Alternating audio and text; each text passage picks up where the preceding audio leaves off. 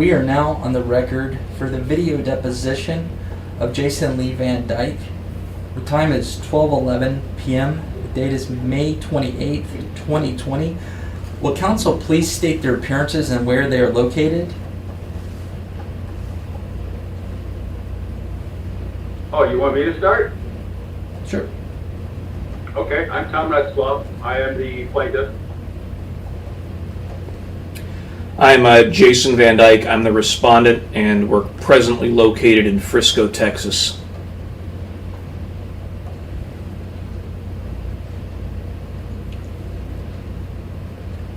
We also see a Jeffrey Durrell on. Could he state his appearance, please? I needed to unmute.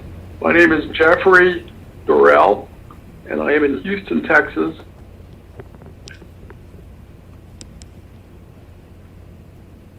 And are you counsel in this case, sir? I'm not counsel in this case. I'm counsel for Mr. Retzlaff in another case. All set. So I will not be asking any questions or making any objections or speaking after this.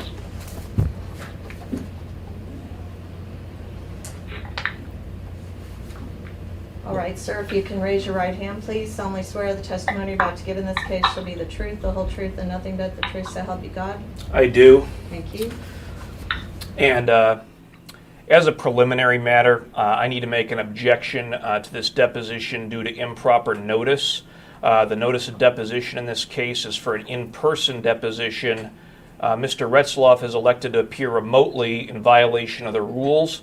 Although the rules do allow for remote depositions, Rule 199.1b and 199.2b3 of the Texas Rules of Civil Procedure state that a party may take an oral deposition by telephone or other remote electronic means if the party gives reasonable prior written notice of intent to do so.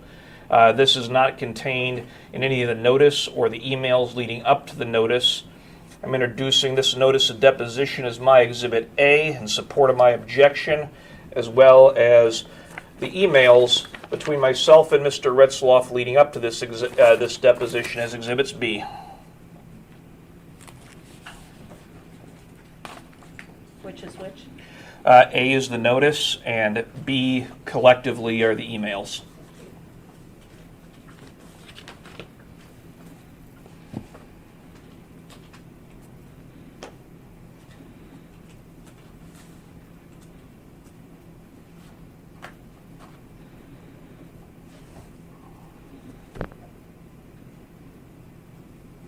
You may proceed. State your name. Jason Lee van Dyke.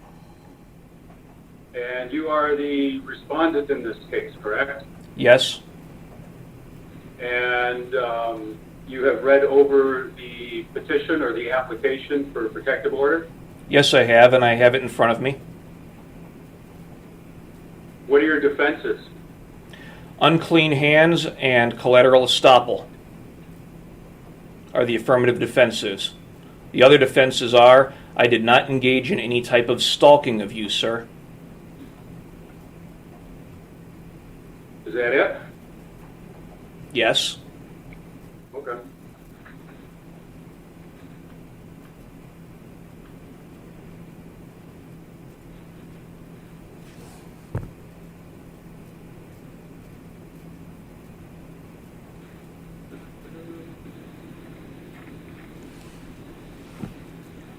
See what I'm showing on the screen? I do. And that's it's your second First Amendment answer, filed May the 19th. You previously filed another document called First Amendment answer, correct? I don't recall. I believe I filed an original answer, and then I believe I filed that document as a first amended answer. I've got them on my computer. I'm happy to double check for you. That's all right. And you understand that this is a proceeding for a protective order pursuant to the Code of Criminal Procedure, Chapter 7? Chapter 7A, yes. Okay. And tell me about your affirmative defense of unclean hands. Well, I'm going by what I've stated in my answer. You've requested equitable relief in the form of a protective order, and unclean hands is available as an affirmative defense in claims for equitable relief.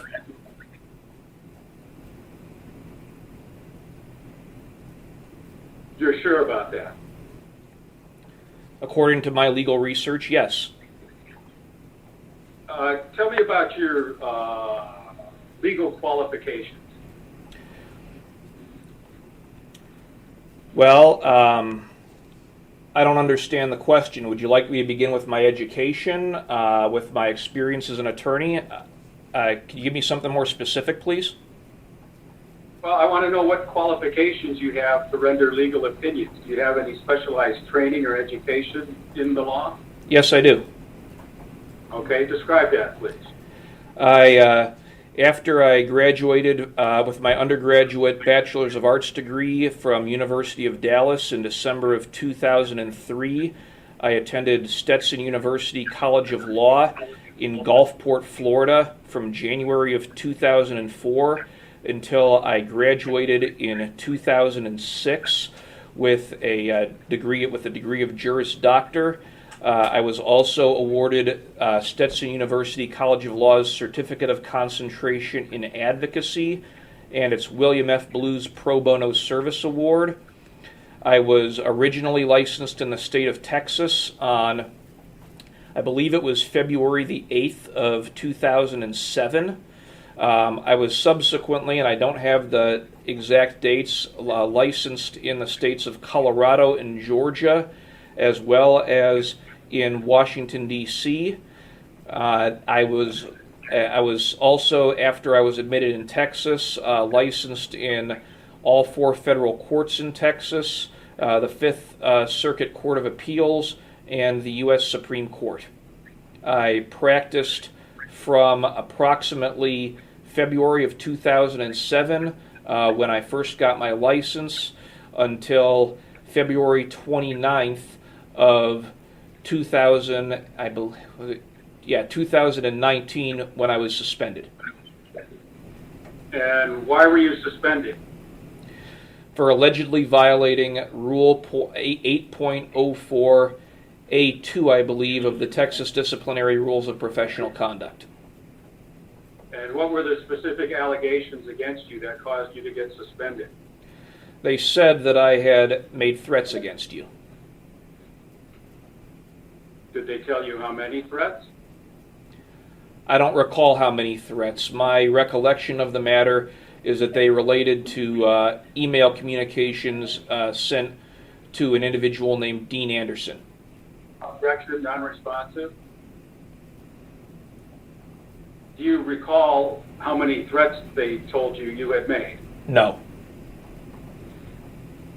Would it be more than one? I believe that's what they alleged in their petition, yes. Would it be more than 5? I don't recall. Okay, let me see if I can help.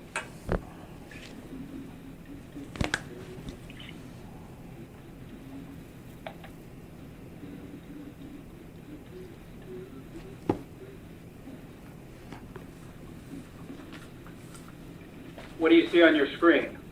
I see their third amended evidentiary petition filed December 18th, 2018. All right, this has been previously marked as exhibit number 1. Okay. And you recall being served with a copy of this evidentiary petition? I believe, yes, I was. Okay. And this was filed by the State Bar of Texas, Commission for Lawyer Discipline, correct? Yes. In fact, that's your name right there at the very top of the page here that I'm highlighting in yellow, correct? Oh, now I see it. Yeah, yes, that is. All right. There's a bit of a lag.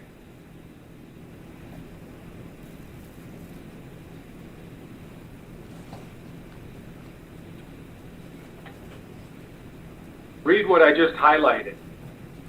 The complaint that forms the basis of this disciplinary proceeding was filed by Thomas C. Retzlaff. Okay.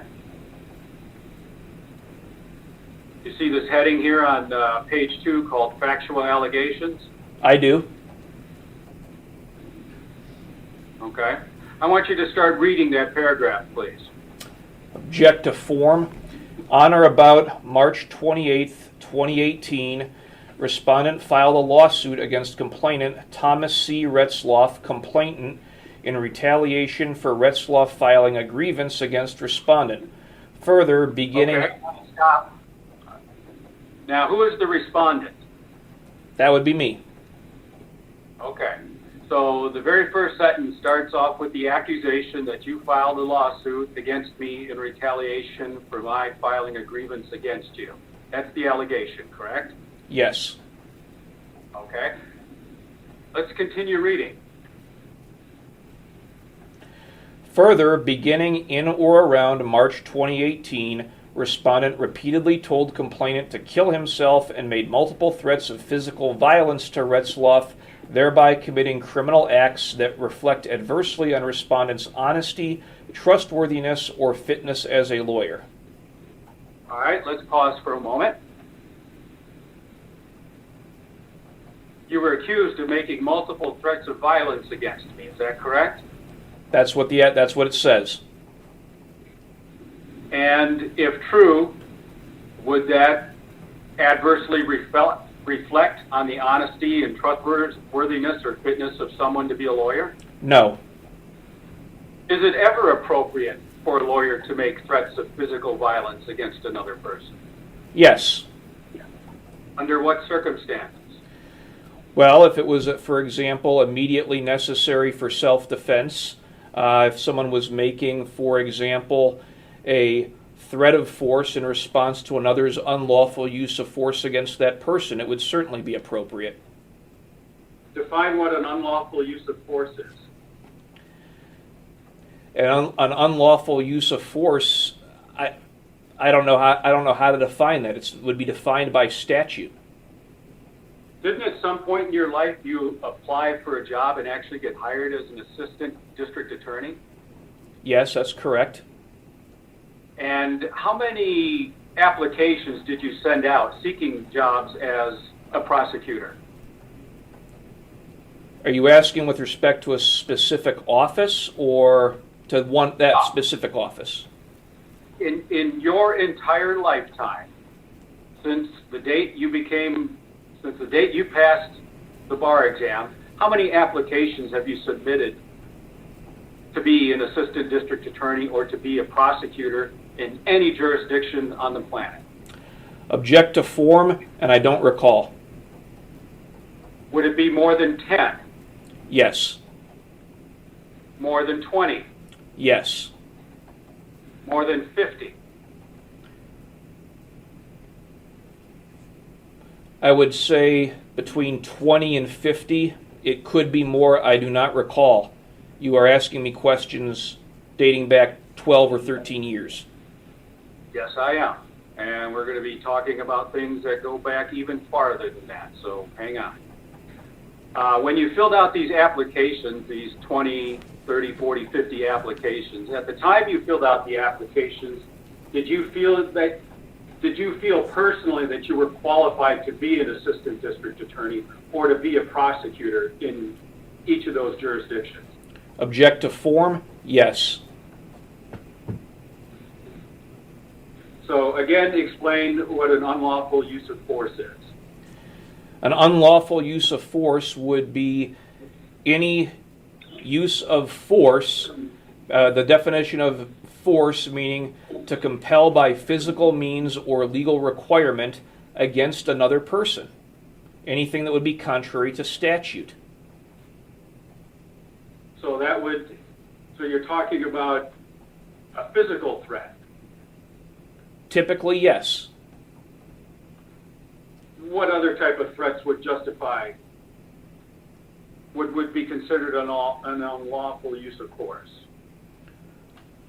Well, a threat to use force in response to another threat for use of force, I suppose.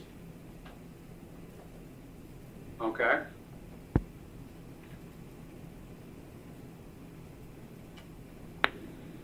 And if a lawyer were to improperly make a threat of physical violence, would you agree that that would reflect adversely on that individual's ability to be a lawyer? No, I would not agree. You would not agree? I would not agree. Why is that? Explain.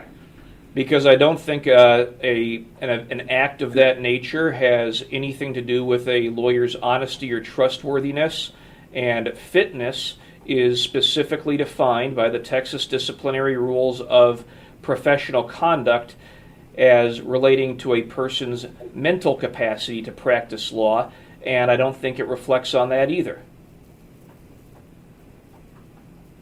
So you think it's totally cool if a lawyer is a violent person who makes violent threats? Object to form. That's not what I said, Mr. Retzlaff. What I said is that it does, in my opinion, it does not violate Rule 8.04A2. But the State Bar of Texas disagreed with you, correct? Yes, they did. And didn't you end up pleading guilty to that State Bar disciplinary petition? No. What did you do? How was that case resolved? I stipulated for the purpose of that proceeding only to the sufficiency of the evidence, simply so that a settlement agreement with respect to agreed discipline could be signed by Mr. Hagan, who was presiding on the panel. I did not admit any misconduct. So in your opinion, your stipulation only applies to that little world within the State Bar proceeding, that it doesn't apply anywhere else? Object to form. The stipulation was as to the legal sufficiency of the evidence for that proceeding only. And you don't agree that it could be that finding, that agreed suspension, that the findings by that tribunal can be applied elsewhere? No, I do not. What is your legal basis for that? Object to form and object to privilege, work product doctrine.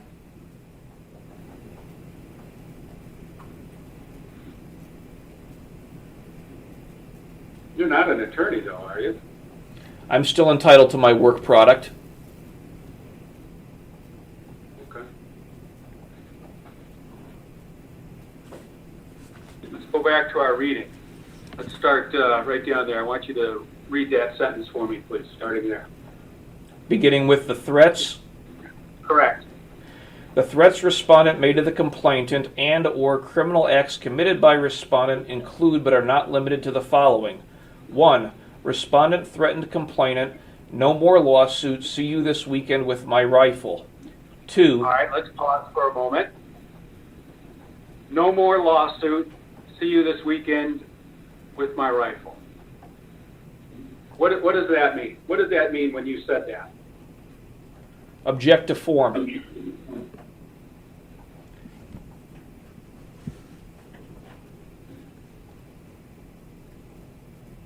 What's your answer? What did you mean when you said that? I'm objecting to the form of the question. It assumes facts that I haven't admitted to. Okay. Did you make that statement? To whom? Well, you pled guilty to the State Bar saying you did make that statement.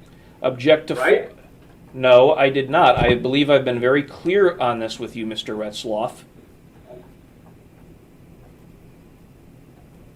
That you admitted that the State Bar had enough evidence to prove that you said those things. No, I said they had enough evidence to impose discipline. I didn't say that they had sufficient evidence to prove that I said any specific thing, Mr. Retzlaff. Okay, well, you still got to answer the question. Even if you object to the form of the question, you still got to answer. It's up to the trial judge to decide whether your objection is legitimate. So what did you mean when you said, "No more lawsuit, see you this weekend with my rifle"? I'm going to object to that question on the basis that it is abusive and harassing within the scope of Rule 199.5. How is it abusive and harassing? Because by the very nature of the question, Mr. Retzlaff, it assumes that I said it to you and that I'm agreeing that I said it to you, and I don't. I didn't say that you said it to me. Did I? You've implied it by your questionings. I'm just asking you to read the document that was filed by the State Bar of Texas in your disciplinary case. That's all. If you choose to read into it something that's not in the document, that's your problem. Now let's go back to this document again. All right. Because it's not going away. Number 1, respondent threatened complainant, "No more lawsuit, see you this weekend with my rifle." What does that mean? That is a threat. Okay. Why would you say such a thing? Well, the person I said it to at the time, whoever that was, and I don't have personal knowledge of who it was, had just gotten me fired from my job at Carlson, LeBlanc, and Rich. So it's okay to make threats to a third person as long as you don't make it to the first person. Is that what you're basically trying to say? Object to the form. I don't understand what you're saying here. Well, your response seems to imply that, well, because I said that to someone else who might or might not have been Tom Retzlaff, it was okay for me to say those things. I don't know who the person I said it to was, and it's only relevant to this case if I said it to you. And you base that on what?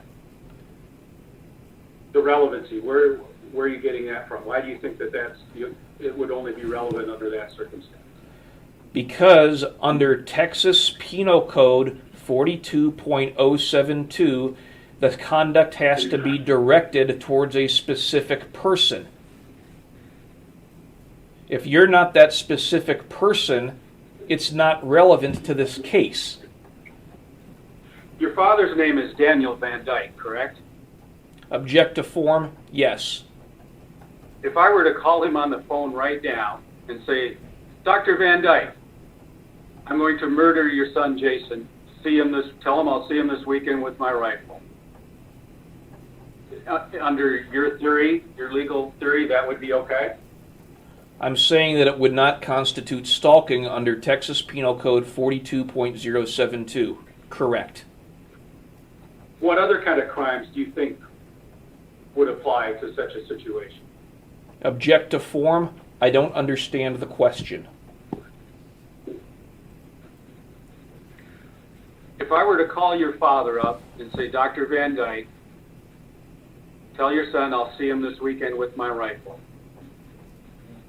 In your 12 years of experience of being a lawyer and in thinking that you're qualified to be a prosecutor, what kind of crimes do you think that might be? I think that would be telephone harassment of Dr. Van Dyke. Any other type of crime? No. And if Jason Van Dyke were to get a phone call from his father, Daniel, saying, "Hey, I just got this message from some guy who said, 'See you this weekend with my rifle,' you don't think Jason would have a right to be concerned, afraid? I might be concerned, but it wouldn't be a crime. In your opinion? Correct. Would you be upset if you had heard such a statement relayed to you by a third party? I suppose that would depend who it was from. Earlier in your amended answer, you mentioned an incident involving your mother. Tell me about that. Okay. It was my mother's birthday, or around that time, I had wished her a happy birthday on my Facebook page. I received an email from a person purporting to be named Dean Anderson, which simply said something to the effect of, "So, how's your mom?" or "How's your mother?" I don't recall the precise wording, but it was something to that effect.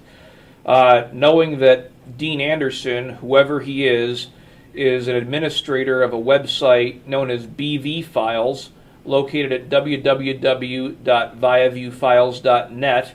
I went to that website to determine whether there was any information about my mother on the website, and what I discovered was a portion of the most recent blog post, which had what appeared to be a Third Reich German medal in relation to my mother, a statement stating something to the effect of that my mother should have swallowed me, at which point the post contained a picture of myself, my younger brother, and my mother. It contained information concerning where my mother was employed, and it contained a physical map to my mother's home. And what's the name of your mother? Susan Lynn van Dyke. Okay. And what did you do once you saw this information on this website that you claim to have seen? I immediately went to her home. I furnished her a handgun and hollow point ammunition for her own protection. And Pardon? What type of weapon did you give her? A Glock 19 9mm pistol. And how much ammunition? A full magazine, which would be 15 rounds. And how old is your mother? Right now, she would be 70. And how old was she at the time you gave her this weapon? Let's see. Be 2018. She'd have been 68. And you said that this was on or around your mother's birthday. It was on her birthday. She was scheduled to go in. I remember because Just answer the question. So what was the date? April 24th, 2018. And you have claimed that you took her down to the Frisco Police Department, correct? I did take her to the Frisco Police Department. And who did you see when you were at the Frisco Police Department?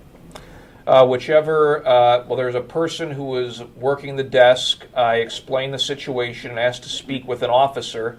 I don't recall the name of the officer, but the officer came out and my mother made a report.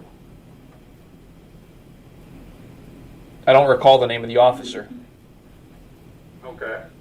Because I've contacted the Frisco Police Department and they claim not to have any record. Do you know why that might be? I have no idea. I'm happy to contact them myself because I distinctly recall taking her there. Okay. What sort of training does your mother have with firearms? She has a Texas concealed handgun license. And how did she obtain such licensing? Who gave her training? I did. Okay. And you think you're qualified to teach people how to safely handle and use firearms? Object to form, yes. And what was it that you told your mother that got her upset enough to go down to the police station? I showed her the post. She was familiar with our dispute, and I told her that you were a psychopath. Okay.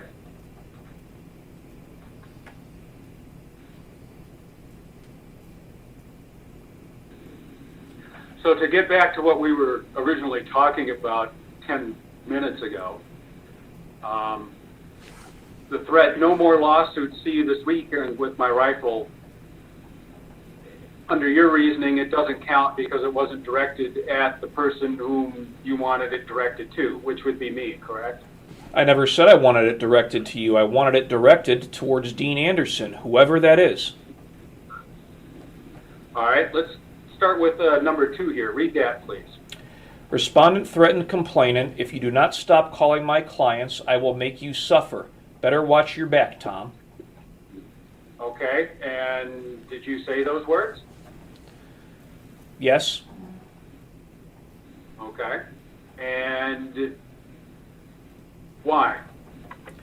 I wanted to make it clear that if you kept contacting my clients, there were going to be serious legal consequences for you. Not threats of violence, though, apparently, right? I did not mean that as a threat of violence, no. But the state bar apparently disagreed, correct? They must have, yes.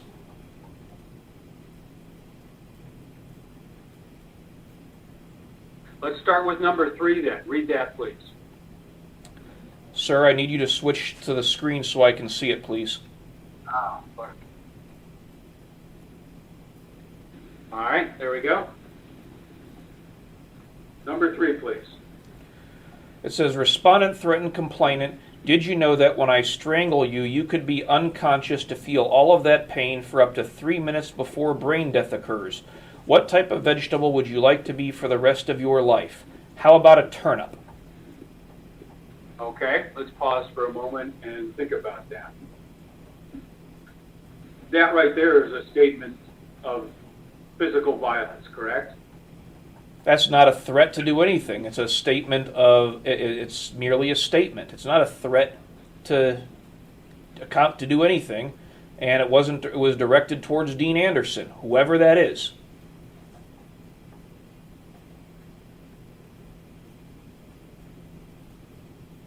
That's your answer.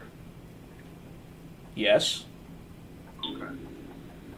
Have you ever strangled anybody before? Yes.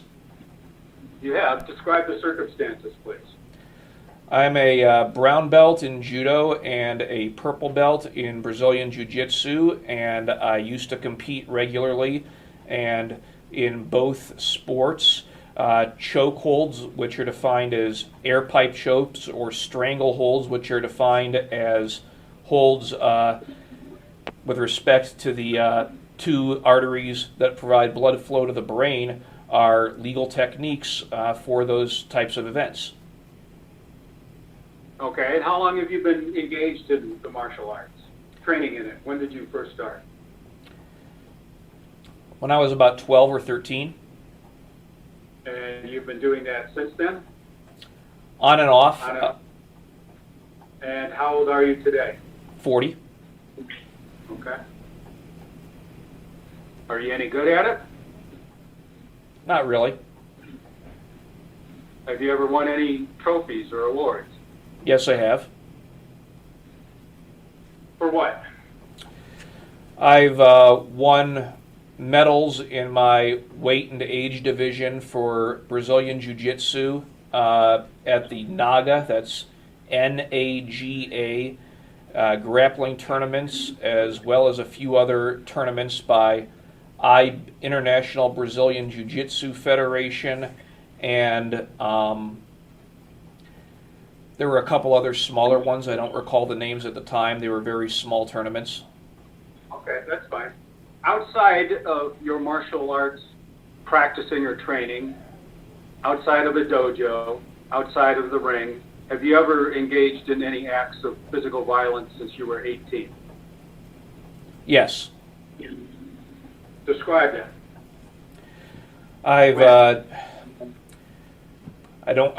One of them, to the best of my recollection, is a person attempted to mug me, and I punched them, and they ran away.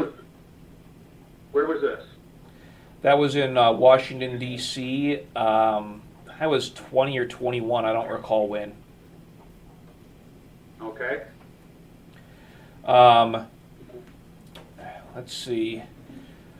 At one point, I was jumped by some individuals playing something that's apparently called the knockout game, and I defended myself. I defended myself physically in that situation. When? When did this happen? I don't recall exactly. It was probably 8 years ago. give or take. Where at? Where at? It was in downtown Dallas. And who were you with when this took place? I was alone. Tell me about the next instance. The next incident was in March of, I believe, 2018 in Austin, Texas, where me and some gentlemen I was with were jumped outside of a bar. And who were these people you were with? They were my fraternity brothers. Names. Object to form. Privileged. I used to represent this fraternity, and I object pursuant to the attorney-client privilege to name any member of the fraternity. Have you ever represented these specific individuals that you were with? No, but I've represented the fraternity as a whole and the chapter as a whole. You understand that the attorney-client privilege doesn't apply to the names of clients. I'm not going to give you their names. You can file a motion to compel if you want. I'm not giving you their names. Okay. And what is your basis for not wanting to give me their names? Well, 3. 1, it's an abusive and harassing question, which has well outside the scope of discovery in this case. 2, attorney-client privilege. And 3, because I don't want their names to end up on the viaviewfiles.net website. You understand that you're on trial here because somebody has deemed you to be a threat, a violent lunatic. You understand that that's what this case is about, right? Object to form. I understand what the case is about.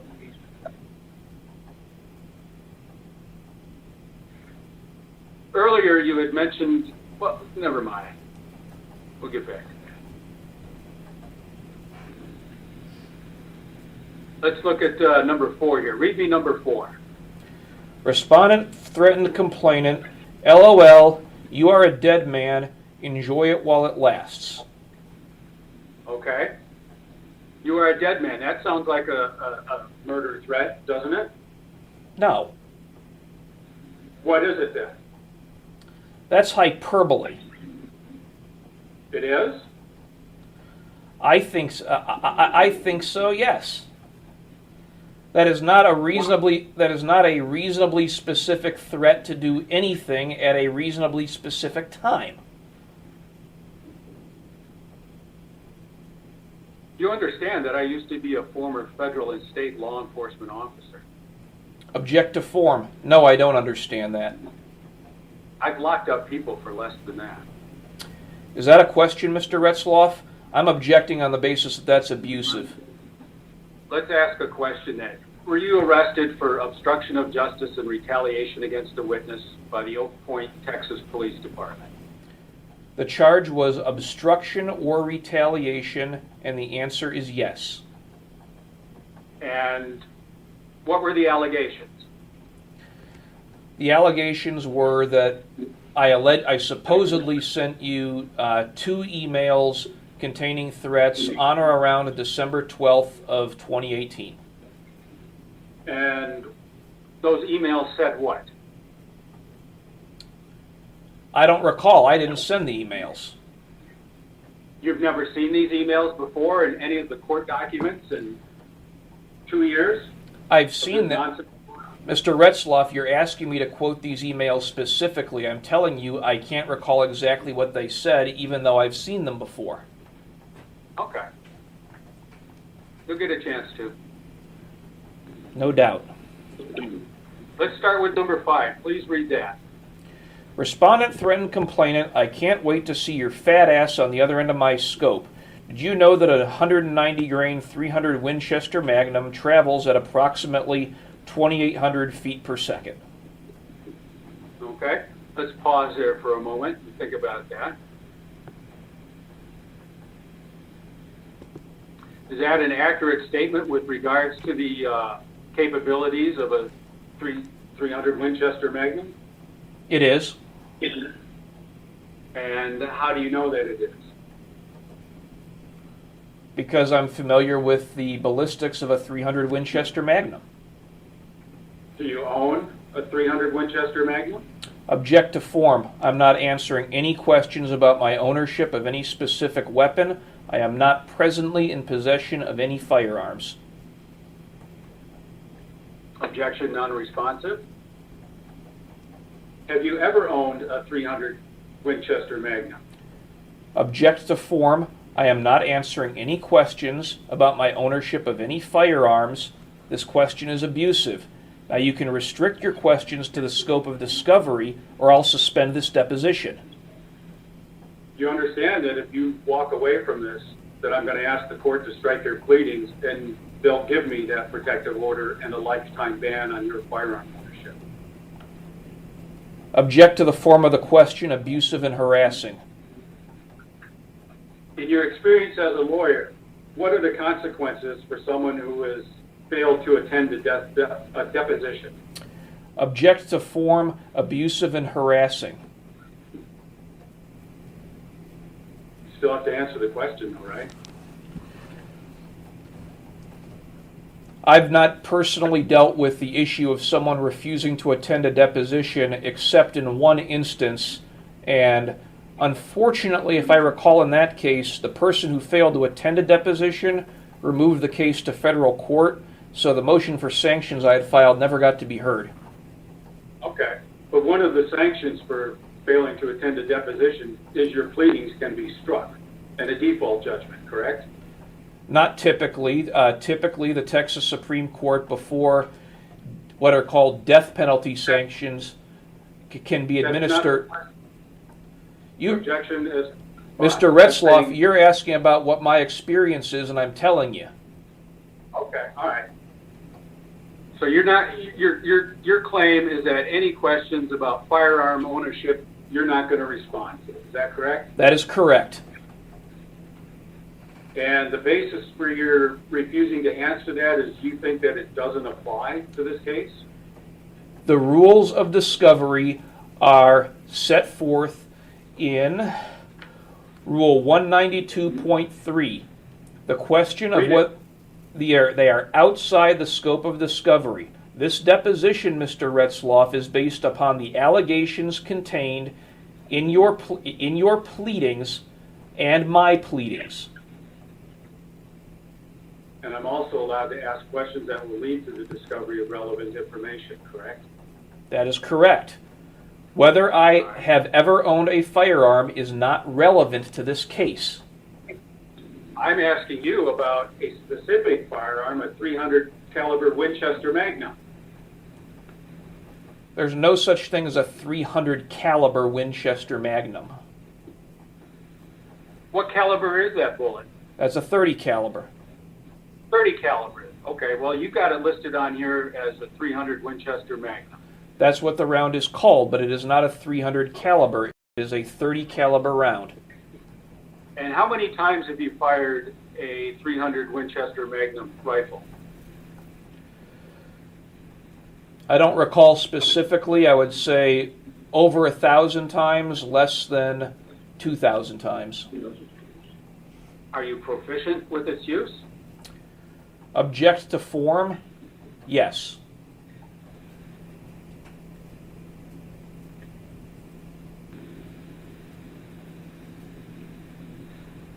I can't wait to see your fat ass on the other end of my scope. Is that not? Could we not agree that that's a pretty threatening statement? If I said it to you, yes. I'm not saying that I said it to you. Would it be a threatening statement if you said it to anybody? Yes.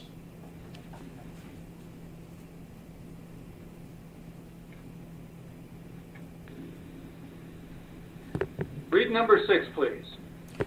Respondent threatened complainant, "What do you want on your polished rock, Tom? I'm coming for you. Sure as God's vengeance I'm coming. Nobody will ever be harassed by you again. You're taking a dirt nap." And what does that phrase mean, taking a dirt nap? Means you're sleeping forever 6 feet underground. That means that the person's going to be dead, correct? Yes, it does. And would you not agree that that's a threat of violence? If I said it, it would have been. Do you deny saying it? I deny saying it to you. I have no idea whether I said it to you.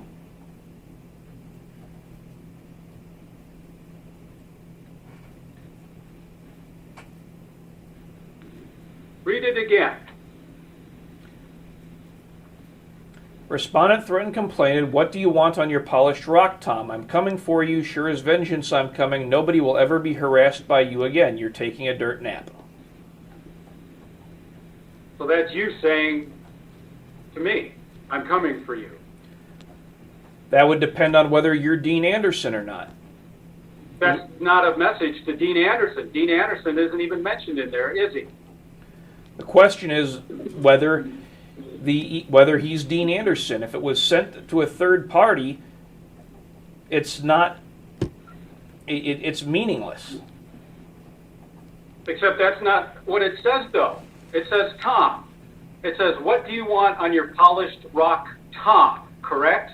That's what it says. So that's a message to Tom, correct? If it was never sent to him, it doesn't matter. What if I wrote that in my diary?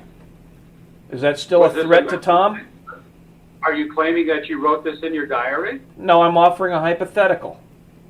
Okay. I'm not asking hypotheticals, Jason. Okay. This is a message that you sent this message to somebody, correct? I don't recall if I sent it or not. It looks like something I might have said right after I got fired. I don't recall when I sent it. The State Bar of Texas accused you of sending that message to me, correct? Yes, they did. And you pled guilty. No, I did not. Disciplinary element. What did you plead to then? I'm going to be very clear on this for the third time now.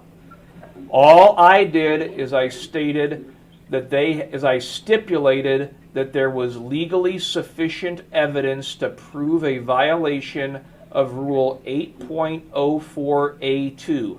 I did not admit to sending any of those threats to you. Is this to someone else named Tom that you threatened to murder?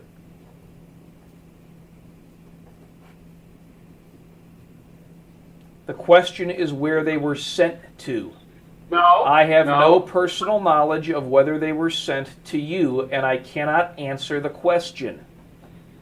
Have you ever sent, is there someone else named Tom that you have ever threatened to murder? Not that I recall. Do you threaten a lot of people with murder and violence? No. How many people have you made such threats to? Object to form.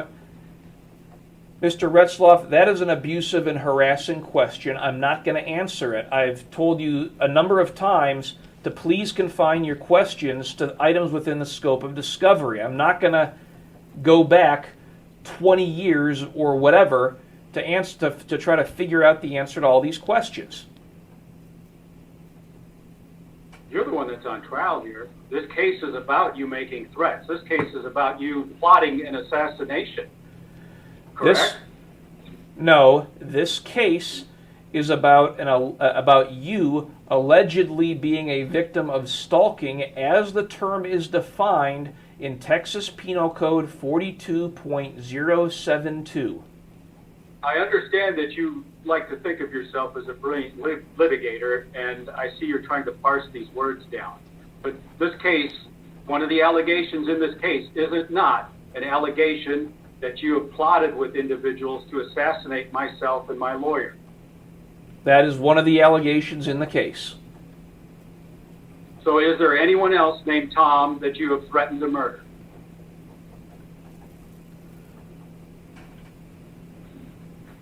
Not that there's nobody named Tom that I've made a credible threat to murder.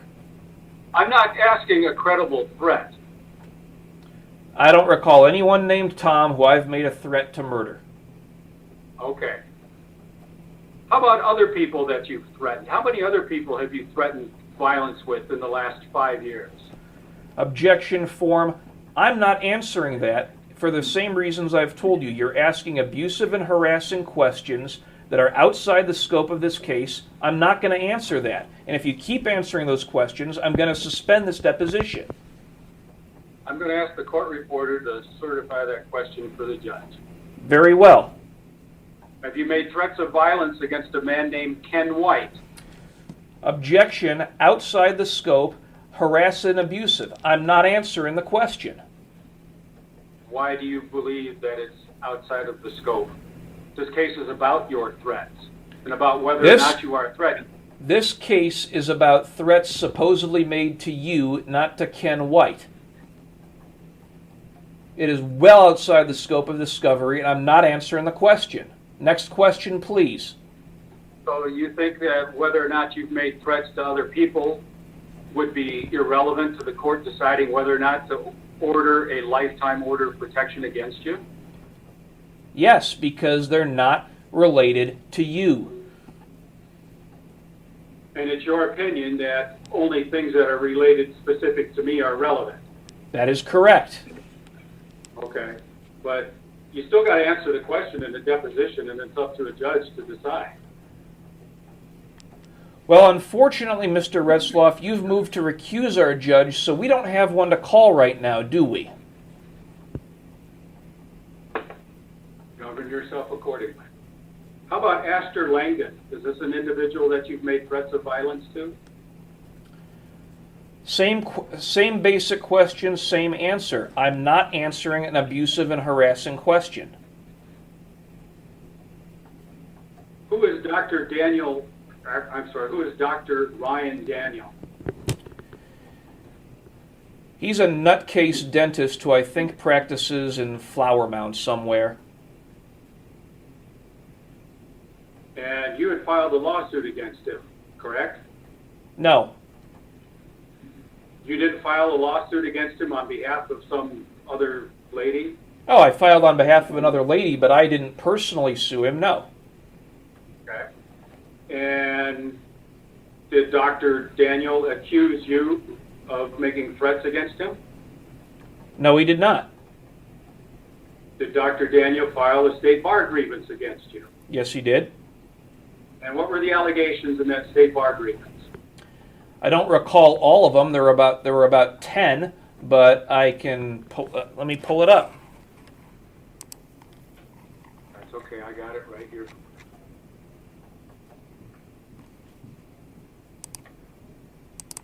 I'm showing you what's been marked as exhibit number 3. It's on your screen. Okay, there you go. So what is exhibit number 3? Tell me what it says.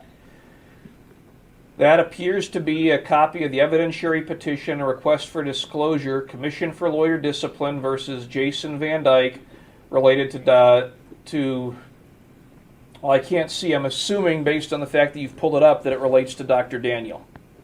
Yes, it does. I can see that it's highlighted. Yes, I see it, Mr. Retzlaff. Okay. Read the highlighted portion on page 2 of exhibit number 3, please. Read it out loud. Okay.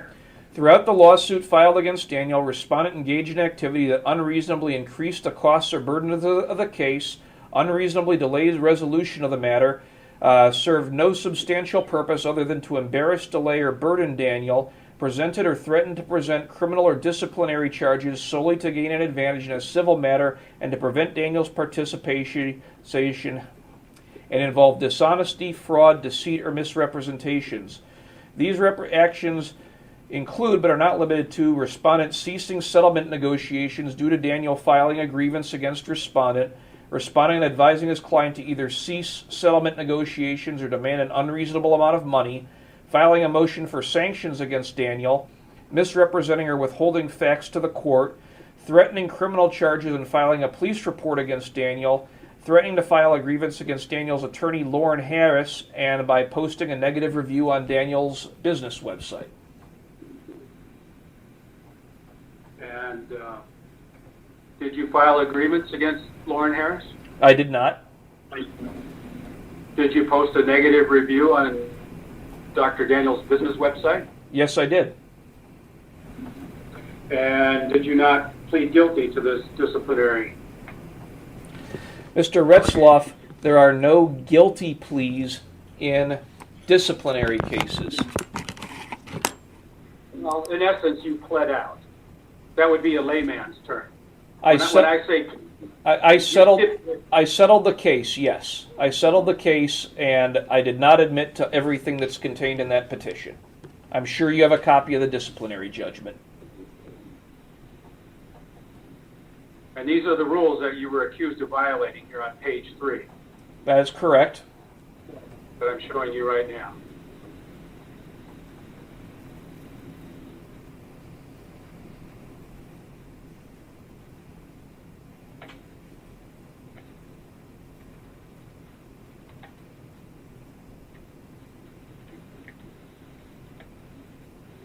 I'm showing you exhibit number 4. Can you see it?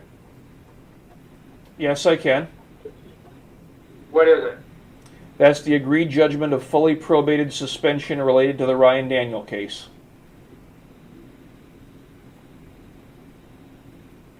The section here, findings of fact.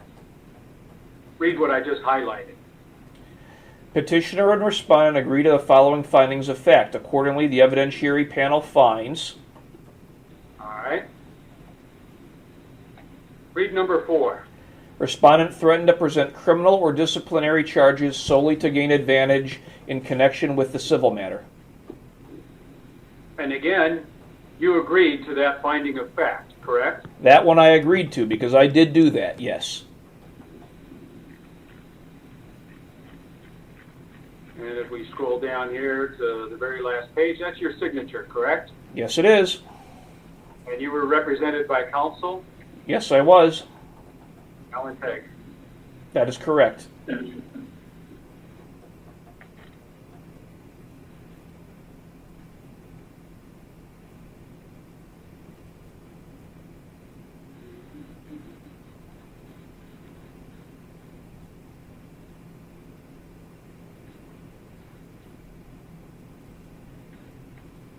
just playing around here on my computer. Hold on.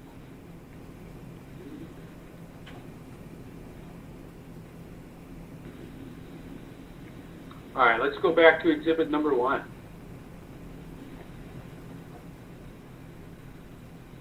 Read number 7.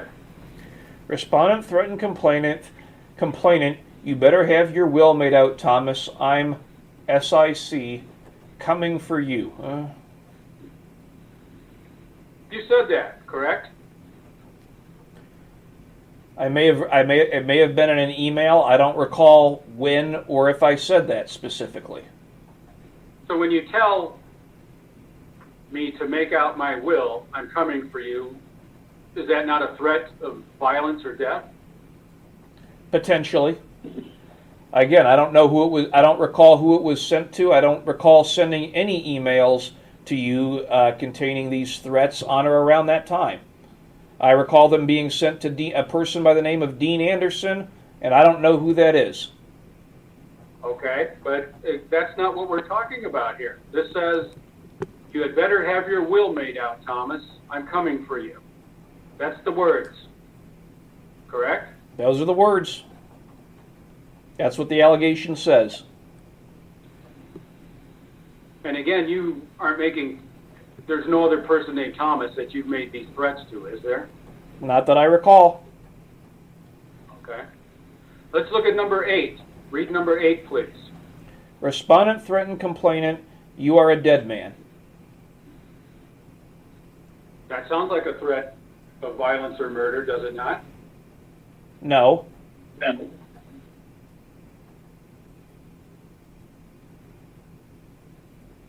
It doesn't?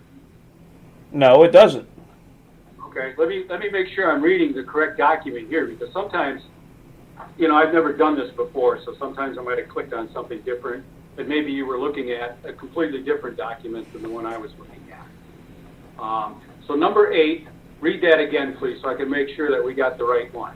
It says, respondent threatened complainant, you are a dead man. And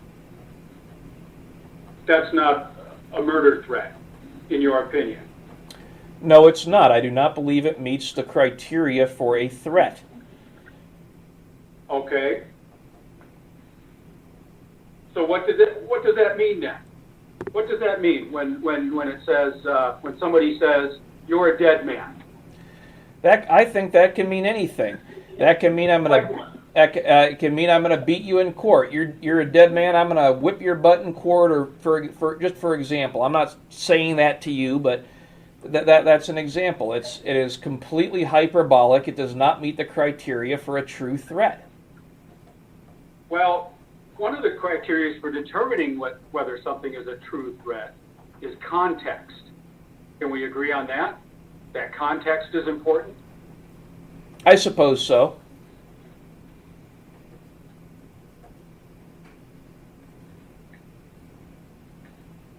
Let's continue. Okay.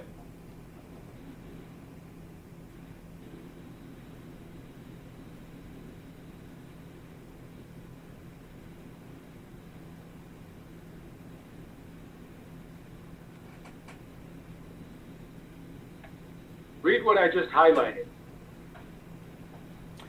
In addition, on or around November 2018, after the evidentiary petition was filed in this matter, respondent again sent a death threat and/or statement intended to harass, annoy, alarm, abuse, torment, embarrass, or offend via social media to complainant, in which respondent posted a picture of himself with a gun, directing his post at the complainant. You do that a lot, don't you? Post pictures of yourself on social media with various types of firearms. I have in the past, but not lately, yes.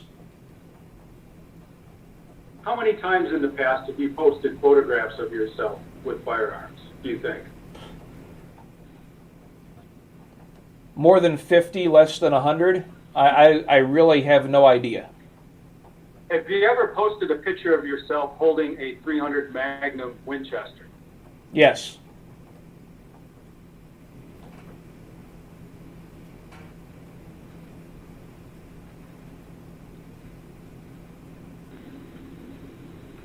Let's continue on. Read that for me, please. It says, further, on or about December 12th, 2018, respondent again made multiple death threats to complainant, including but not limited to the following. 1. Respondent threatened, and I quote, "Go fuck yourself and what's left of your miserable life. You have destroyed my life, and for that offense you will pay with your own. That's not a threat, that's a promise, motherfucker." You want me to continue? Okay. You want me to continue? Well, let's pause for a second, because that's pretty wild. Yeah, it sure is. Why would you say such a thing? I didn't say such a thing. You're denying sending that email? I am.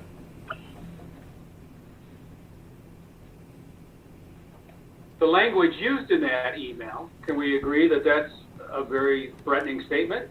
Oh, yes, I certainly agree with you there. Problem is, I didn't send it. Okay.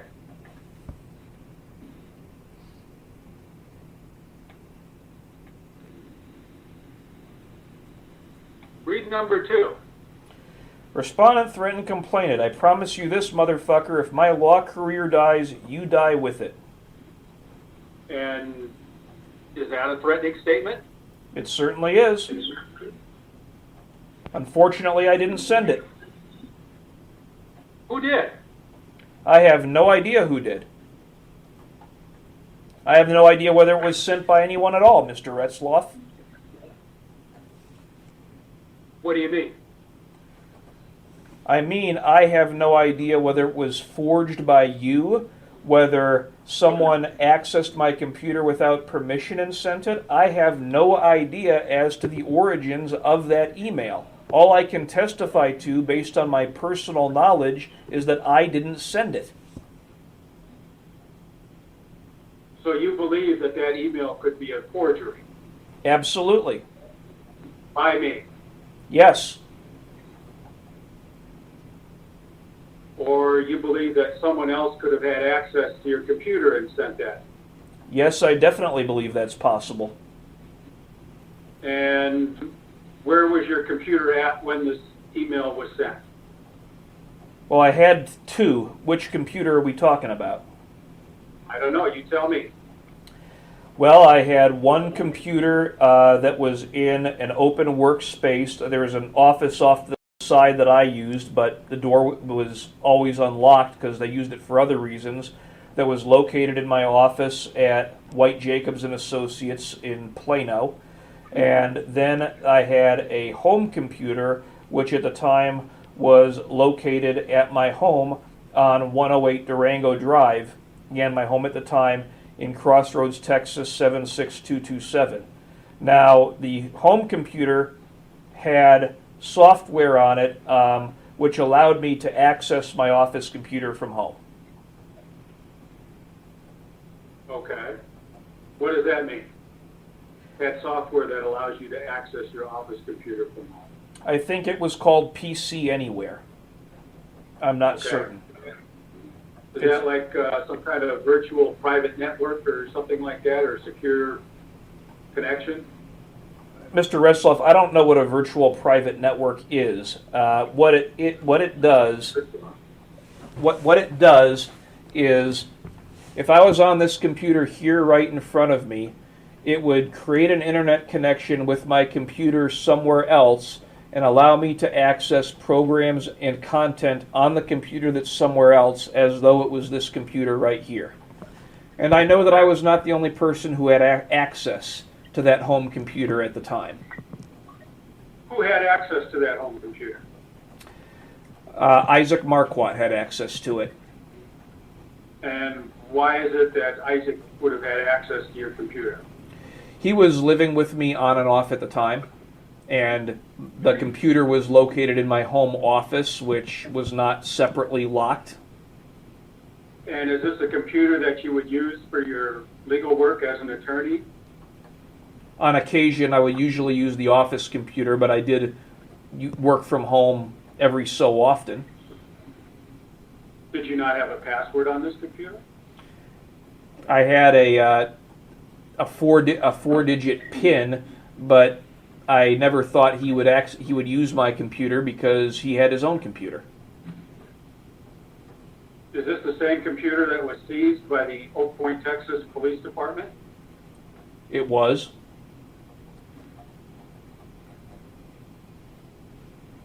Do you have reason to believe that Isaac Marquardt was able to know what your PIN number is and gain access to this computer? I do now, yes. What is your basis for that? Because based upon the public information requests that you and I both sent to the Oak Point Police Department, one of the documents contained the PIN number. It did? Yes, it did. I can look for it. I've got those documents on my computer somewhere. It said PIN, and it had the PIN number that was at the time was used to access that computer. And that wasn't the number for the alarm code for your house? I don't recall what the alarm code was at the time. It might have been the same. It might have been different. What was the alarm code for your house at that time? To the best of my recollection, it was 2527. And what's the password for your computer at that time? I don't recall what the password was, but it would have been that PIN or it would have been some other PIN, which I'm not going to disclose to you because it's the PIN I'm using now.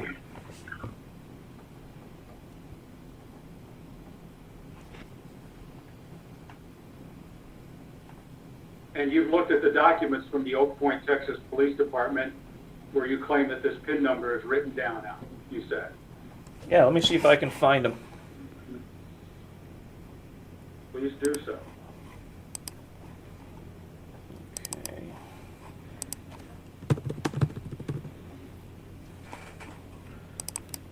What records received from Oak Point? Well, might take a minute. I'm kind of looking for a needle in a haystack. I've got nothing to do today, so take as much time as you need. It's too bad. I was hoping to go to Topgolf later.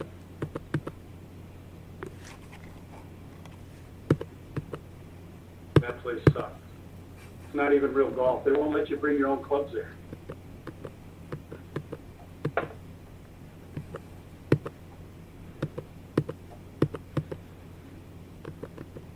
to use their clubs, and they purposefully deaden the ball so you can't even hit it. Yeah, right here. Let me rotate it.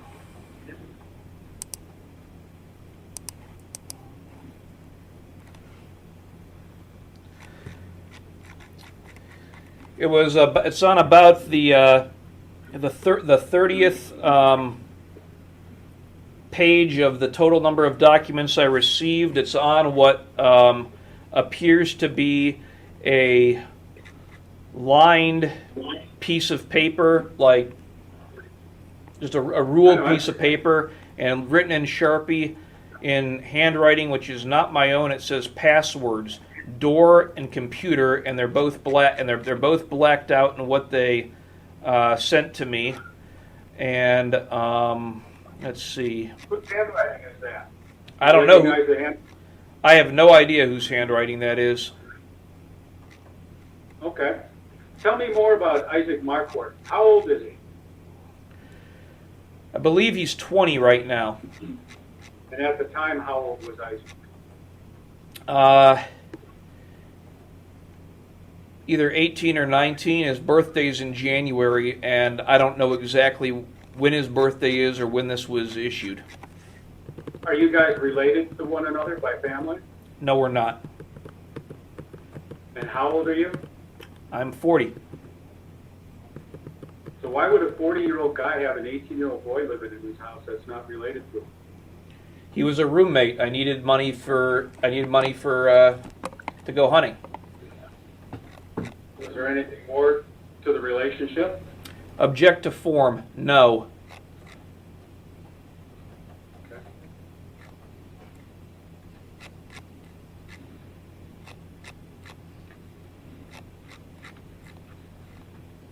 Here it is. I've got another thing with a password on it, Mr. Retzlaff. It's on a thing that says City of Oak Point, Department of Public Safety Evidence Report. They forgot to black it out. It has a case number, and it says a black Acer laptop, and it has the password written right here at the bottom. I have it And right. what is that password? It was 2527. And it's your position that Isaac Marquardt could have gotten a hold of your computer and at home and sent that email? Yes, at someone's, and I believe it was done at somebody's direction. Really? Whose direction? I believe it was done at it was possibly done at your direction. I have no personal knowledge, but I have an email which suggests that may have been the case. An email from whom? It is an email from that was sent on the same day these emails were allegedly sent to you by me, December the 12th, from a person, Sam Benneth 204. I forgot what mail it was in, where he specifically offered you damaging information on me. Okay. I'm still not seeing what sort of evidence supports your claim that Isaac Marquardt was working for me or under my control. Well, I've also got affidavits from him invoking his Fifth Amendment privilege with respect to any relationship he may have had with you. Now, again, I don't have personal knowledge that you influenced him or that he was working for you. All I've got is potential circumstantial evidence, and I've reached my own conclusions based on that circumstantial evidence. And these were affidavits that you submitted to the state bar in response to their disciplinary petition, correct? They were submitted to the state bar and to the district attorney's office, but I didn't submit them. I believe Mr. Marquardt submitted them on his own. And you're currently on criminal probation right now, correct? Correct. And what are you on probation for? False report to a police officer. And what are the allegations? The allegations are that I lied about the occurrence of a burglary of my motor vehicle where several firearms were stolen. Okay.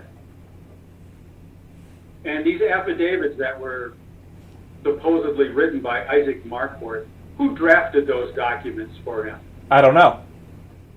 Did you? No. Did you have any input at all into those two affidavits? I may have had some with respect to the second one. I got a call from someone claiming to be his attorney. I don't know who it was. Describe the conversation. He asked who you were because he was unsure as to the purpose of the affidavit, and he asked at what point Mr. Marquardt stopped living with me, and I told him. And he asked at what point I could no longer reach Mr. Marquardt when he left the jurisdiction of Denton County, and I told him. It was basically questions like that. It wasn't anything else. He wanted to confirm some dates with me. And you don't remember the name of this individual who called you? No, I spoke to him one time almost a year ago. Did you make any notes of that conversation? No, it was only confirming dates. It didn't seem to be particularly important to me. So other than that one telephone call, your position, your statement is that you had absolutely no input into the drafting of those two affidavits. Into the drafting? No. How about into the language used in those affidavits? Into the language used? No. Did you have any conversations with Isaac about those two affidavits? Yes, I did. How many conversations? 2 or 3. Describe these 2 or 3 conversations. The first, I believe, was in May of 2019. I hadn't seen him in months. He apologized for not showing up for to court and wanted to know if there was anything he could do to make things right. And I explained to him what was going on in my life, and I told him that an affidavit clarifying what actually happened would be helpful, especially with respect to the burglary. He told me he couldn't do that because then he'd get into trouble. He asked me to draft an affidavit for him. I told him I couldn't because I was suspended and it would be a conflict of interest, and said, you can look up how to do this online, or you can go find an attorney to do it for you.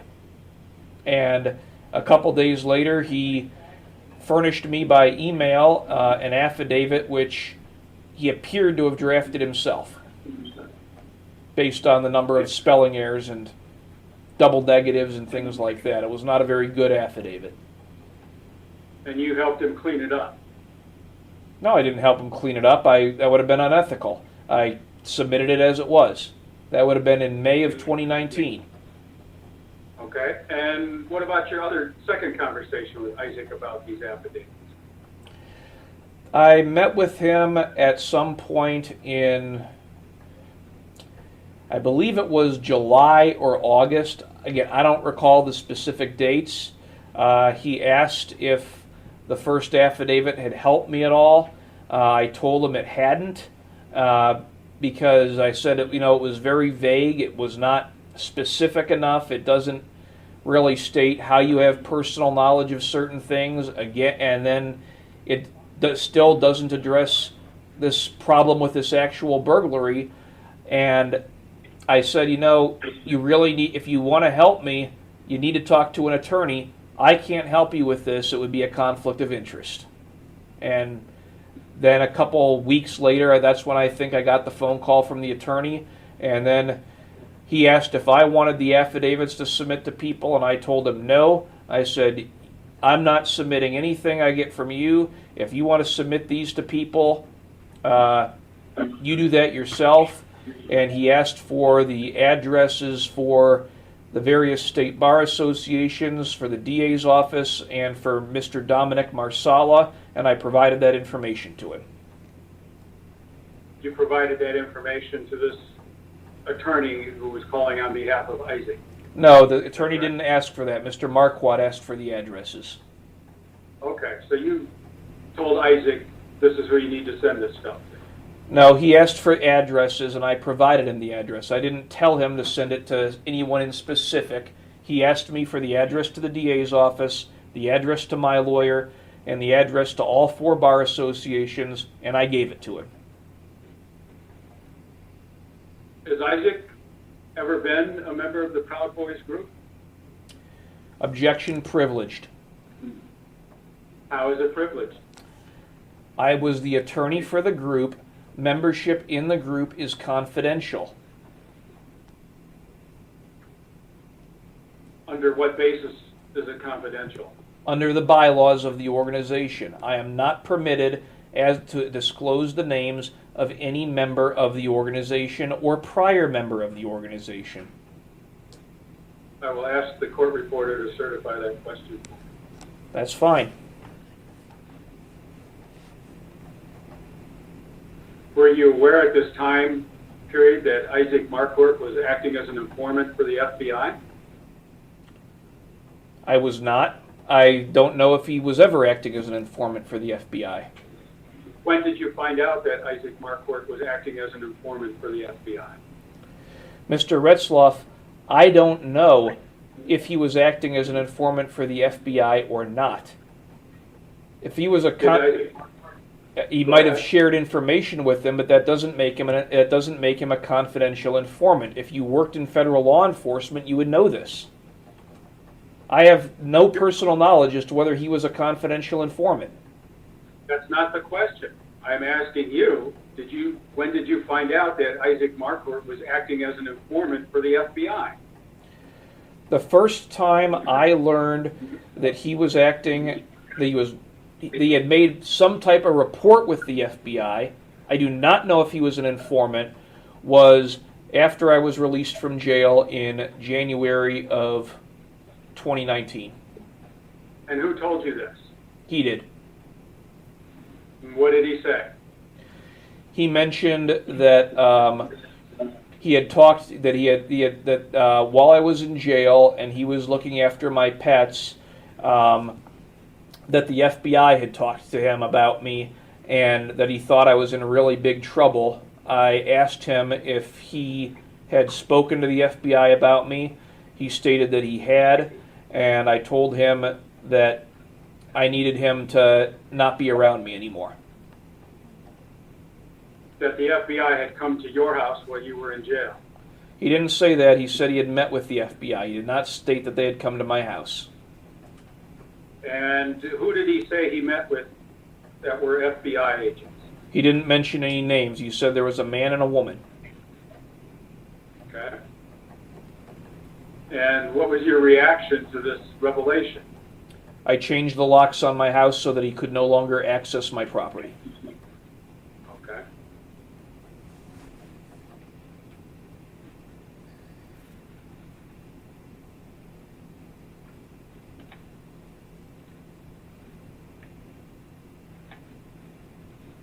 I'm showing you what's been marked as exhibit number 2.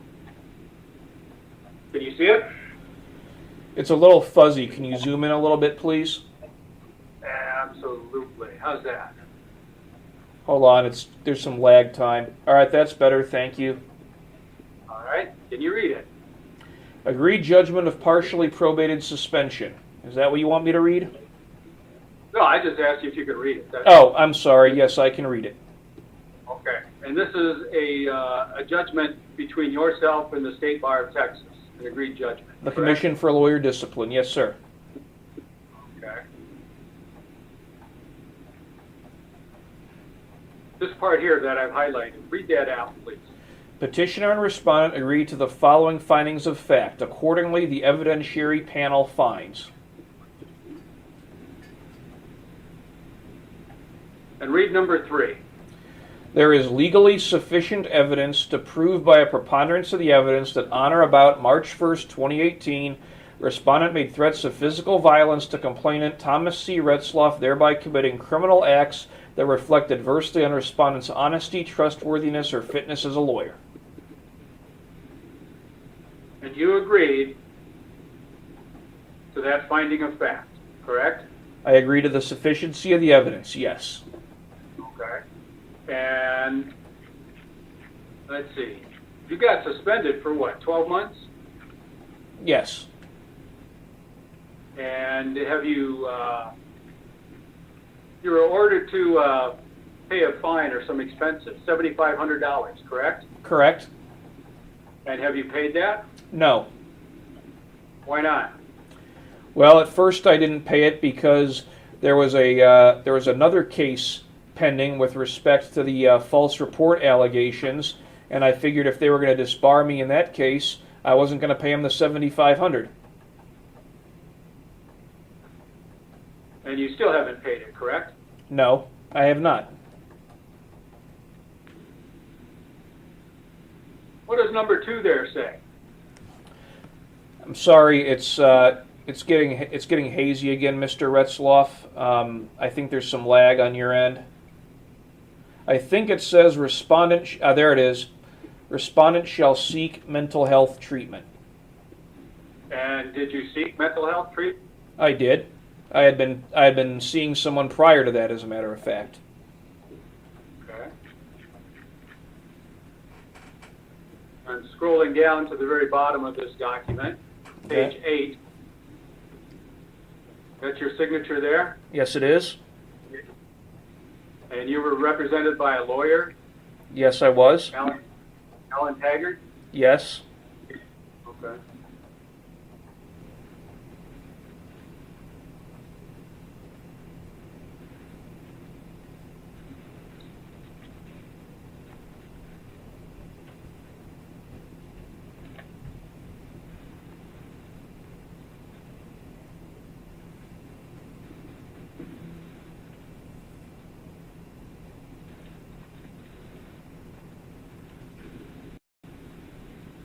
I'm showing you what's been marked as exhibit number 3. Can you see it?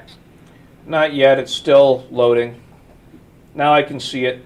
Now it keeps fading in and out, Mr. Retzlaff, but I know what it is. Now I can see it just fine. Okay. What is it? It's an arrest warrant For who? for me. And that would be for the felonies of obstruction or retaliation?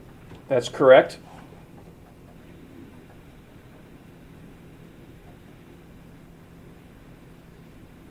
This part here that I'm highlighting.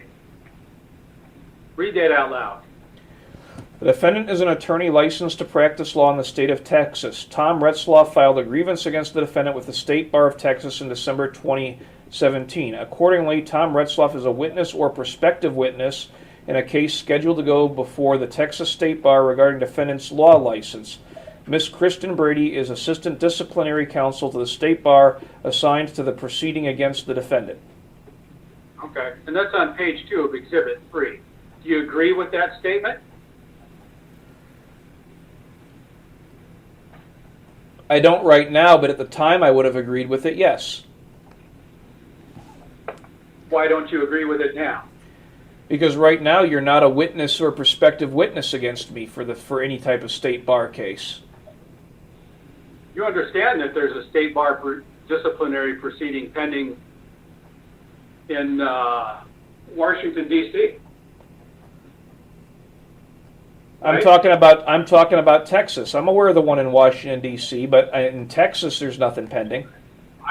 You didn't hear me mention the word Texas, did you? I apologize. I misconstrued your question, Mr. Retzlaff.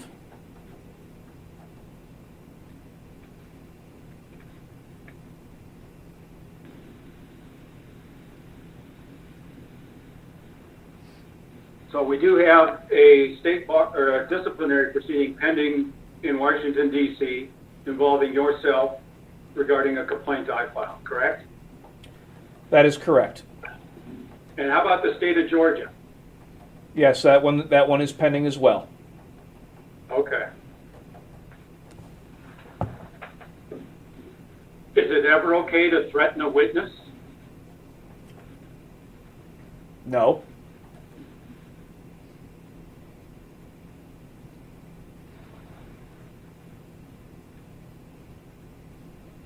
I'll agree with you there.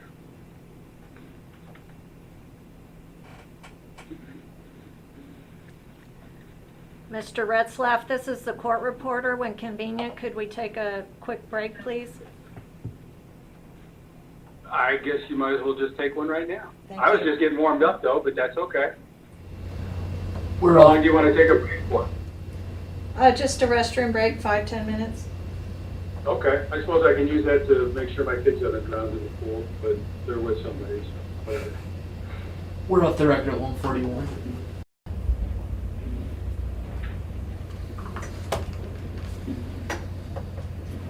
You're on the record at 152. Alrighty.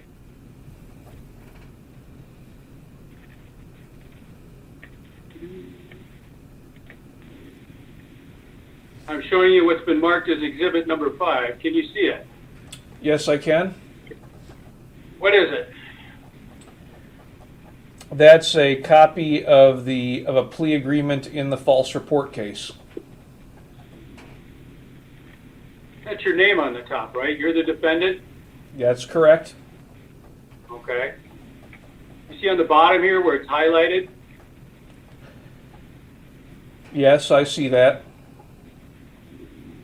What does that say? Have no contact with Tom Retzlaff. And who else? Deb Armentor. And who is Deb Armentor? She is a Denton City Councilwoman and I believe a professor of English and Women's Studies at the University of North Texas. And she has claimed that you have made threats against her, correct? I have no idea if she's claimed that or not. You haven't been told by anybody that there's been this accusation made? I've been told by people that she claims that she's scared of me, but I don't know if she's ever told anyone that I made a threat against her because I didn't. Did you ever post her personal information, name, address, similar things on a website? Not that I can recall, no. Not that you can recall? Would there have been times when you've done this when you can't recall? I seriously doubt it. I wouldn't post her. Aside from referencing her by name, I wouldn't have posted her address or her phone number or anything like that. I certainly didn't do that. How about any information about her on a website that some people would claim is a white supremacist website? Nope, never did anything of the sort. Have you ever posted on the Stormfront website? No, Never. not that I can recall. I'm familiar with it. I've read parts of it, but I've never posted there. I don't have an account there. Have you ever had an account with Stormfront? No. You know the man who owns that website? I have no idea who owns that website. He lives in North Carolina. He keeps good records. Okay, I don't know who he is. So if your name or your email address or an IP address that might have been associated with you at some time in the past were to show up in his records, what would you have to say about that? I would have no idea how it got there. And you've never posted on Stormfront? I don't recall ever posting on that website. I viewed it because I was accused of posting on there at one time, and I wanted to see if I could find the posts that were being referenced by other people, but I don't recall any other time where I've posted on there. Okay.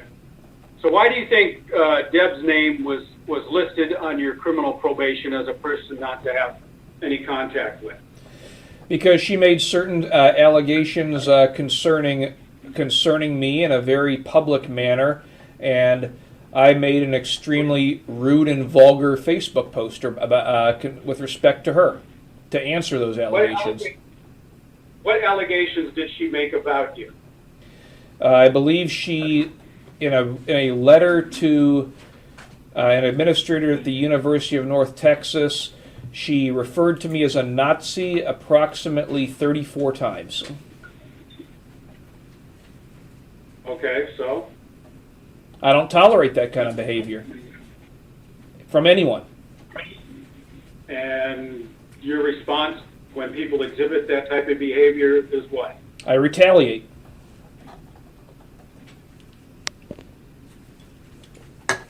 You don't believe in the right of free speech? No, I do not.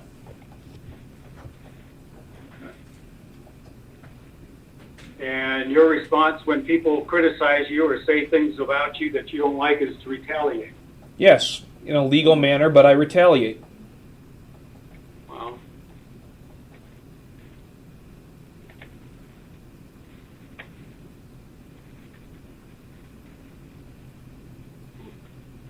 looking at that.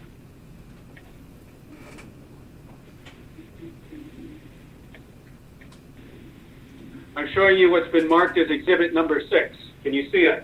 I sure can. What is it? It's a notice of bond forfeiture.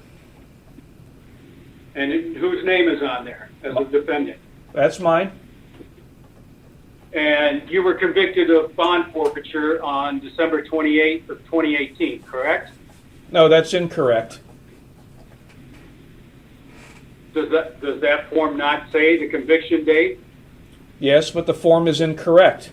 I've never been. Okay. The date I was not in town on December 28th, 2018, so I couldn't have been convicted of any offense on that date. A judgment nisi was filed against you, correct? Yes, I don't recall what date it was filed. Tell me what a judgment nisi is. Tell the viewers at home what a judgment nisi is. A judgment nisi is what's filed when someone fails to appear for a hearing and their bond is deemed forfeited, and typically what would occur after that happens is a proceeding would be filed in a county court at law. So you were accused of failing to appear, correct? Not criminally, but my bond was I forfeited. didn't objection as to response. You were accused of failing to appear, yes or no? Yes. And in fact, you were found guilty or liable in that judgment nisi, correct? Liable? Yes. And your bond was forfeited, correct? Yes. So why didn't you show up for court? You want to know why I didn't show up for court? Absolutely. We're all sitting here at the edge of our seat to hear your response, Jason. Because I had planned that hunt to Alaska for over 3 years, and I was going to be goddamned if that was another thing that you took away from me. That's why I didn't show up. This was for a court hearing in your criminal case, correct? That is correct. And who is responsible for setting court dates in criminal cases? The court.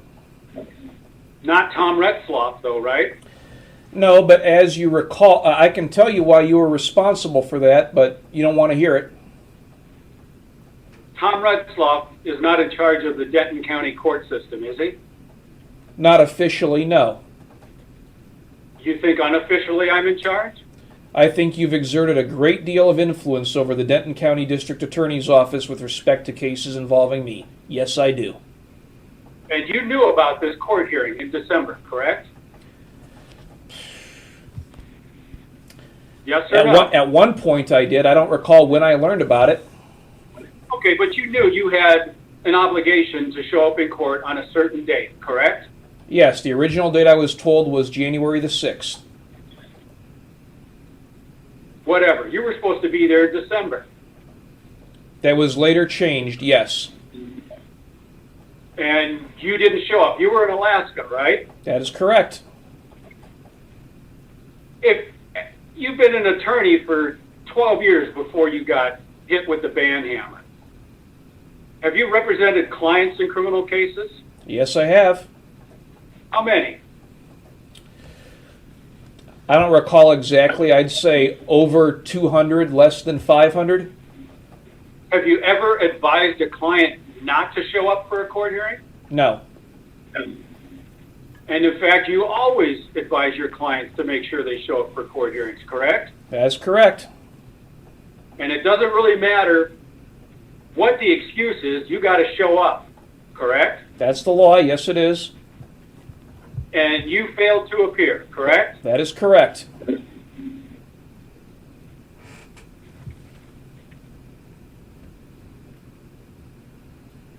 I'm just getting warmed up. Yeah, giggle there. All right, I'm showing you what's been marked as exhibit number 7. Can you see it? I can. What is it? It appears to be an announcement from a fraternity known as the Proud Boys. And what is it that they're announcing down there in yellow that's been highlighted? As I told you, I am not answering any questions concerning the Proud Boys. What does it say down there in yellow highlight? That's not a valid objection. Fine. You know that. All right, we hereby announce that the duly elected chairman of the Proud Boys Elders Chapter is J.L. Van Dyke, 4th degree brother. And is that at the time when this press release was issued, was that a true statement? It was, yes.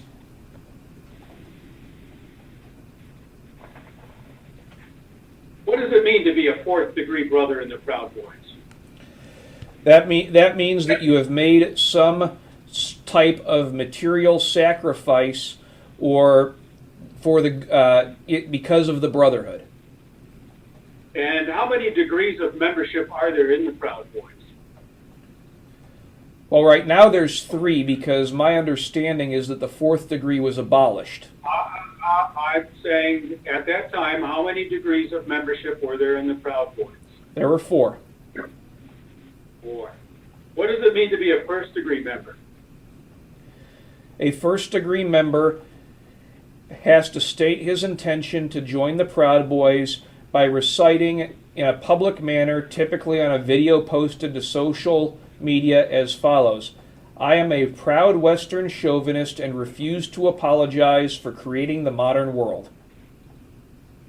What is number 2? What is the 2nd degree? The 2nd degree is typically completed. It's called punching in. It's a person is surrounded by approximately 5 other brothers, plus a guy who is counting. He recites the creed that he recited for the 1st degree again. He is asked if he understands what's about to happen to him, and he is told, he is confirmed that we typically say, you understand we are not trying to hurt you, but you very well might get hurt. Do you understand?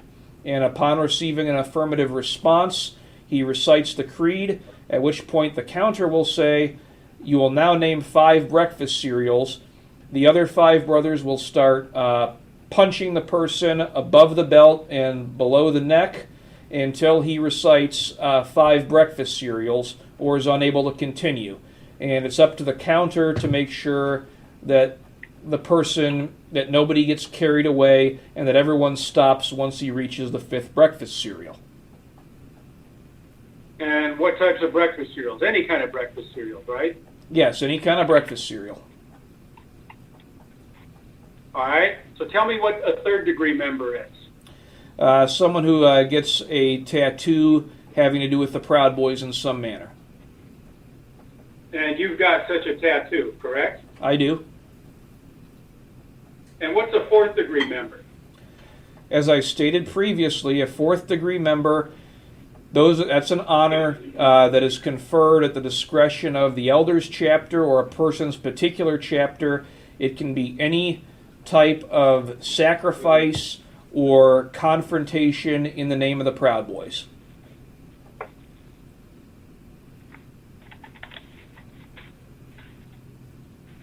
Would that involve an act of violence? It can, at times, it has involved acts of self-defense, which, yes, can by their nature be violent. And how did you earn your 4th degree, Jason?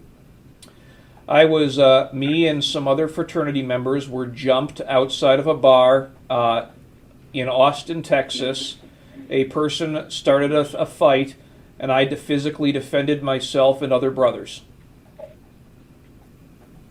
Was a police report filed? We called the police. I don't know if they made a report. And when did this happen? In March of 2018, I believe. And this was in Austin on 6th Street. I don't recall if it was on 6th Street, but that's about where it was, yes.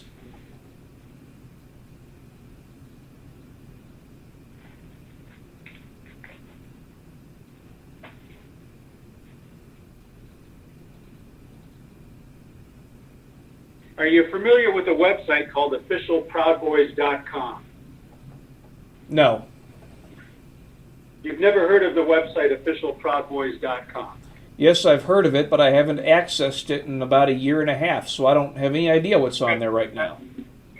Dude, that's not what I asked. I asked, are you familiar with a website called officialproudboys.com? You're asking if I know that it exists? Yes, I know that it exists. Okay, that's all I want to know. Okay. Who is Damian Bates? No idea. In an October 5th article, October 5th, 2017 article in Proud Boys magazine, member and author Damian Bates describes fourth degree membership as getting into street fights with Antifa. Who is Antifa? A-N-T-I-F-A. Who is that?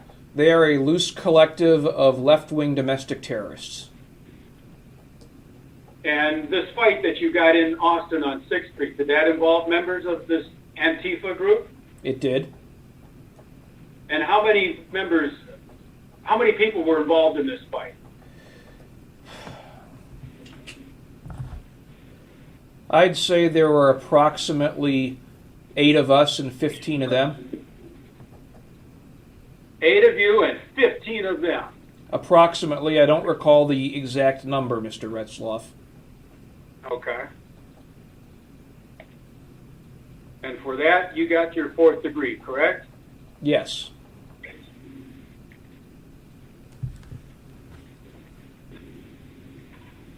I'm showing you what's been marked as exhibit number 40. Can you see it? I can. What is it? What do you see? I invoke my Fifth Amendment privilege and refuse to answer on the grounds that I might incriminate myself. On the basis of what?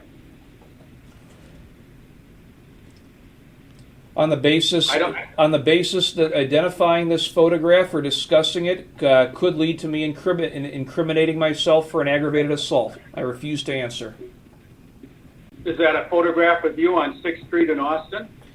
I invoke my Fifth Amendment privilege and I refuse to answer on the grounds that I might incriminate myself.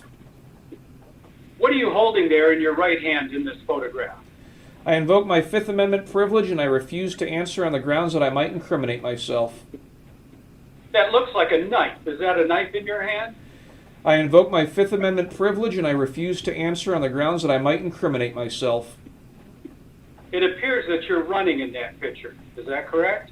I invoke my Fifth Amendment privilege and refuse to answer on the grounds that I might incriminate myself. Does this appear to be a photograph taken in a public place on a public street? I invoke my Fifth Amendment privilege and I refuse to answer on the grounds that I might incriminate myself. In March of 2018, were you licensed as a lawyer by the State Bar of Texas? Yes. And in what other jurisdictions were you licensed to be a lawyer at in March of 2018? Washington, D.C., Georgia, and Colorado, if memory serves me right. I might have done Washington, D.C. later. I don't remember at what date I got licensed in Washington, D.C. and Georgia. It was around that time. I'd have to look it up. And it was only just 1 year prior that you had applied for a job and got hired as an assistant district attorney in Victoria County, correct? Correct. Would you not agree that people that get employed as prosecutors should be of good moral character? Yes, I do. And would you agree or disagree that people with extremist beliefs should not be hired for such jobs? I disagree with that. So if a person was a member of this Antifa group and they wanted to be a district attorney, you'd be cool with that? No, I wouldn't be cool with that, but you said extremist. Why not? Why not? Why not? Why wouldn't you be cool with a member of Antifa being an assistant district attorney? Because they're domestic terrorists. Who says? The FBI, for one. Okay. Members How of about members of Congress, for another. Okay. How about a member of Greenpeace? Could a member of Greenpeace be an assistant district attorney? I think that would be fine. How about a Nazi? Could a Nazi be an assistant district attorney? No. How about a white supremacist? Could a white supremacist be a prosecutor? No. And what about a person who has posted comments on social media that people would consider racist? Could they be an assistant district attorney or prosecutor? Absolutely. They could? That's the answer to my question. Why? Why do you think that would be okay? Because no one knows what the hell the definition of racist is today. If you call someone a nigger, would that be racist? And I think it would depend upon the circumstance. Tell me a circumstance when you think it would be okay to call someone a nigger. Well, let's say, for instance, they've just posted your social security number and those of your mother and father on the internet and encouraged everyone to rob them of their retirement savings. That might qualify. Who would you be calling the nigger? The person who did it. How do you know that they're black? You're talking about a hypothetical.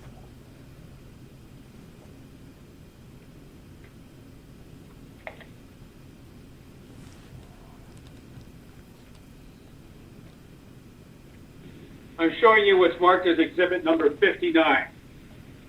Is Oh. that your Twitter account? No, it's not. I don't have a Twitter account right now. Actually, no, I do have a Twitter account right now. I don't have that Twitter account right now. Did you have that Twitter account on December 29th of 2014? Yes, I did. And read off to me what that says there on that tweet. Ads- Starting right up here. Right up here.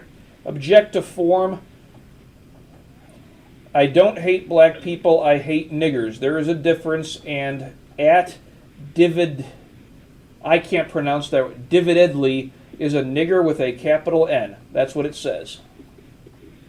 And you wrote that. I invoke my Fifth Amendment privilege and refuse to answer on the grounds I might incriminate myself. Incriminate yourself for what? What sort of crime? A federal hate crime, for one. Calling someone a nigger is a federal hate crime? Potentially, depends on the circumstance. Okay, the circumstance from exhibit number 59. I don't see that on the screen. Well, it was just up there. What, you forget already? I didn't know what exhibit that was, Mr. Retzlaff. Okay, all right. This exhibit, right there. You're saying that this could be a federal hate crime? Potentially, with the kind of prosecutors we have working today, I think it absolutely could be. What's the statute of limitations for federal offenses? I don't know. I don't practice federal criminal law. How many fingers am I holding up? Object to form, 5. 5 years. And this tweet was dated when? Again, what's the date on that It tweet? looked like 2014. Okay, 29 December 2014. Yeah, so that's more than 5 years ago, right? Yeah, it looks like it. Yeah, okay. So tell me again, you wrote that, I wrote correct? that. All right, fine. Yeah. And did you have any personal knowledge that the person that you were communicating with on there was in fact a nigger? The profile picture was a picture of an African American man. Okay, so? What the hell is that supposed to mean? Is there a question there?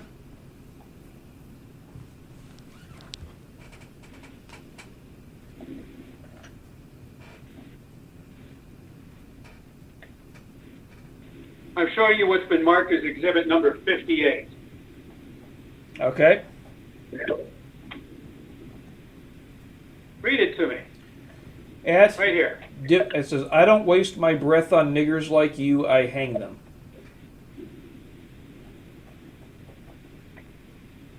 What did you mean by that? I was intending to threaten physical violence against a person who had posted my social security number and those of my two parents publicly on Twitter and encouraged everyone to rob us of our money and our retirement savings. Did you call the police? Yes, I did. Which police department did you call? At the time, I called the Secret Service. The Secret Service. Like they're supposed to care about what somebody says on Twitter? Mr. Retzlaff, the Secret Service is responsible for the prosecution of federal financial crimes. They clearly had jurisdiction over this. To the best of my knowledge, they referred the case to the FBI, and from the best of my memory, I got a call from an agent with the FBI, and they said that they're not going to do anything about it because Twitter had suspended both users.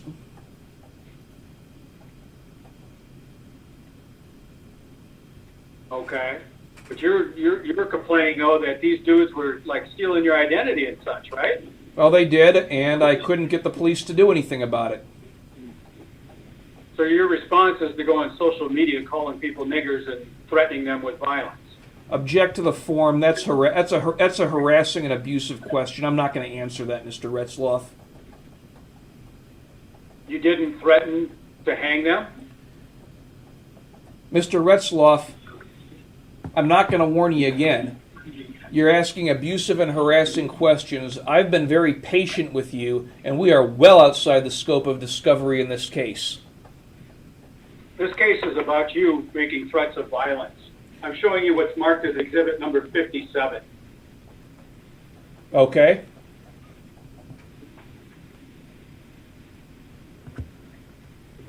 Read the highlighted stuff.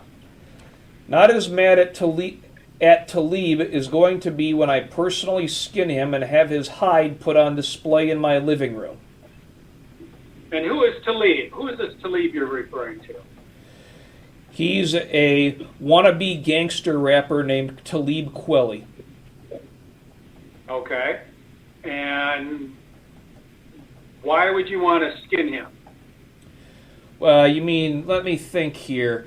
Because he assembled a Twitter lynch mob against me to mess with my firm's social media pages. He got people to call the martial arts gym where I was practicing and get me expelled from there.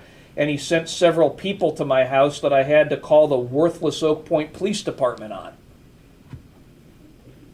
People actually showed up at your house? That's what you're claiming? They did. How many people? About 4. When? That would have been in around November of 2017, about before Thanksgiving, if I recall correctly. And you reported 4 people coming out to your house to the Oak Point Police Department. I called 911. I'm assuming it went to the Oak Point Police Department. Did a police officer come out to your house? No, because while I was still on the phone with the police department, they left. So, I've shown up at people's houses before after the suspects have left. I was a police officer for many years. I always showed up. You're saying these guys didn't? I told them when I saw them leaving, because I had a rifle trained on them through my window, and when I saw them leaving, I said, they've left, I don't need your help now. Oh, okay. So the police just took your word for it and they just decided not to come out. I don't know. I told that the 911 operator, as I recall, asked me if I still needed someone to come out, and I said, no, they're bugging out. Okay, all right.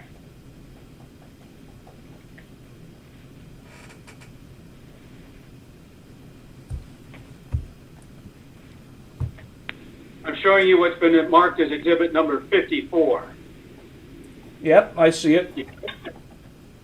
Read it to me.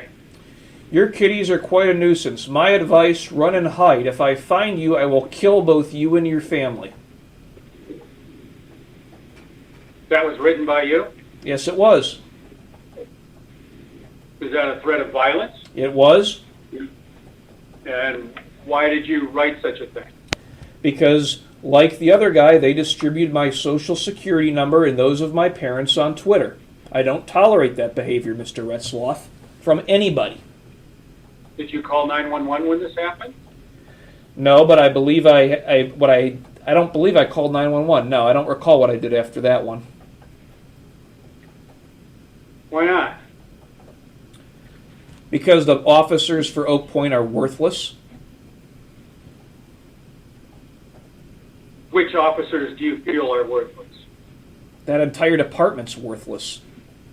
There's a lot of guys and girls in that department. Which ones specifically do you feel are worthless? Michael Shackelford, Brian Howard, and Shannon Roach in particular. Okay. And who is Michael Shackelford? Michael Shackelford is the chief of the Oak Point Department of Public Safety. And who's Brian Howard? I believe he's a sergeant there. And Roach? I believe he's just a regular patrol officer there. I don't know for sure. And isn't he the guy that arrested you for filing a false police report? Yep. And isn't Brian Howard one of the guys that was involved in your being arrested for obstruction and retaliation? And the false police report case, yes. And how about Mike? You're mad at him too, right?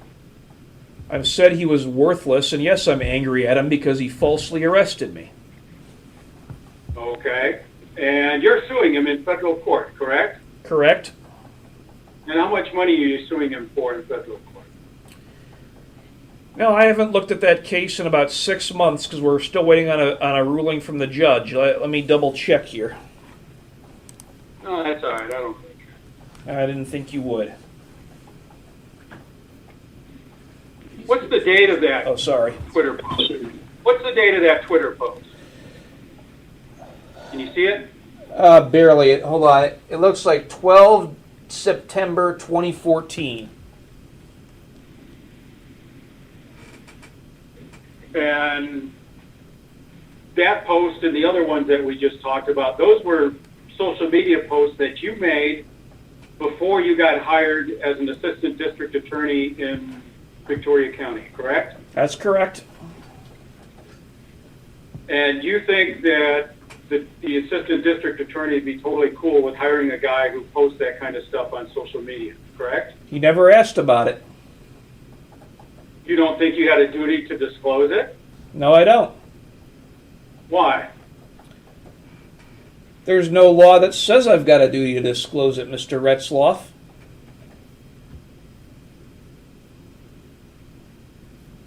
That's your response? Well, if it wasn't, I wouldn't have made it. Okay, all right.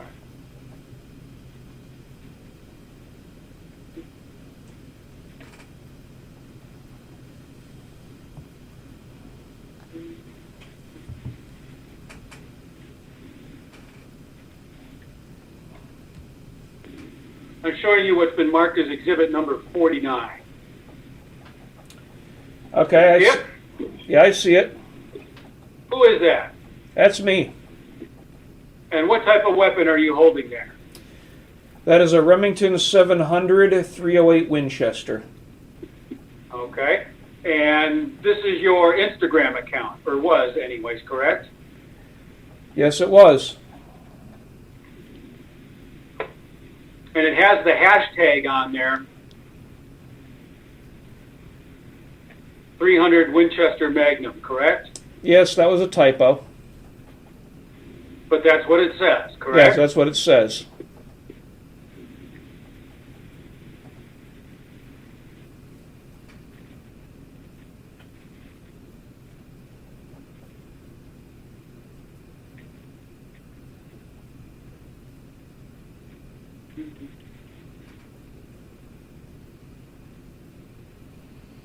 All right, let's get to the fun stuff.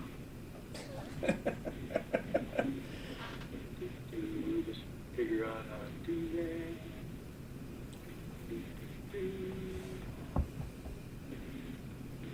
All right, can you see what's on the screen? I certainly can. It's exhibit number 9. Okay. Can you see what's on the screen? Yeah, I can still see what's on the screen, yes. Listen to the voice. I spent Object to form. the better part of this week planning this out. And whose voice was that we just heard? Object to form. I'm invoking my Fifth Amendment privileges to everything relating to this recording. Okay? Mm-hmm. Whose voice is that? I'm invoking my Fifth Amendment privilege with respect to everything related to this recording. Okay. I had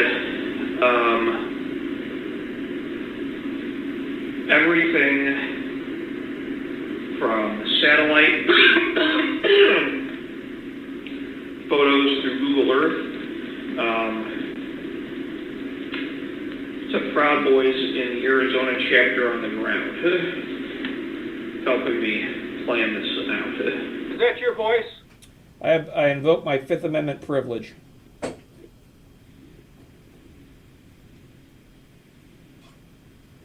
How many members are there of the Proud Boys Arizona chapter? Object to form. I don't know.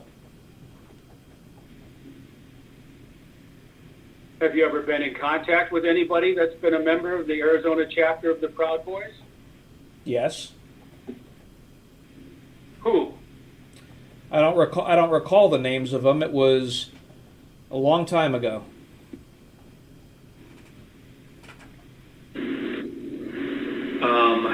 We know where we know where he lives, and where he lives is this high-rise condominium complex, basically in the dead center of downtown Phoenix. Is that your voice there?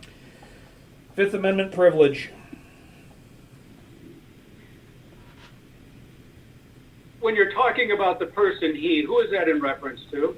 I am not going to answer any questions with respect to this recording. I am invoking my Fifth Amendment privilege with respect to the entire thing, Mr. Retzlaff. Except you got to invoke your Fifth Amendment to each and every question I ask. You're not allowed to just give a blanket Fifth Amendment. That's fine. We're going to be here in that case, we're going to be here for a while. Oh yeah, we're going to be here for at least 42 minutes and 38 seconds while we listen to each and every portion of this. If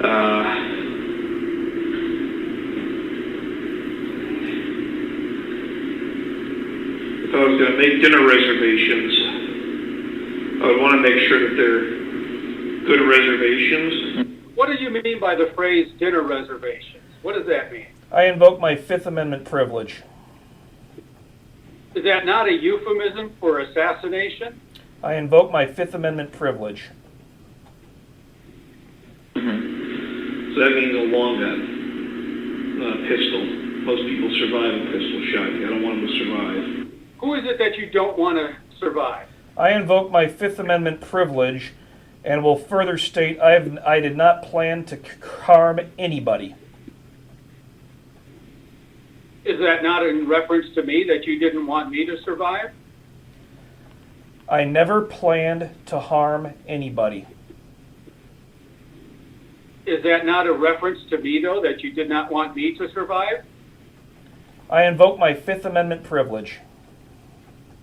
Now, the problem is I've looked at the satellite photographs, and there's a couple of problems. One, we can't figure out which car is his at this complex. This condominium place is basically a fortress. That's in reference to my residence in Phoenix, downtown, is it not? I invoke my Fifth Amendment privilege. Do you have his license from the background check? License We plate? believe he has a... Whose voice was that we just heard there? I invoke my Fifth Amendment privilege. Is that not the voice of your roommate, Isaac Marquardt? I invoke my Fifth Amendment privilege. Have you ever run a background check on me? Yes. When? Let me check the date.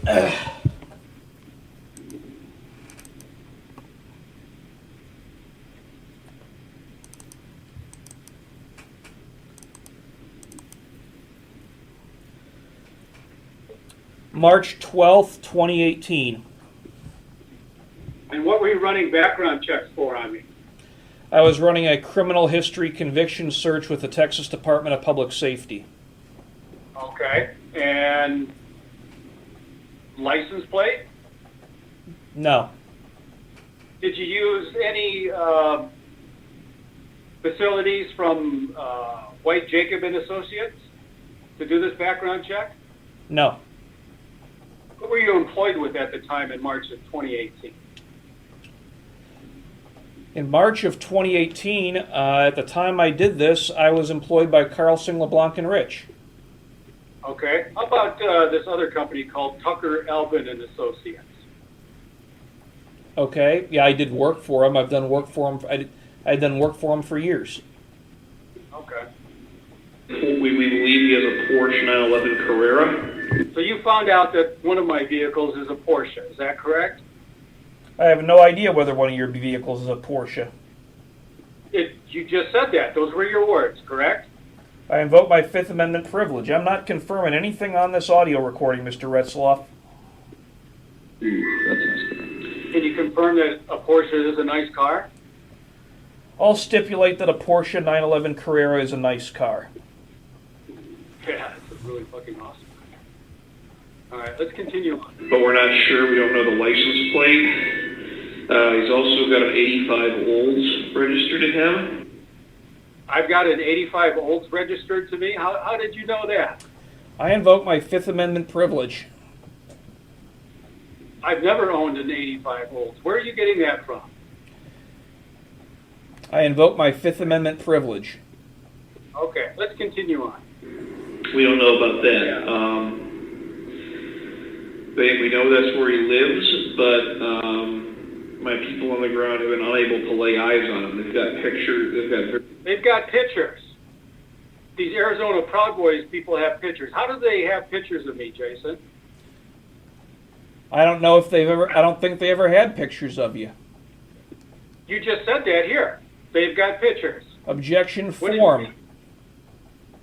Okay, you still got to answer the question, dude. I invoke my Fifth Amendment privilege with respect to this entire recording, Mr. Retzlaff. You got to take the fifth on each and every question. You know that. That's fine. Very recent pictures, and so the assumption is that whatever he does, that whenever he leaves, because I sent them there on the date of the deposition. I sent them there on the date of the deposition. What deposition are you referring to here? I never sent anyone to your house on the date of any deposition. Because I sent them there on the date of the deposition. What is that referring to? What deposition? I can't imagine. You can't? How many depositions have you and I had together? This is our second one. It doesn't say the date of your deposition, Mr. Retzlaff, does it? And when did we have a deposition together the first time? That would have been on or around October 25th, 2018. And you're saying here that I sent them there on the date of the deposition. Since the only other deposition that we've had was in October of 2018, that's what this is in reference to, correct? That's the assumption you're making, Mr. Retzlaff. I've given you my answer. So is my assumption incorrect? I have no personal knowledge as to what mental processes go on in your head. Except these are your words, though. If you say so, that's what you say. So this isn't your words? I'm invoking my Fifth Amendment privilege as to this recording. And you just earlier said we've only had 2 depositions together. This one today on May 28th, and then the earlier one in October of 2018, correct? That's correct. And we've never had, other than those 2 times, we've never had any other depositions. Is that correct? That's correct. Date of the deposition and say he should be leaving to go someplace. He has to be there on this time. I need eyes on him. We have to know how he gets around. Why do you have to know how I get around? I invoke my Fifth Amendment privilege. They could not put eyes on him leaving, and as best we can figure, So right there, they could not put eyes on me leaving. Who is they? This is in reference to the Arizona Proud Boys, correct? I invoke my Fifth Amendment privilege.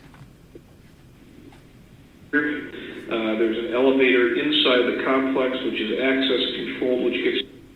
There's an elevator inside the complex which is access controlled. How do you know that there is an elevator inside with access controlled? I invoke my Fifth Amendment privilege. Down to an underground parking lot through which people drive their cars out onto the street through an access-controlled tunnel. Now, how do you know where I live at that they have an access-controlled tunnel there? How do you know that? I invoke my Fifth Amendment privilege. There are security forces, rent-a-cop forces inside the building. And how do you know that there are security forces inside the building? Which building are you referring to? The one that you're talking about here. In that case, I invoke my Fifth Amendment privilege. I'm not answering questions about this recording. Not just anyone can go into the building. You have to check in at the lobby. People have to buzz you up, which means that based on the lack of vantage points, the difficulty in accessing the building, as well as the problematic fact that I have no idea what his condominium number is. And that's, again, your voice there, correct? I invoke my Fifth Amendment privilege. He can't be taken out of his condo. There's also the fact he's got dogs. And they're German Shepherds, which will alert him to any intruder. We know he's got dogs. So how do you know that I have dogs? Without saying that it's my voice, I know that you have dogs because they were barking during our last deposition. And how do you know they're German Shepherds? Because they've been posted on the BV Files blog, which is your blog, Mr. Retzlaff. Okay, my blog. All right. The only other place we know for a fact that he goes to is a P.O. box, which is where he gets his mail. You know that I have a post office box, correct? I do. We've looked at the P.O. box, and the P.O. box is also in the middle of downtown Phoenix. There is a modest amount of parking there, but there is no place that doesn't have a significant number of cameras where I could sit up to get a clean shot with a rifle. Wow. Wow, can you explain that to me, Jason? I invoke my Fifth Amendment privilege. You want to set up a clean shot with a rifle. Why would you want to do that? I invoke my Fifth Amendment privilege. Do you want to kill me? No, I do not. So why would you need to set up a clean shot with a rifle? I don't need to set up a clean shot with a rifle, Mr. Retzlaff. But that's what you just said here. That's what you say I just said there. I've invoked my Fifth Amendment privilege as to whether that's me even talking. Okay, so you're claiming that it's not your voice. No, I'm claiming that I've invoked my Fifth Amendment privilege.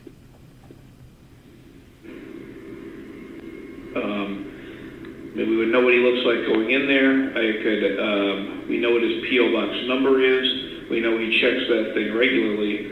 So we would also be talking about a stakeout on U.S. government property for any number of days, and we're not sure how many that's going to be. So the chances of going unnoticed in something like that,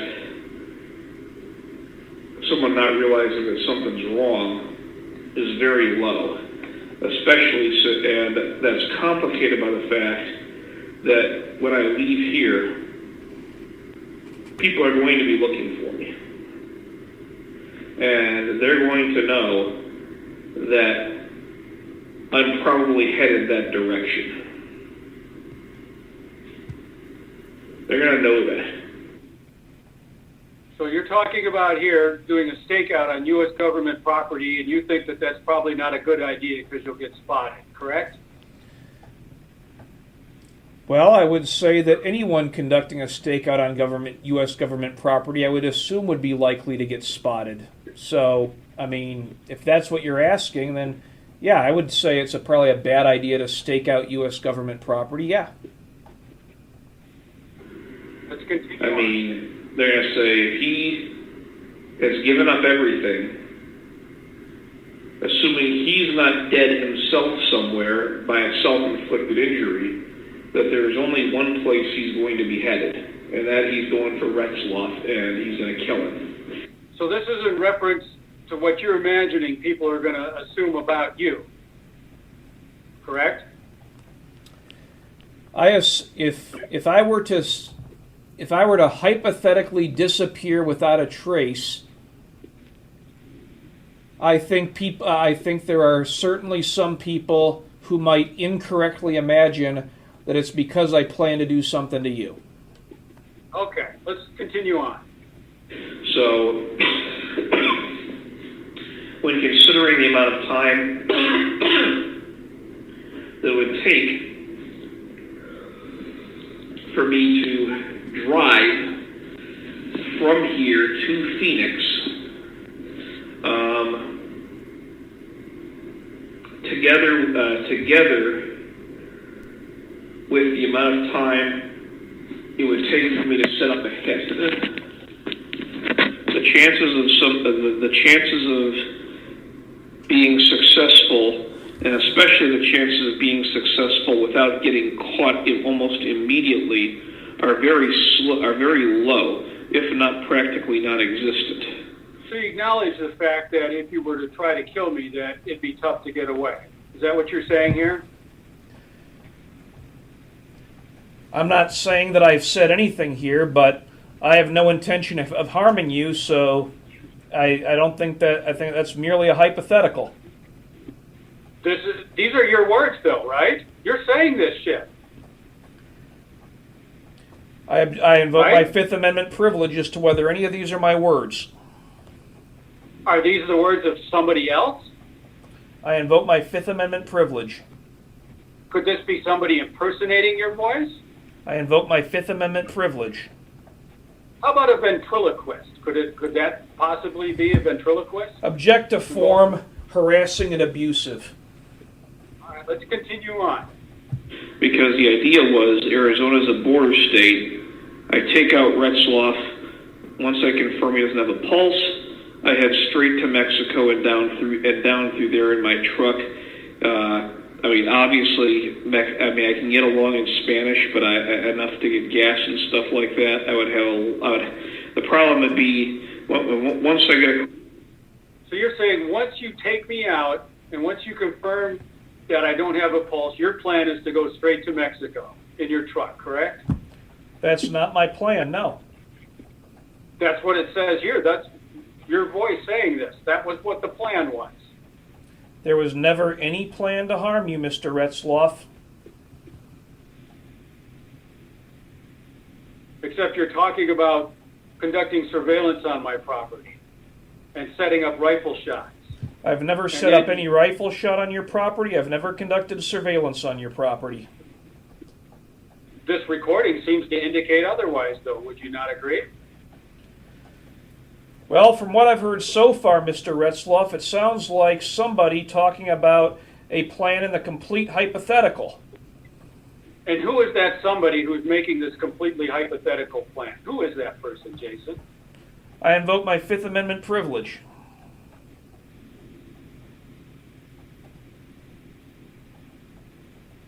Do you speak Spanish?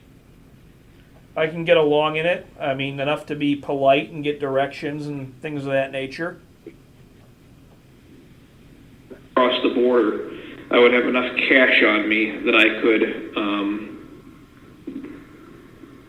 essentially buy my way out of trouble down there. How much cash do you think it would take in order to buy yourself out of trouble down there in Mexico? I don't know. I never really thought about it, Mr. Retzlaff. You're thinking about it here, though, aren't you? I said, I've never really thought about how much cash I would need to buy my way out of trouble in Mexico. How much cash do you have right now? Couple $100. Trouble down there. Idea would be get through Mexico, get into Guatemala or Costa Rica.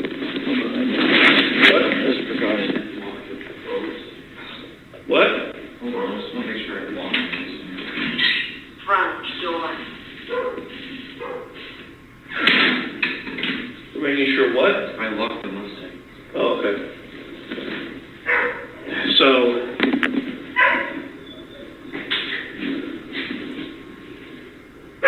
what we're talking, the likelihood of a venture like this succeeding, and me making it and me even making it to Mexico, is extraordinarily low. Huh? See what I'm saying?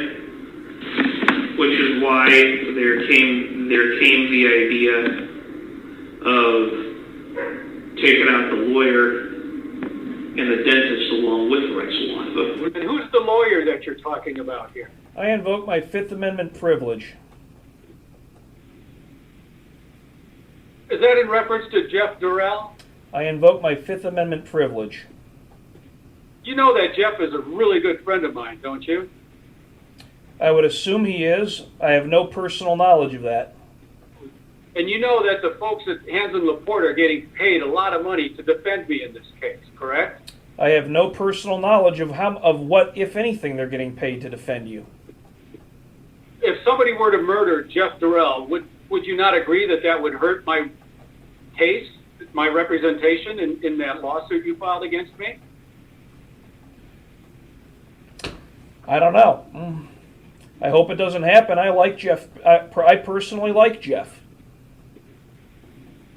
So you don't think if my lawyer got murdered that it would affect my case at all? My defense? Well, given that you said that you've hired the entire Hansen Laporte law firm, I think it would certainly hamper your defense because he's the one handling it, but but it's irrelevant. I've got no intention of harming Mr. Durrell, and I've never have had any intention of harming Mr. Durrell, or you, or anyone else. Objectives to responsiveness, non-responsive. Which is why there came the idea of taking out the lawyer. Those were your words, right? I've asserted my Fifth Amendment privilege to with respect to whether they were my words, and I think it says idea. Are we talking about thoughts now? Is that what you're asking me, Mr. Retzlaff, about my thoughts? Dude, I'm talking about your words. I'm talking about the words that we just listened to there in your voice. That's what I'm talking about. You're suing me right now for $100 million, correct? That's correct. And that case is currently pending in federal court, correct? Correct. And we also have a proceeding pending in front of the United States Supreme Court, correct? Yes, we do. So if my lawyer gets murdered, that would hurt my case, wouldn't it? I assume that it would, but I have no intention of harming your lawyer. Yeah, okay. We're supposed to believe you, though, right? You want us to believe that? Objection, abusive and harassing. Who's the dentist that you're talking about here also? Who's that in reference to? I invoke my Fifth Amendment privilege. Would that be Dr. Ryan Daniel? I invoke my Fifth Amendment privilege. And Dr. Daniel, he's the one that we just talked about earlier today about the state bar grievance, correct? We did talk about Dr. Daniel earlier today with respect to a state bar grievance. And you're pretty mad that you got disciplined because of his grievance, weren't you? You're asking, am I still mad or was I mad? I didn't hear the question fully. Were you mad? Were you mad? Yes, I was. Along with Retzlaff. But what does the dentist have to do with anything? Well, he's responsible for what happened today. So what is it that happened that Dr. Daniel was responsible for? Well, as far as I'm not saying that this is me in the recording or whatnot, but he got discipline imposed against me, and for something where, frankly, he's a lying sack of shit. And when was it that this discipline was imposed upon you? What was the date? I think we settled in November of 2018, but the order wasn't finalized until late December of 2018, if I recall correctly. And Dr. Daniel is a lying sack of shit, correct? Yes, he is. And why do you believe that he is a lying sack of shit?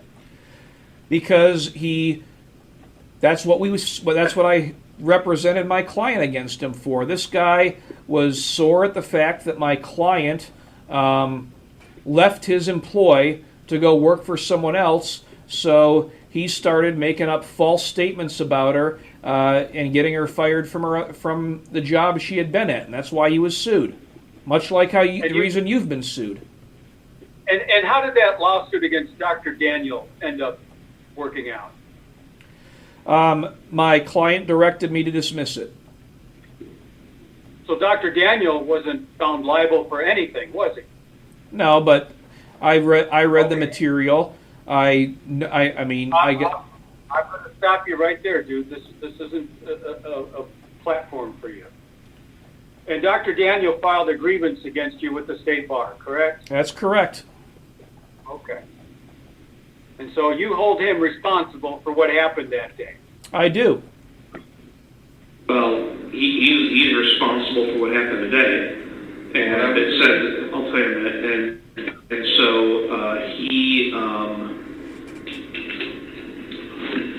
it sends a message. I mean, really the only purpose for them was to ensure that if I am caught, that I get the death penalty, so I'm not rotting in prison for the rest of my life. If I get caught, I want the death penalty. So you're saying there that if you get caught, you want the death penalty, correct? I invoke my Fifth Amendment privilege. If you only kill one person, chances are you probably won't get the death penalty. Is that correct? I think it depends on the situation. I know that murder of a child under a certain age is a capital offense in Texas. We're not talking about children here, though, are we, Jason? I'm not saying we're talking about anything here, Mr. Retzlaff. If you kill more than one person, say 3 people, that you would think that a person would be eligible for death penalty, correct? Yes, under the law of Texas, that would be a capital offense. And if you had gotten that job at the Victoria County District Attorney's Office, you would be prosecuting those kinds of cases, wouldn't you? At least you hope. Yes. And you actually thought that you were qualified for that job, correct? For the 3rd or 4th time, yes. Despite those social media posts about you calling people niggers and wanting to hang them. Yes, absolutely. Yes, correct. And you think that it's totally cool for a prosecutor to go on social media calling people niggers and talking about lynching them. You don't have a problem with that, correct? I was not a prosecutor at the time, Mr. Retzlaff. No, but you posted these things, though, before you applied for that job, correct? Yes. And you thought you were qualified for that job, correct? I was qualified for that job, Mr. Retzlaff, and you stuck your damn nose in my business and pigeonholed it. And you applied at 30 or 40 other places for similar type prosecutor jobs, correct? Around that number, yes, sir. And did you disclose to any of these other agencies that you had posted insensitive remarks on social media? No, I did not. You don't think that that would be relevant? No, I don't. So what would happen if you were prosecuting somebody who was black and the defense attorney were to dig up that social media post and see it? What do you think would happen? I don't know what would happen. You don't think you'd get bounced from the case? I might, but I think it would probably depend on how I treated that person. You think? If I had gotten that job as a district attorney, Mr. Retzlaff, I'd have treated everyone the same way. But you interfered with that job. You admitted that you interfered with that job, and that's why I didn't get the job. And that's the only reason why I didn't get the job. Isn't that right? How do you know it was because of me that you lost that job? Because you admitted it in your state bar grievance you filed on December 20th of 2017. Yeah, that's right. I've got a copy. And so, what, you think that you were entitled to have that job? I think I'd earned it, yes. I don't think I was entitled to it, but I think I'd earned it. I'd gone through the interview process. They had approved my salary. I had gone to Victoria County. I'd looked at a house. I'd put an offer in on my house after having hired a realtor, and I was set to begin 12 days from the time that I got fired. You want to know what else happened? Well, I was at a party for me to celebrate my new job, hosted by some of my clients. That's when I got the email from that son of a bitch, Steven Tyler. And what did Steve have to say? Well, let's see. Well, it doesn't have to be exact. He basically told you you're fired, right? Basically, yes. Okay. We're going to pause that audio recording for a moment. Can you see what I'm showing you here? I do. And what is it that we're looking at? A false and defamatory article by a son of a bitch named Ken White. Okay, and that's a blog called popehat.com, correct? That's correct. And what's the date of that article? July 9th, 2017. And what does the headline on that article say? Texas attorney Jason L. van Dyke, fraudulent buffoon, violence-threatening, online tough guy, vexatious litigant, proud bigot, and all-around human dumpster fire. And that's a photograph of you, correct? That is?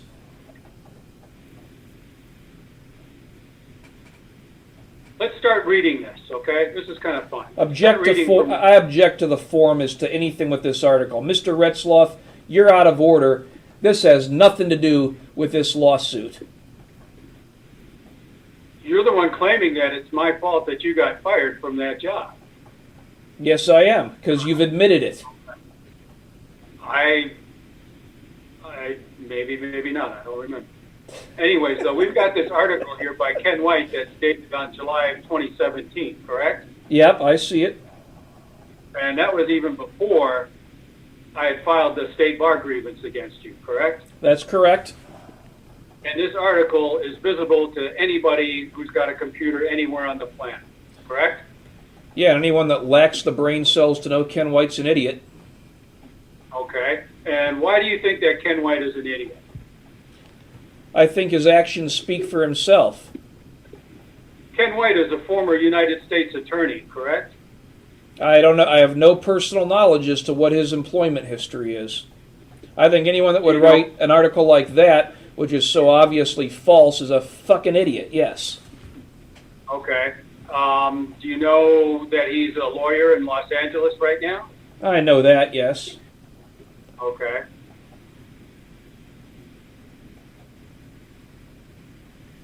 Here's a tweet from you dated 9th of July.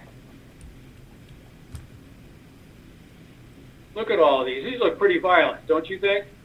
I'm not answering these questions. These are outside the scope of discovery, and we are now well into abusive and harassing questions.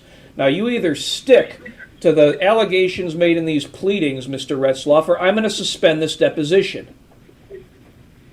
Anytime you want to walk out, you can, but you know I'm going to get a default against you, and you're going to get hit with the ban hammer for the rest of your life. Yeah, we'll see we'll see about that.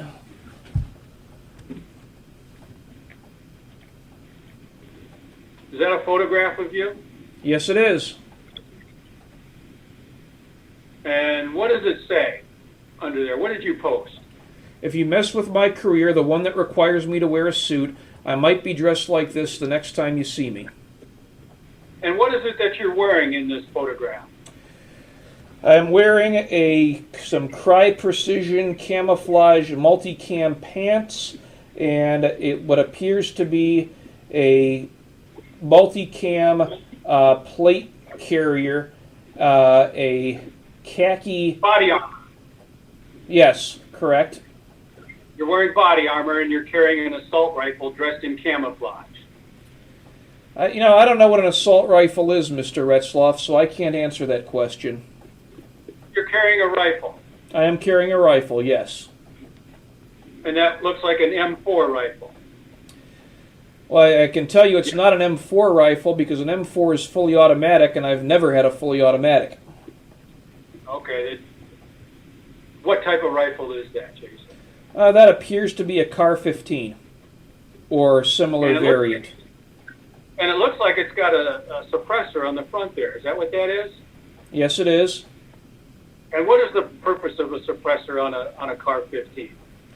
Purpose of a suppressor on any weapon is to reduce the noise and muzzle flash produced by the sudden expansion of air when a round leaves the barrel.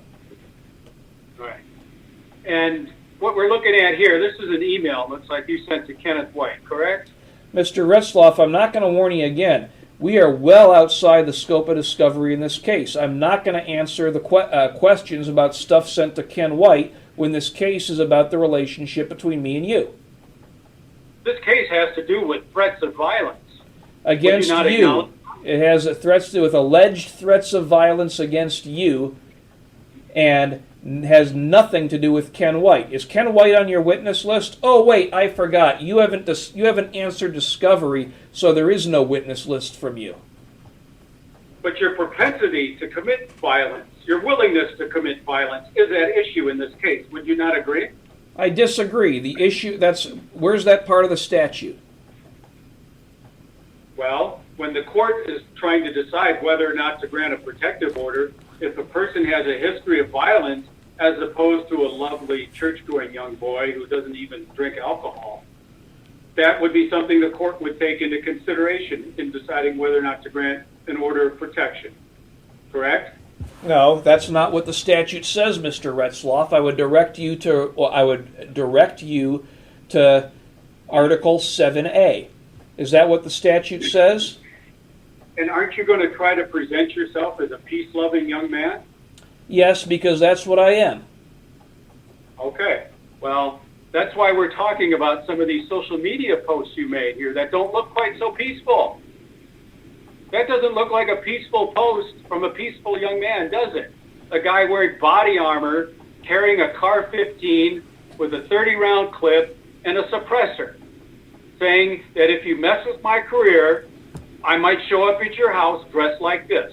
That doesn't look very peaceful, does it? It doesn't say anything about showing up at somebody's house.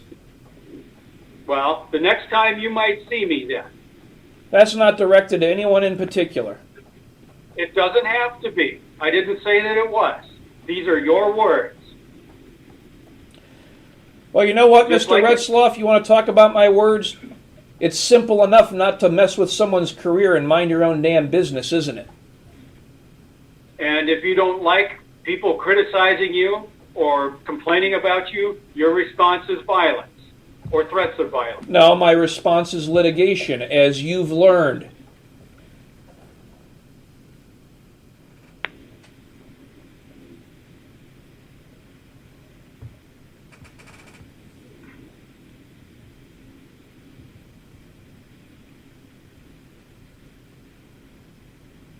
You were involved in a lawsuit against a website called Pink Meth, correct? Object to form, yes.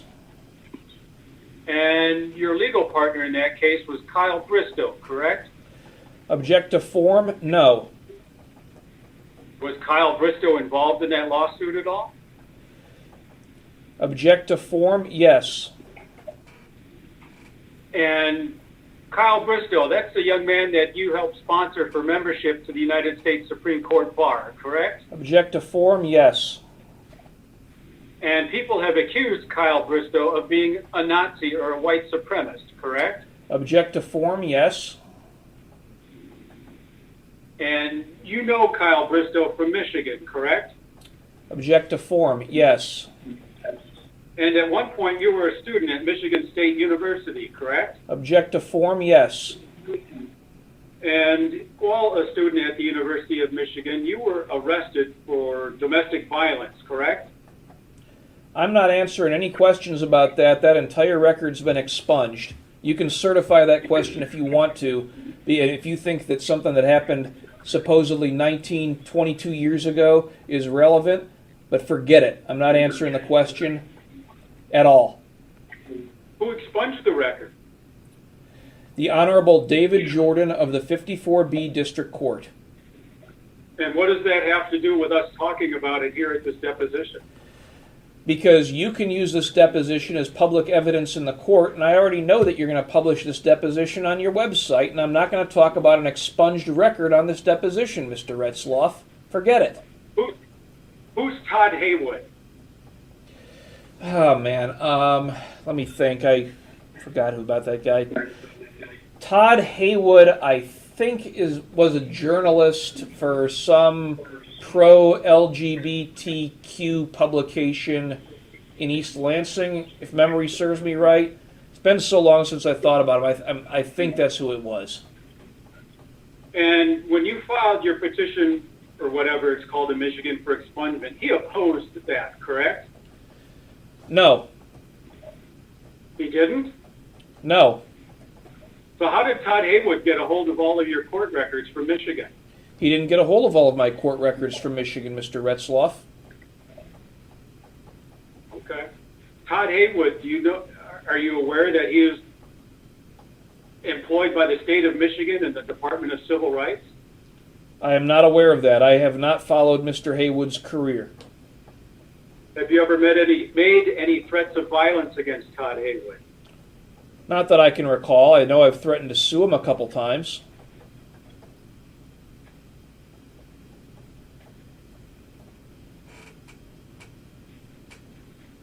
When the police raided your dormitory room at the University of Michigan, they found documents or white supremacist literature, the Turner Diaries and the Protocols of Elders of Zion, correct? Object to form, yes. And would those documents be considered white supremacist or extremist type of literature? Object to form, I would consider them so. And you were also charged with having a weapon on the campus, correct? Object to form, yes. And what type of weapon was that? Shit. Well, there were. There were several weapons. Yeah, there were several, I believe. I'm trying to think. One of them was a Beretta. The other one was an H&K pistol. The other one, I think there was a .44 Magnum Ruger. I think there was a Smith & Wesson 357, and I think there was an AR-15 of some sort. I don't remember. And how much ammunition did you have? I have no idea. I don't remember at all. So you think it's totally cool to have 4 handguns and a rifle at a college, on the college property?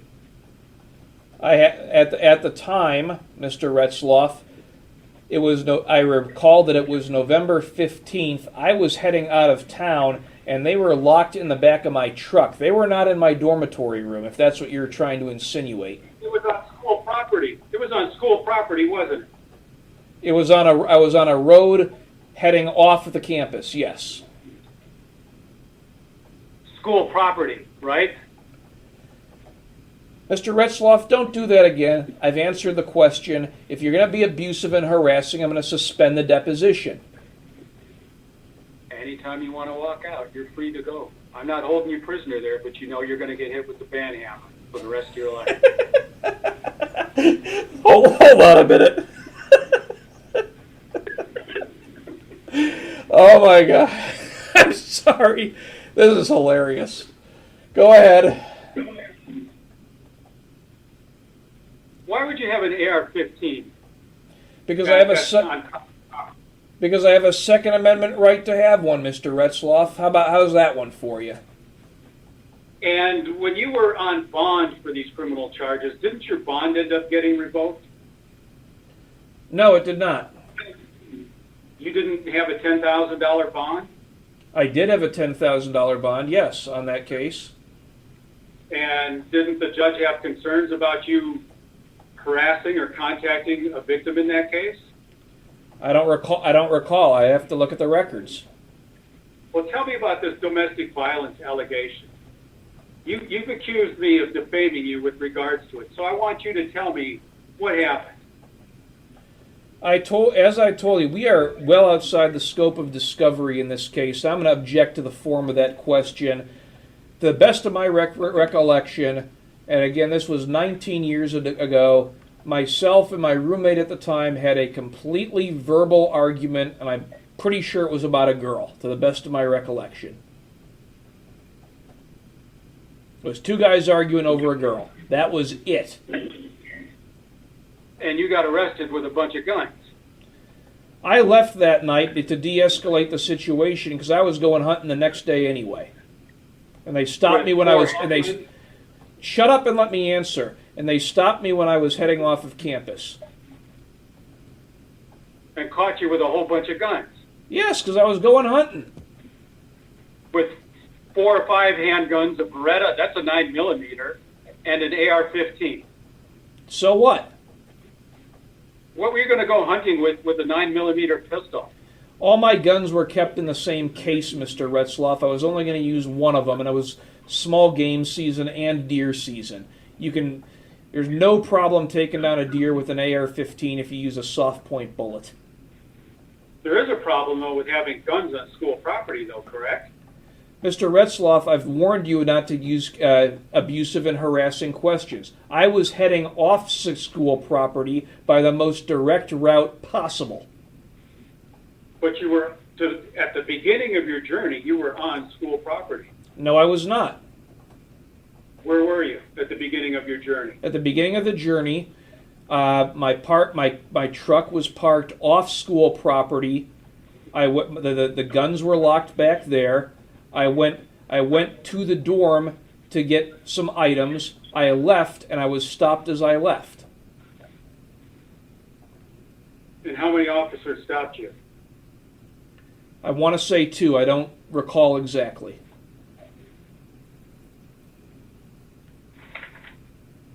And how did those cases resolve? I can tell you the domestic violence case, the failure to register the handgun case, one of the MSU weapons cases, and there was another one related to a switchblade were dismissed. And the other cases? There was only one other, that was for MSU weapons. I pled, that related to the guns in the truck.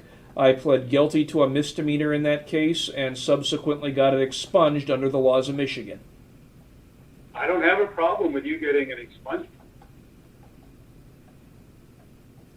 Is that a question, Mr. Retzlaff? You understand that. I don't have a problem with you getting an expungement. I think you have a problem with everything about me, Mr. Retzlaff.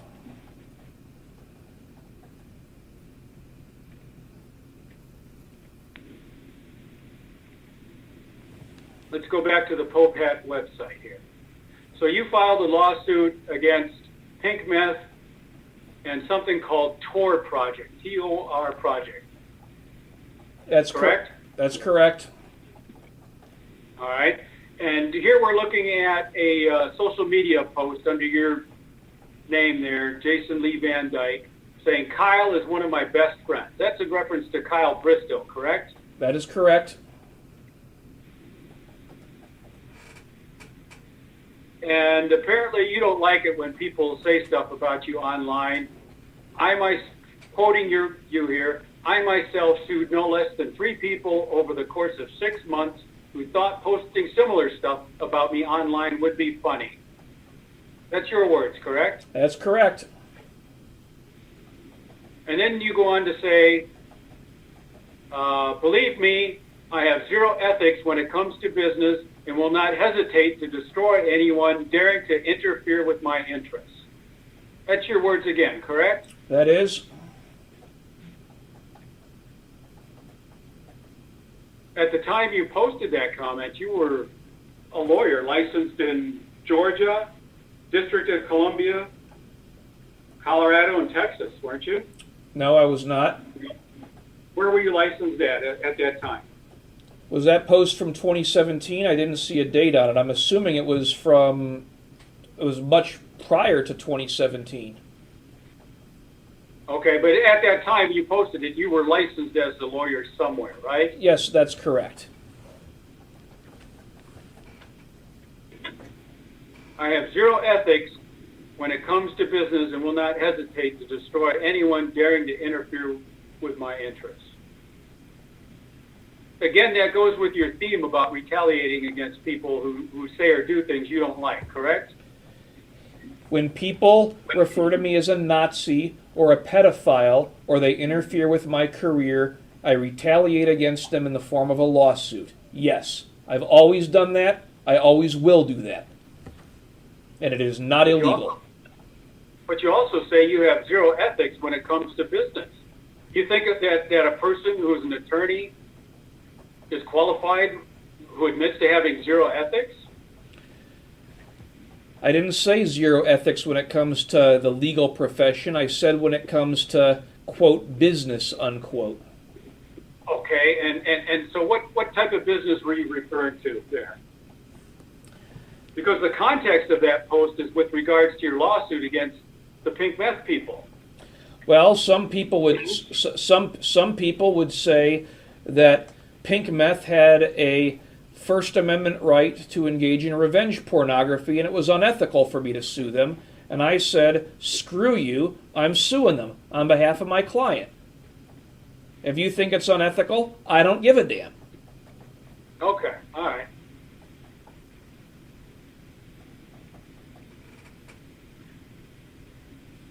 In this portion here that we're looking at, that I've just highlighted for you, that's where you're talking about Todd Haywood, correct? You called him an AIDS-infected faggot and said that him and his moonbat buddy are playing with fire. Those are your words, correct?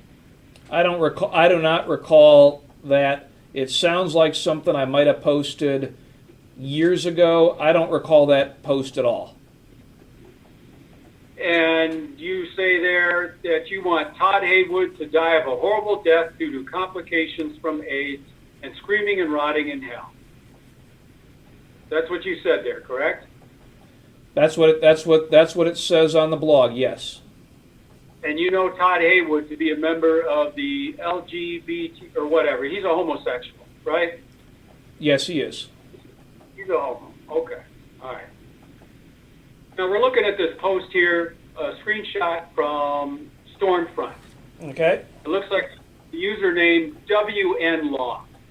Okay. Is that something you'd ever posted? Nope. You never used that username, White Nationalist Law, Nope. on Stormfront WN Law? Nope. Okay.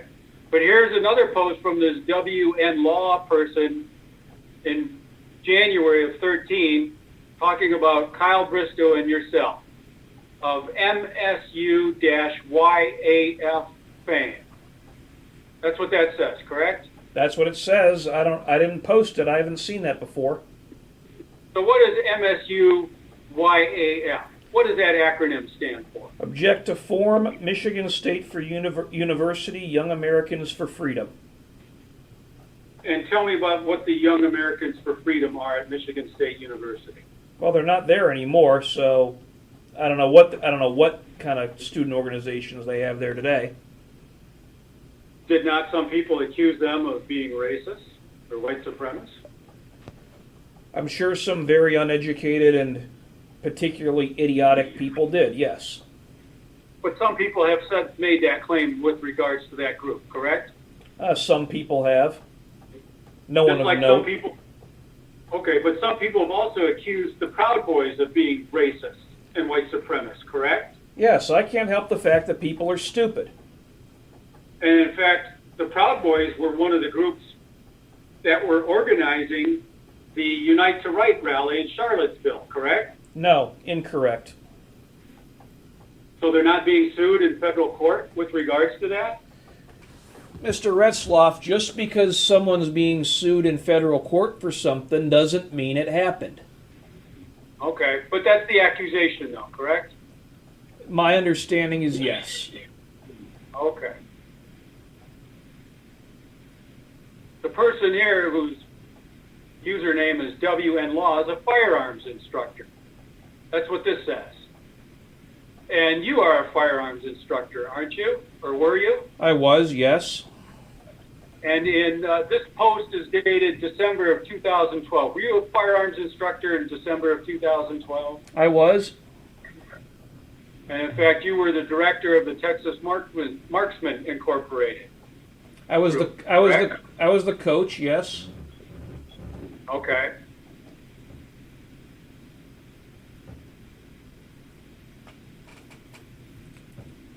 And here's a post here on December 2012 from WN Law saying, what does that say on there? Can you read that for me, please? Hold on. It's blurry. My name is Jason. It says I'm 32, 32, 6'1", 210 pounds, green eyes, short dark brown hair, no facial hair. I'm 25% each of Danish, German, English, and Dutch. Oh, well, they got that wrong. I'd love to get married. Hold on. In December of 2012, how old were you? December of 2012, yeah, I would have been 32. Okay. And about 6'1", 210 pounds? In 2012, I was closer to 195 because I was still doing martial arts. You got green eyes, though, don't you? I do. Short brown hair? Yeah. And could we describe your ancestry as 25% Danish, German, English, and Dutch? No, that's not right at all. What is right then? Object to form. It's closer to 50% German. I would say the rest English with a little bit of Dutch in there. Okay. Number 2. What does number 2 there say?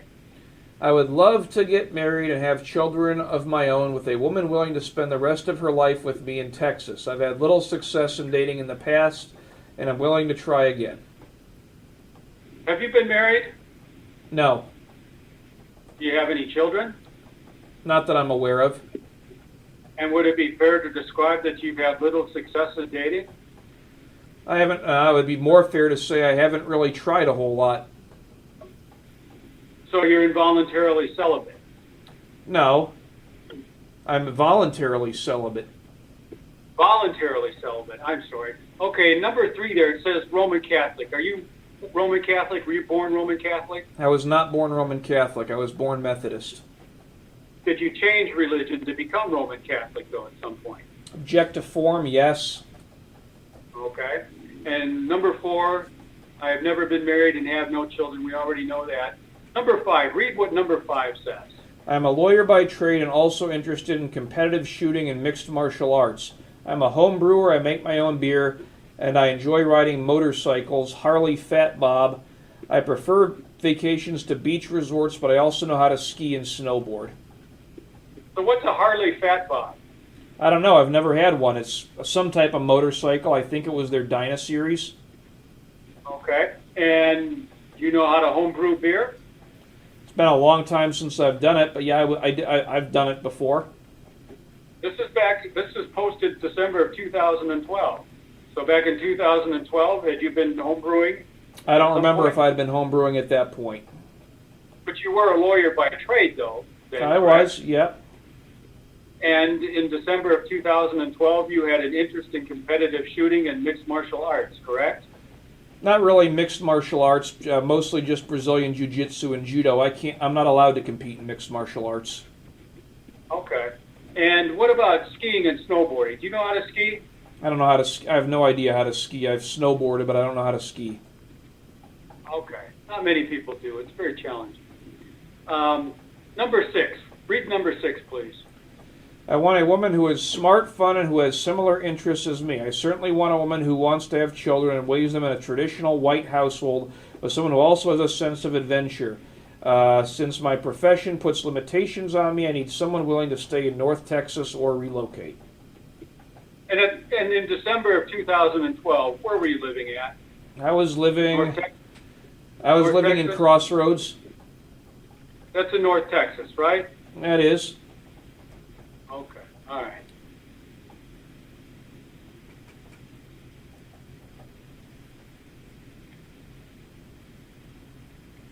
Here's another post from this WN law person complaining about taxation in the government. You see where it says, I am a debt collector? Yeah, I see that. Read that out. Read it out loud. Can you enlarge that for me, please? Yeah. Thank Yes, you. I am. There we go. What's it say? All right. I am a debt collector, and the first thing I do is subpoena mortgage and car payment records. For most people, I can find and hit there, and the screen is blocking the rest of that sentence until it says account in less than a week. Okay. And in December of 2012, were you employed as a debt collector? I was employed as an attorney, and I was and many of my clients were collection agencies. I was not employed per se as a debt collector. Okay. This is your profile here, though. On That's Avo, your picture? it was. Yep, that's correct. Okay. And you subpoena mortgage and car payment records, huh? It depends. I have. I mean, it would depend on the situation. Typically, that type of activity wouldn't take place until post-judgment. Okay. Who's Asher Langton? Object Who's to that? form. I think he's some guy who lives in Nebraska. Never met him before in person. And what we're looking at here, this is a screenshot of your profile at real JLVD, correct? If you say so. Well, is it? It's not my profile anymore. I don't have that account anymore. No, but you did have the account number at real, REAL, and then your initials JLVD, correct? Okay, sure. And who's that a picture of there doing the OK sign? That's you, isn't it? That's correct. Okay. And who are these guys here in the background picture, this group shot? Who are those dudes? Those are my fraternity brothers. They're all Proud Boys members, correct? That's correct. Okay.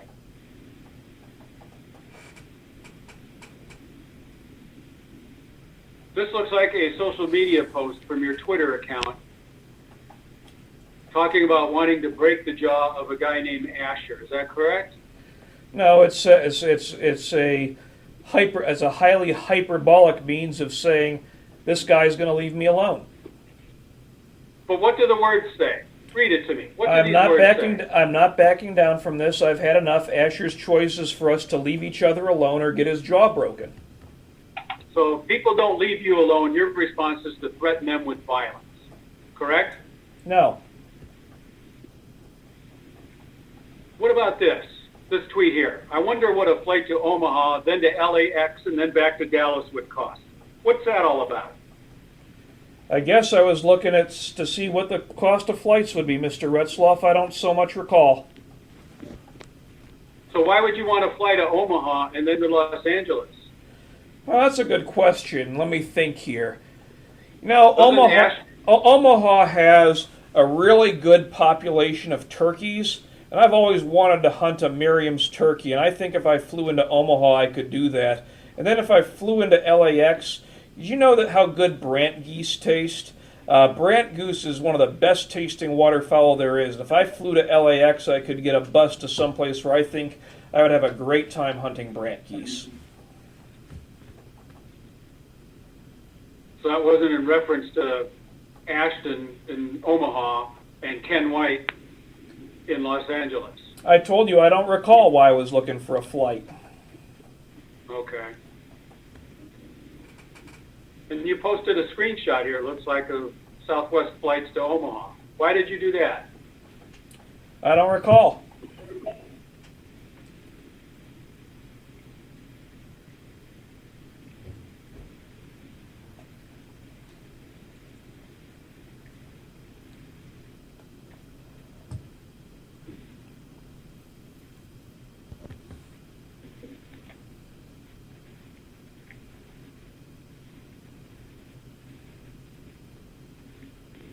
I'm showing you what's been marked as exhibit number 44. Do you see it? I do. What does it say? Look good and hard at this picture, you fucking N-word. It's where I'm it's where I'm going to put your neck. I don't see where it says N-word in there. You know what? I'm not going to repeat the N-word for you anymore on this video, Mr. Retzlaff, so you can make a big compilation and put it on your website. I'm just not going to do it. I think it's pretty clear what I meant. What I meant when I gave you just my answer just now.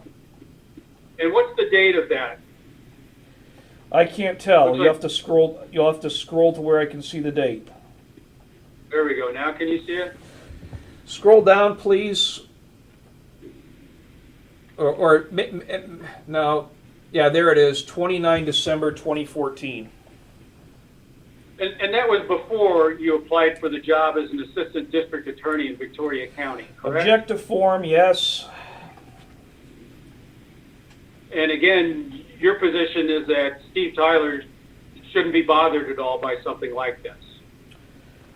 No, my position is you should have minded your own damn business and not interfered with my job offer, Mr. Retzlaff.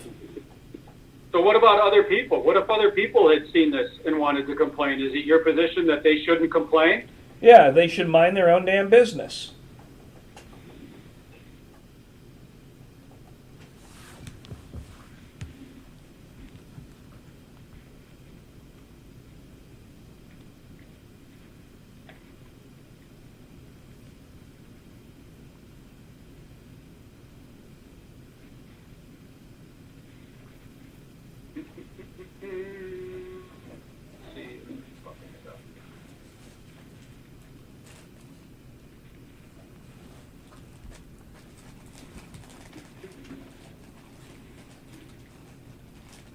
Wait while we resolve these technical difficulties. Can we go off the record for 1 second so I can change the tape? Okay. Yep. Put a big one in there because we're going to be busy.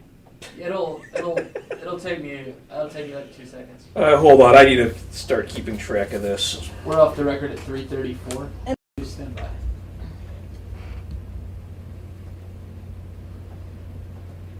We're on the record at 3:41. Okay.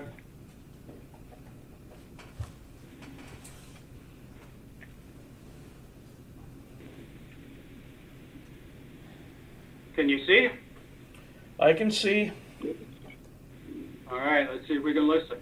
But that was really the only reasoning behind those. But Fat Josh developed said that with the chance of success of this plan being so astronomically low, we could develop an alternative plan, which would work something like this. So who's Fat Josh? He's a friend of mine from high school. What's his full name, his legal name? Forget it, I'm not telling you. I don't want him harassed by you and Dean Anderson or whoever the hell runs that blog. That's your legal basis for not responding? Yeah, take it up with the judge if you want to. I'm not answering that question. You do understand that I'm entitled to knowledge of people who have relevant facts or are witnesses. Yeah, he's not a relevant witness, and this recording is irrelevant to your lawsuit, so proceed. That's your position that it's relevant, but you're not in a position to decide. You're the witness here. Well, if you just keep asking me that same question, we're going to be here for a while, and you have 2 hours, 46 minutes, and 20 seconds left.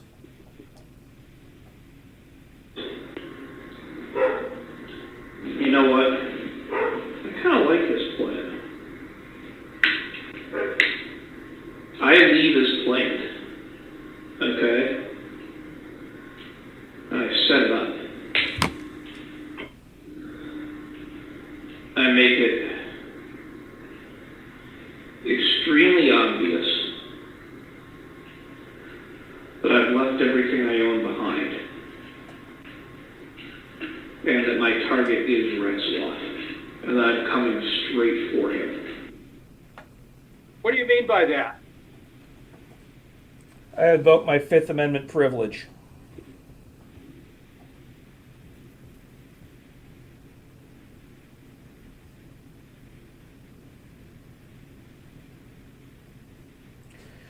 Oh no, don't you dare. Play the whole thing.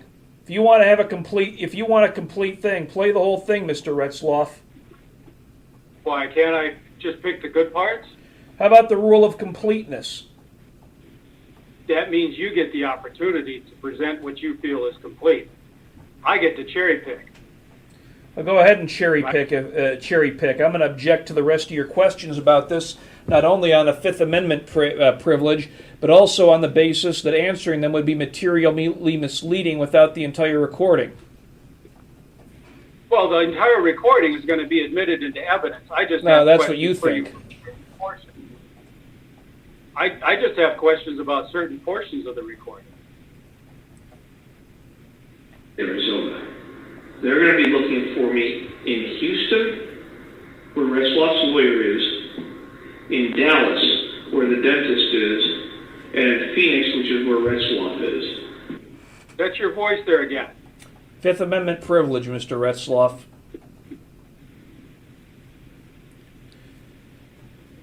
Yeah, go ahead. Skip all over the parts where I've said that I have no intention of hurting you or anyone else. Go ahead.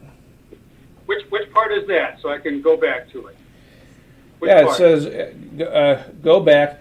It says where I can. It says so. You're saying that this is my voice. The person on the recording says so I can go to Mazatlan. Obviously, if someone's going to Mazatlan, they're not coming after you, are they? I can get to Mount Mazatlan about 2.5 days from here. I can get to Mazatlan. I have a plane from Mazatlan to wherever I'm going, and I start over with lots of money in my pocket. Obviously, this has to be very carefully pre-planned. So your plan is to just kind of fake everybody out, to make them think that you're coming after us, but in reality, you're going to Mexico. That's what it seems to say. It doesn't sound like a murder plot to me, Mr. Retzlaff. Well, I'm asking you, what was in your mind then? Is that what it was in your mind, that you just wanted to stage this elaborate plot to get people scared, when in reality you were going to be on vacation? You want to know what my plan was at the time? Yes, that's what I'm asking. Okay, Please, well, tell me. if you, Mr. Retzlaff, if you wanted to ask what my plan actually was at the time, you could have asked it. What my plan actually was during the time was to potentially move to another country and start over so that I would have a life away from you. That was something that I seriously considered at the time because I was sick of dealing with your nonsense. So did I plan possibly to leave the country? Yes, and it was to get away from you. Okay, and you know, I hear what you're saying. Okay, I want you to understand that. I'm listening to every word you're saying. Oh, I'm sure you are, Mr. Retzlaff. Oh, I'm not just saying that just to toot my own fucking horn or blow smoke up your ass. I'm listening to what you have to say, okay? And I'm giving you this opportunity to explain yourself. Okay, Okay, well, so all right. saying that this was I'm just sorry. I'm sorry if you thought I was being hostile, but that's what. But at the time in 2018, my plan and the only plan that I ever had was never to harm you, was never to harm your attorney, was never to harm Dr. Daniel. Were they things maybe I thought about in passing? Yes, maybe I thought about them at a time, but it was something that I never really intended to do, and what I intended to do at the time was to make a life for myself somewhere else because I didn't want to deal with you anymore, Mr. Retzlaff. And you know why. All right, but we got your words here, though, where you say these things, these very scary things, you know, about satellite photographs and Proud Boys on the ground in Arizona looking at me and doing surveillance. Can you understand why that would concern me? If it happened, it was. Maybe at one time I thought about doing this type of stuff, but it never happened. I don't have surveillance photographs of you or of your apartment complex. The only photographs I've ever seen of you, Mr. Retzlaff, are the ones that are on McGivney's website and your website. But these are what your words. We've never even Okay. met before in person. I don't want to meet you, and I'm sure you don't want to meet me. But you can understand, though, when I hear words like this. We know we know where he lives, and where he lives is this high-rise condominium complex, basically in the dead center of downtown Phoenix. You can understand why words like that would concern me, can't you? Mr. Retzlaff, it says on your blog where you live. Anyone can see it. Do you want me to admit that I've read your blog? Yes, of course I've read your blog. That's not my blog. All the right. problem, though, is that's my blog, and I've said that several times Okay. under oath, and it's not my blog. Okay, But fine. we're talking about your words here in this audio recording from the FBI. You can understand why somebody seeing those words would be concerned. Maybe Not knowing your history or what your mental state is or how frustrated you are. People read that shit, and it scares the hell out of them, right? Mr. They got the Retzlaff, FBI Mr. Retzlaff, Isn't it- if you had read that stuff in November of 2018, maybe, but you didn't read that stuff in November of 2018. You read it in March of 2020, and then you used it as a means through which to gain an advantage in the federal case. But these are your words. Even if they're a year and a half old, they're still your words, though, right? I've taken my Fifth Amendment privilege on that. I'm saying even if they are, you're talking about something that you were not intended to hear, that no one was intended to hear, other than the parties to the conversation, which, by your own admission, are well over a year old, and that I've had mental health treatment since then. Am I not correct about that? You're correct in that you had mental health treatment. At least that's what you claim. I don't think that you're better. I think there's something seriously wrong with you. Okay. I'm sure you do. No, that's my personal All opinion. right, fine. Well, the feeling is mutual, Mr. Retzlaff. Go ahead. But you were questioned by the FBI with regards to this, weren't you? Was I questioned by the FBI with regards to this tape? Is that your question?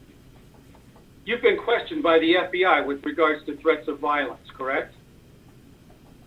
Trying to think. I think there was one time where they asked me a question about it. Yes. And who was it that asked you this question? I don't remember the name of the agent. I think that was actually in 2017. So you don't keep track of when you're spoken to or contacted by federal agents? No, if they just tell me, hey, we got this from you. We know it's we got that someone complained about this. We know that it's political hyperbole. You're not going to do anything, are you? And I tell them, no. Okay, thank you. That's all we wanted to know. Click. No, I don't keep track of that. I've got no reason to. And since 2018, how many times have you been contacted by law enforcement with regards to allegations of violence or threats of violence? Since 2018,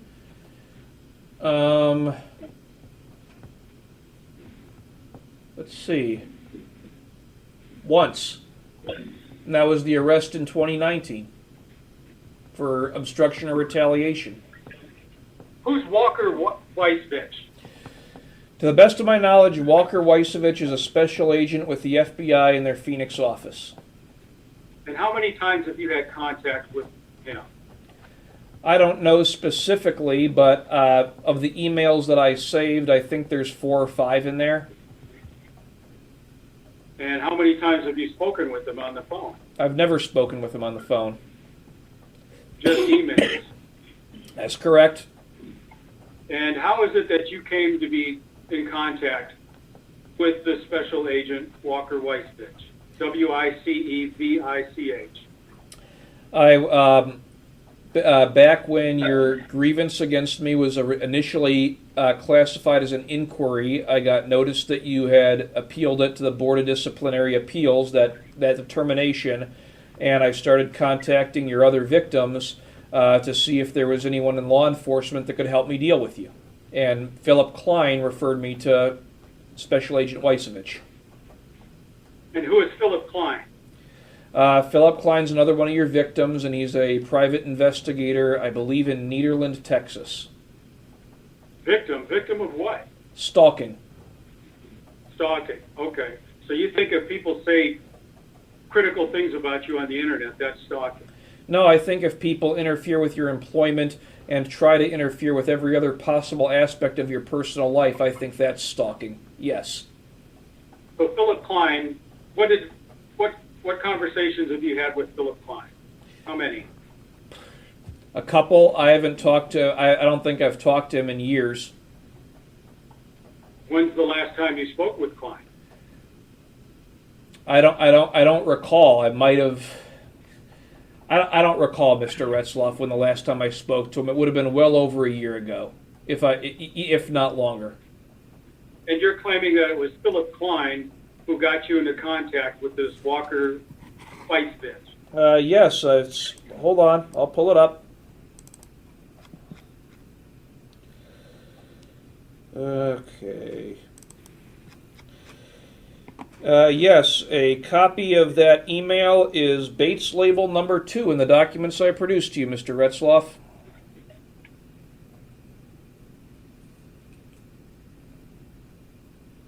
And what was the conversation that you had with Klein with regards to this guy? How does Klein know this person? I don't have personal knowledge of how Klein knows this person. To the best of my recollection, the email I sent to Philip Klein was stating that I knew that he was also a victim of your stalking and harassment, and based on the fact that he was a private investigator, I asked him if he had any contacts in law enforcement that might be able to help me because I wanted to nip the situation in the bud. And were you aware at the time that Philip Klein was involved in litigation against myself involving Jeffrey Durrell in San Antonio? I was not. Were you? Have you since become aware of that? Have I become aware that that was going on at the time? Yes, I have become aware of that. Okay. And are you aware of what the facts were or the allegations were in the lawsuit in San Antonio? No, I've only read the appellate court opinions pertaining to the vexatious litigant issue. No, I'm talking about the lawsuit itself. Philip Klein was sued by 2 people in San Antonio. I've not read the allegations in the lawsuit. No, I've not. I don't know anything about what it's about. Okay. So if I were to tell you that the lawsuit was where 2 people were suing Philip Klein for filing a false police report against them that got them arrested on fraudulent felony charges, would that surprise you? Yes, it would. And would it surprise you to know that when that lawsuit was settled, that Philip Klein had to pay a judgment of nearly $1 million? Yes, it would, because I haven't heard it before.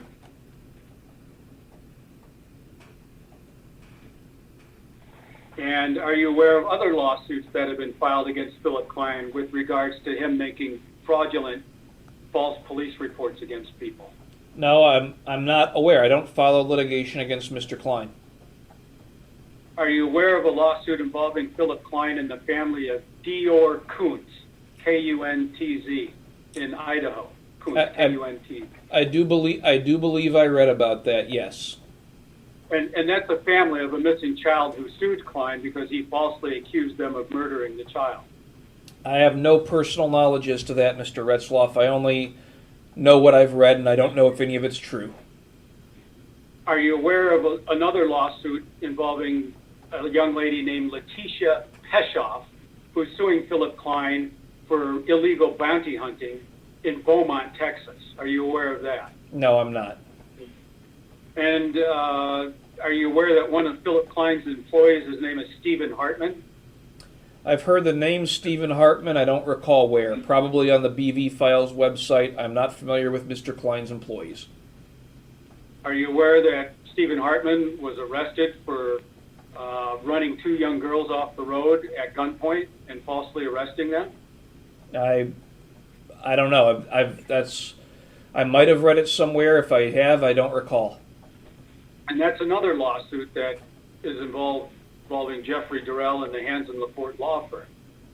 If you say so, I wouldn't know, Mr. Retzlaff. I'm not involved in those cases.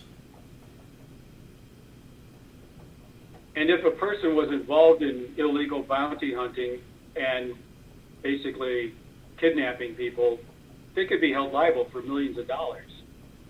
Wouldn't you think? I'd imagine so. I've never handled a case like that. Tell me who Leslie Holtzman is.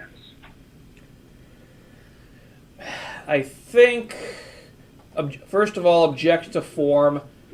I think he was an old employee of one of the collection agencies that had previously retained my firm.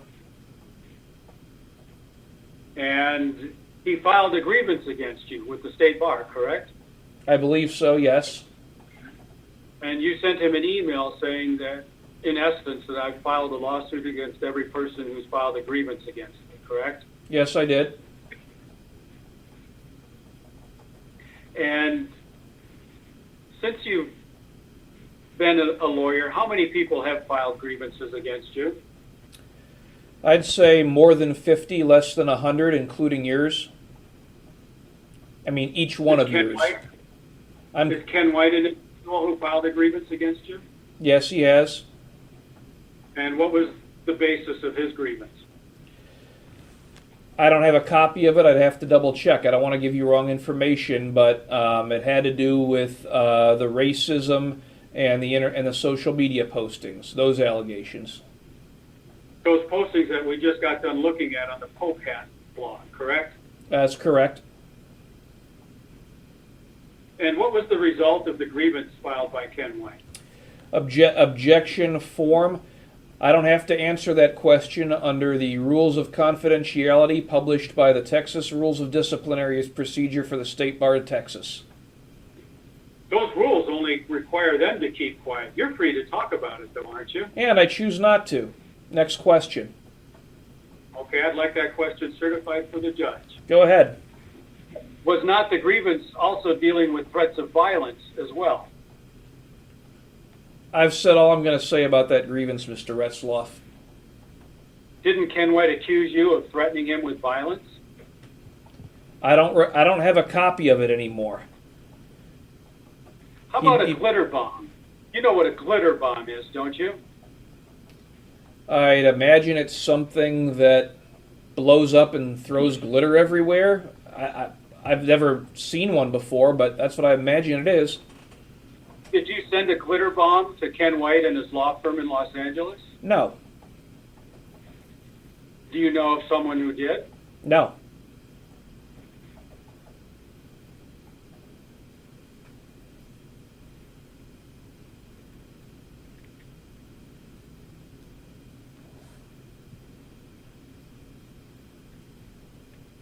I'm showing you what's been marked as Exhibit 11. Can you see it? Yeah, I see it. What is it? It says, order modifying terms of community supervision. And you've been ordered not to possess any firearms or ammunition, correct? That's correct. And as a further condition of your probation, you have to allow a probation officer or police officer to search your residence or vehicle anytime they want to, correct? That's what it says. And is that still a current term of your probation? It is. And one of your terms of that probation is also you're not allowed to be having contact with myself or Deb Armentor, correct? Yes, we've gone over that, Mr. Retzlaff. Okay. I couldn't remember. I'm showing you what's marked as Exhibit 12. What do you see? It says disciplinary petition and request for disclosure. This was a lawsuit filed against you by the State Bar of Texas for discipline, correct? That's correct.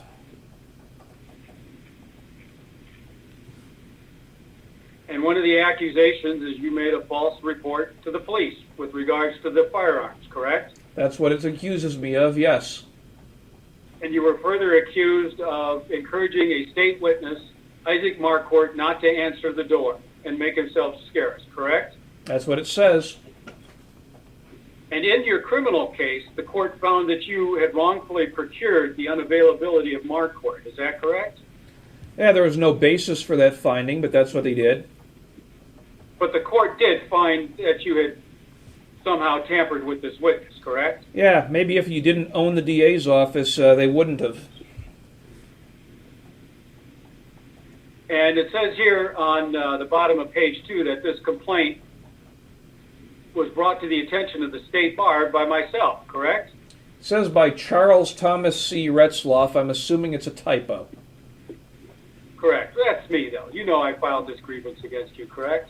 Yeah, you filed you've filed damn near every grievance that's been brought against me for the past 2.5 years. I get a grievance from you. Oh, it must be Tuesday. And you've said before that you've had more than 50 grievances filed against you in the past, correct? I'd say it's close to 50. Why do you think it is that my grievance gets so much traction and nobody else's did? Because you've paid up with the right people. And which would be those right people? Who are they? I don't know. I don't run in those circles, Mr. Retzlaff. You either paid up with the right people or they're afraid of you.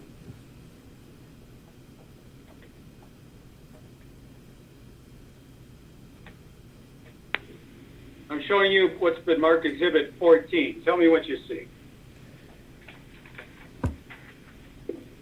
I see what appears to be an article from the New York Times. And that's an article that's dated October 22nd, 2019, correct? Yeah. And it's an article about 2 members of the Proud Boys getting sentenced to 4 years in prison for a fight, a street fight, correct? That's what it says. And this is a fight against members of this Antifa group, correct? Yeah, the terrorists, yes.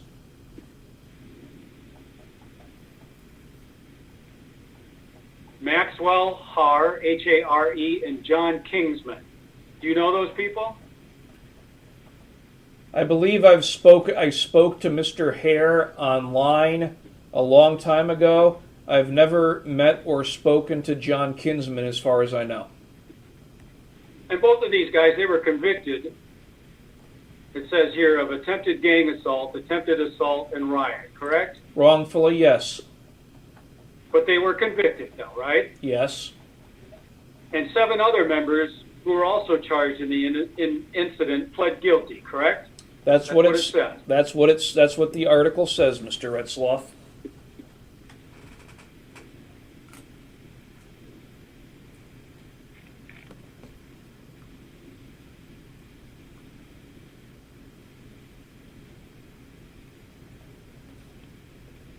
Who's Gavin McInnes? Gavin McInnes is a former client of mine. He was one of the founding members of Vice. He was the former host of the Gavin McInnes Show and several other shows. I believe, my understanding is the Proud Boys was formed on the Gavin McInnes Show, and now he has a show called Get Off My Lawn with Gavin McInnes at his own company called Censored.tv.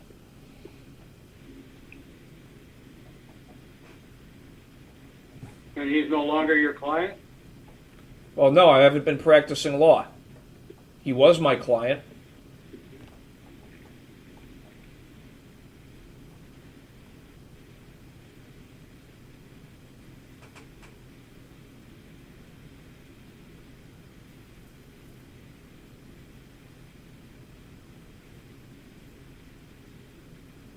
It seems that your group has a history of being caught up in these types of street violence episodes, correct? Object to form, it's not my group, Mr. Retzlaff. You were the elder of the group, weren't you? For a grand total of 3 days, yes. Okay.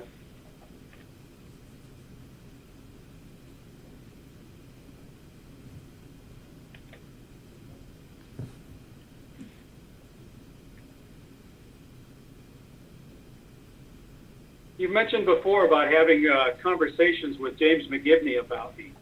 How many conversations have you had with him? I don't know, maybe once every 2 weeks since this started. And when's the last time that you spoke with him? Today. And what did you guys talk about? Well,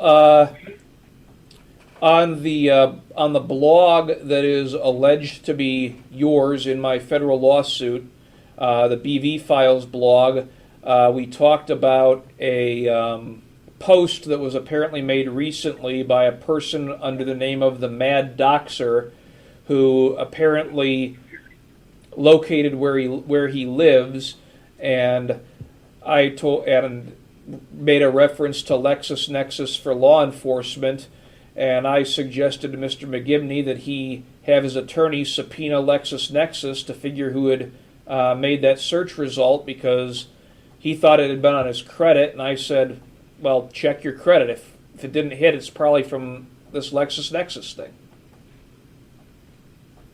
Who lives? Who? You said where he lives at. Yes, Who where does he Mr. that Where Mr. McGivney lives. And where does he live at? I have no idea where he lives. I have not asked him, and he hasn't told me.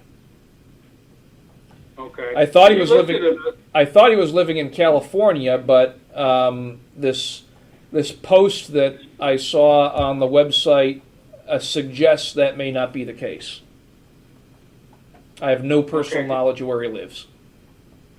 All right.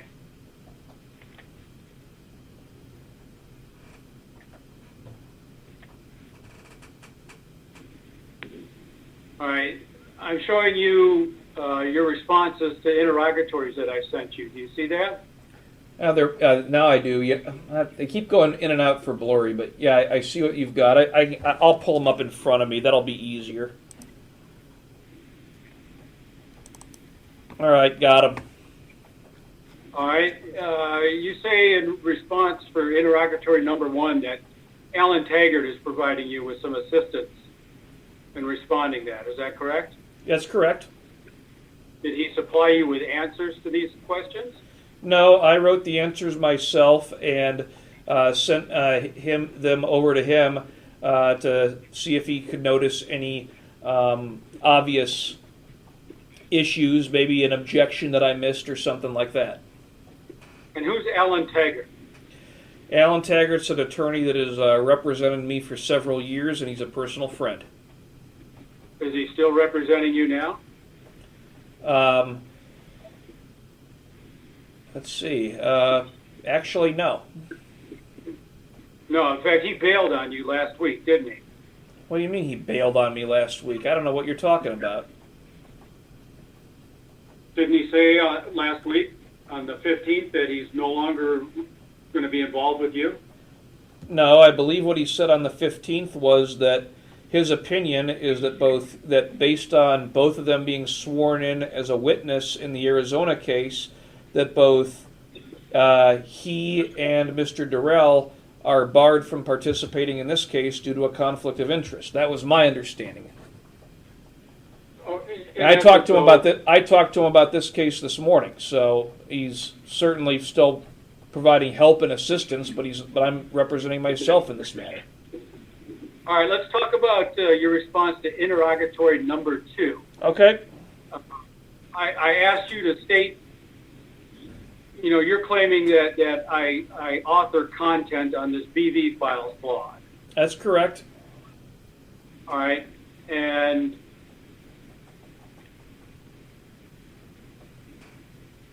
what sort of, do you have any kind of training in police investigations? Nope. Have you ever applied for a job as a police officer somewhere? Yes. And how many times have you applied? Say about 10 or 15. And you've been diagnosed with a mental illness, correct? No, incorrect. You've never been diagnosed with a mental illness? No, never. Did you ever apply for enlistment in military service? Yes. And what was the result of that? I was considered ineligible due to the fact that I've had a broken femur and that I'm epileptic. Okay. Anyways, let's go back to your interrogatory response here. Do you wish to add or change any of this, your response? No. Okay. Now, you said that James McGibney has assisted you with the identification of Retzlaff as the alleged author of the BV files. Yes, that's correct. So what has McGibney provided you that would help with the identification? Well, the most important thing he provided me was an affidavit purporting to be from your daughter Brittany and your son Colin that were filed in a case out of California by Jay Lederman, in which I believe was your daughter. I believe both of them attributed the blog to you. Really? Let me see. And that's your sole basis for your contention that I am the author of the BV Files blog? No, that's one of many bases for my contention, Mr. Retzlaff. Well, what else? You're saying McGibney, though, has provided you with information. What other information has McGibney provided you about me? He's provided me a document. Let me find it. About allegations of stolen valor following your release from prison in Texas, and containing various. What does that have to do with the blog? What does that have to do with the authorship of the BV Files blog? Because a lot of it contains samples of your writing, and I've compared the various writing samples through emails I've received from you over the course of the years and other sources to the writing style on the BV Files blog, as I stated in my answers to interrogatories. So what sort of training do you have in handwriting or linguistic analysis? I don't have any training in handwriting and linguistic analysis, but that's I used common sense. Okay. Again, I'm just asking what sort of training and qualifications. Does McGibney have any training and qualifications? I don't know. What sort of training and qualifications has McGibney described to you as him possessing? The only thing I know is that he works for a company called Rosedin Electric. He used to have a company called ViaView Files that you completely ruined along with his reputation, and that he is honorably discharged from the United States Marine Corps. That's all I really know about his background. I don't know what he did in the Marine Corps. I don't know a whole lot about ViaView Files. I don't know anything about Rosedin Electric. Okay, but he hasn't told you about what sort of skills or techniques he uses in order to figure things out on the internet? He's told me, well, he's told me that he copies and pays. He gets copies of various documents and he compares them. Okay. Copies of what documents? He hasn't specified specifically what techniques he uses, Mr. Retzlaff. That's why I can't give you a better answer. I'm sorry. Okay. Has he described to you conversations that he's had with the FBI with regards to me? Not that I can recall. You can't recall any conversations with McGibney in which the FBI would have been referenced? Oh, I recall some of they were referenced, but they were referenced by me, not Mr. McGibney. Your question was, did he talk about how he talked to the FBI about you? And I don't recall that. I've talked to McGibney several times about how I was talking to Special Agent Weissovich trying to get you arrested. And what did McGibney have to say about that? That the FBI is worthless in Phoenix, and I agree with him. And what were the results of you trying to get Special Agent Weissovich to arrest me? There were no results. That's the problem. You're aware that McGibney's filed, 3-4 lawsuits against me? I'm over the aware. years? I'm aware of 2. Okay, he filed 2 lawsuits in California. One was a restraining order case. Another one was a lawsuit in federal court.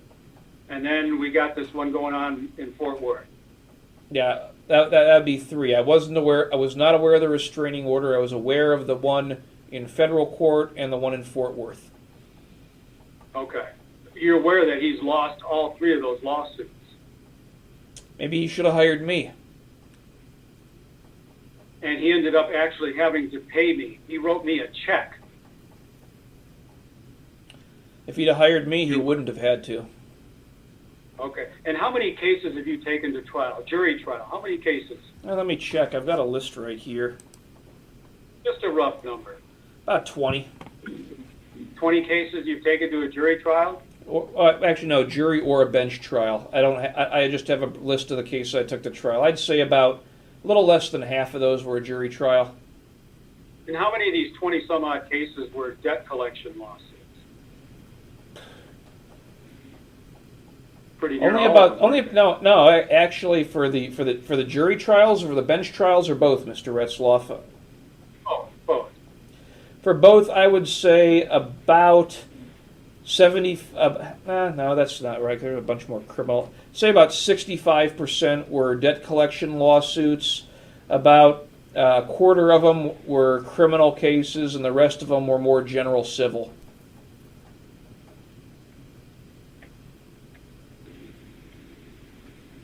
It says here that McGivney has shared information with you regarding my children. What things has he told you about my children? He provided me the affidavits filed by Brittany and by Colin in I guess it was the California, either the restraining order or one of those cases in California. I can't tell which one. He has provided after the deposition that we had together on October 25th of 2018, and I mentioned how you had talked about your daughter during the deposition, and several months later he provided me a copy of an application for a restraining order that your daughter had filed against you in the Justice Courts of Maricopa County. It looks like about a month or two before that deposition. And most recently, he provided me a copy of a renewal of that restraining order that she had against you that looks like it was filed January 15th of 2020 in the Maricopa County Justice Court. I have asked him if he believes it would be possible to get Brittany as a witness. He stated to me that he used to speak with her at some point, but that she won't talk to him anymore because she's afraid of you. I'm not saying that's the truth. That's only what he told me. And he described to you that he's had communications with my daughter? He One didn't. of my daughters? I didn't know you had 2 daughters, Mr. Retzlaff. He mentioned Brittany specifically. He hasn't mentioned any other daughter, but he said that previously, he didn't mention when, he had communication with her. Yes, sir. You're aware that photographs of her were on his website, Cheaterville. I have no knowledge of that. I've never cared to look at revenge pornography. And Cheaterville, you would agree, is a revenge pornography website? Mr. Retzlaff, I have never seen Cheaterville before. I don't even know if it's still up.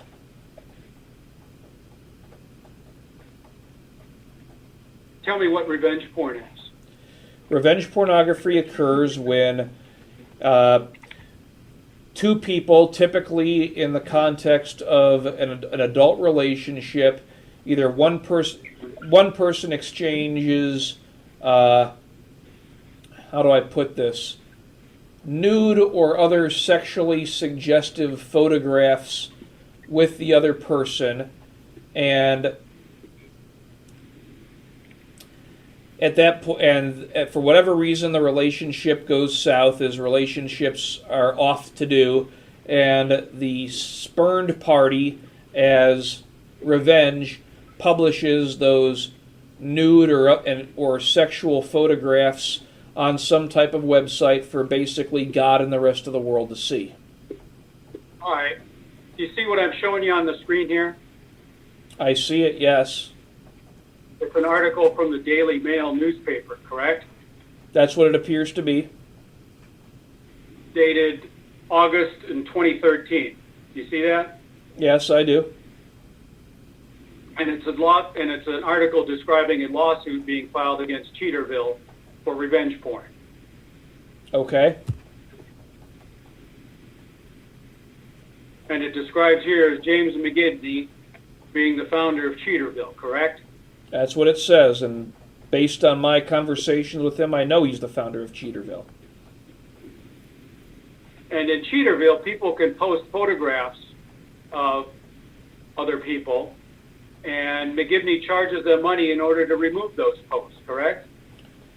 I have no personal knowledge of that, Mr. Retzlaff. I have never been to that website.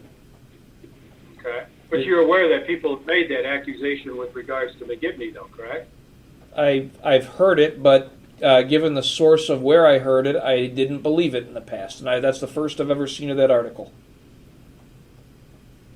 Well, there's other articles, too. Well, I haven't read them.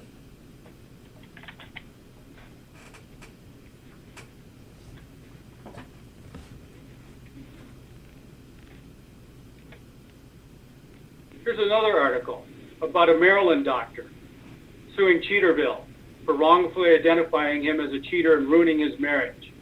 You see that headline? I do.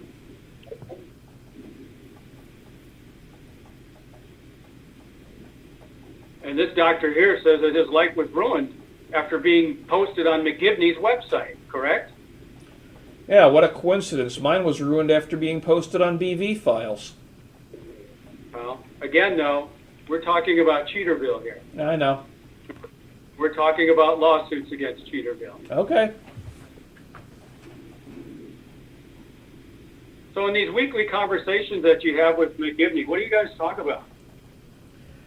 Just how we're doing, what we're doing to keep busy, how the litigation against you's been progressing, if the courts have entered any orders, and what the timeline tends to be. Mr. McGibney typically asks for copies of the filings in the federal case, and copies of anything particularly crazy filed in the other cases. And what information has he provided to you about me? Like I said,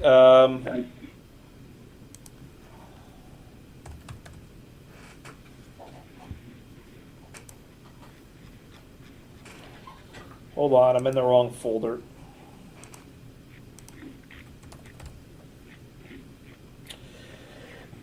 Most of the information he's provided me about you has been, he's recommended that I take the deposition of your daughter Brittany and your ex-wife Denise Hollis.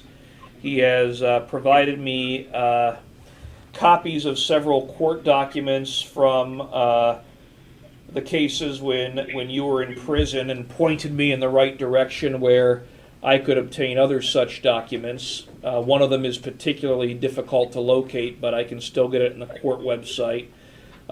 He has provided information about you concerning some time after your release from prison, when you were attending college, I believe, at University of Texas in San Antonio, and were expelled due to allegations, again, I don't know whether this is true or not, pertaining to stolen valor and to the stalking of a exchange student. That's what McGibney's told you. That's what I've got. That's the documentation that I've got. Yes, sir. Because as a part of the discovery request, I asked you to produce some emails from McGibney, but you haven't done that. Well, I don't save all the emails from McGibney. The reason I have so many for you is because I make sure to save everything from you, because, in my opinion, you have... Objection, non-responsive.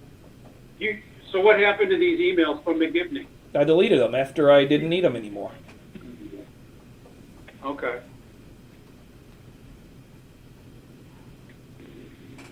Let's see. You've listed McGibney as a witness in this case, correct? A potential witness. I haven't decided whether I'm going to call him yet. All right, because I'm showing you right now your response to interrogatory number 20. Yeah, and I still have another day to amend my responses and add more people. Okay, and in here you put address unknown. You don't know where he lives at, huh? I have no clue where he lives. I've only ever spoken to him on the phone. Okay, and you talk to him once or twice a week, huh? Usually about once a week. Some weeks we don't talk. I'm just trying to give you on average, Mr. Retzlaff. Okay. And who's Hannah Poe that you got listed here? Who's that? Well, like it says, it was my counselor who I saw after my old one retired. Okay, all right. And then let's see, interrogatory number 21. Let's see, identify people who you believe have possession of materials. You got me listed down there, huh? I do. This address. Where'd you get that from? The comments section of the BV Files blog. So that's how you base your discovery responses, is by stuff you see in comments on a blog? The evidence I saw appeared credible. It appeared a lot more credible than some condominium, God knows where. What evidence? Just what people were posting. I mean, What evidence? What evidence? What evidence do you have that that is my address? I haven't really bothered to look into it, Mr. Retzlaff. That's just what I believe to be the correct address. I don't know for certain one way or another where you live. Well, first off, that's not my house. Okay, fine. I don't know where you live, Mr. Retzlaff. I don't. Listen, you're under oath here. I'm the one asking you questions. Where did you get that address from? The comments section of the BV Files blog, located at www.viaviewfiles.net. Did McGivney give you any of that information? He might have told me that it was there. I don't think he sent it to me directly, no. Has McGivney claimed to you that that is where I supposedly live at? He has. And what has he said about that? Just that it's a rental. He goes, he's living in a rental house. He's not living in some type of expensive high-rise downtown. I believe... And how does McGivney know this? Pardon? How does McGivney know that? I have no personal knowledge of how he might know that, Mr. Retzlaff. You're asking me to look inside of Mr. McGivney's head. I can't do that. Dude, that's my son's house. That's not mine. Okay, well, I don't care where either of you live, Mr. Retzlaff. It doesn't matter to me. Well, part of the allegations in this case is you using individuals in Arizona to conduct surveillance on myself and my family members. Okay. So how did McGivney find out that that house on Columbine is a rental house?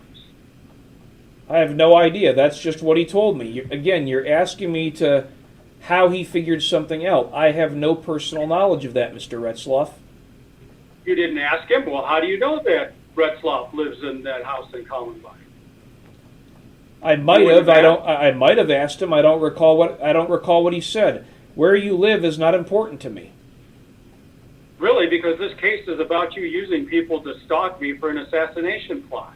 That never happened, Mr. Retzlaff. You can say that that's what it's about, but it didn't happen. Well, but the allegations are that this involves an assassination plot. Whether it was successful or not is irrelevant. And you can allege that I'm Boy George, and whether I'm Boy George or not is also irrelevant. You know McGivney's going to get subpoenaed and sit down for a deposition, just like you are. You know that, don't you? Your attorney and I discussed it a little bit last night. And what was your response to Mr. Durrell requesting a deposition with McGivney? I told him that I'm going to stay true to my word about what I intend to do. And what is that? Once I win this case, I'm going to dismiss the federal case, because I've got better things to do and more positive things in my life than dealing with you, Mr. Retzlaff. You think this is the only protective order case that you're facing right now? Well, really, which other ones have been filed? I'd love to know. One can be filed on behalf of each one of my children, as well as my other family members. You understand that, don't you? I've never done anything to your children or any of your other family members, Mr. Retzlaff, so no, I don't understand that. You don't recognize that that's a... Okay, whatever. You want us to believe you when you say that you're not a threat. You want us to believe you when you say that you have no intention of harming me, correct? Yes. Except you're the one who posts photographs of himself in body armor, wearing camouflage, carrying a car 15 with a suppressor, saying you mess with my daytime job, this is how you can expect to see me. Maybe in 2017, yeah, I did post that. And you expect us to believe that you've turned a new leaf, that you're a changed person? I sue people who mess with my career, Mr. Retzlaff, as you know very well, and I'm going to continue to do that. You also make threats, though, too. We've just looked at a whole bunch of them that were posted on Twitter, where you talk about breaking people's jaws, about going to Omaha, about going to LAX, you sending emails to Ken White saying you're posting a picture of his truck and you want to, make him go so angry he kills himself. Object to form.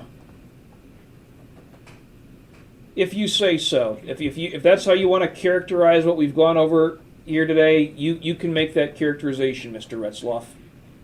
And you're the one who pled guilty to state bar allegations about making a bunch of threats against me.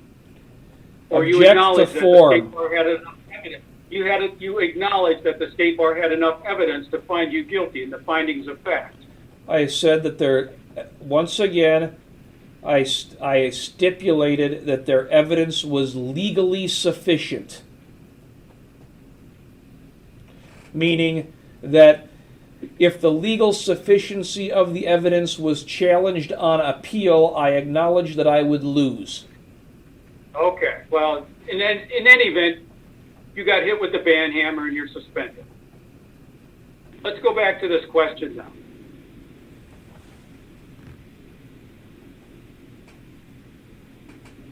Who else have you talked to get information about me? Besides McGibney and besides Philip Klein, who else? Let's see.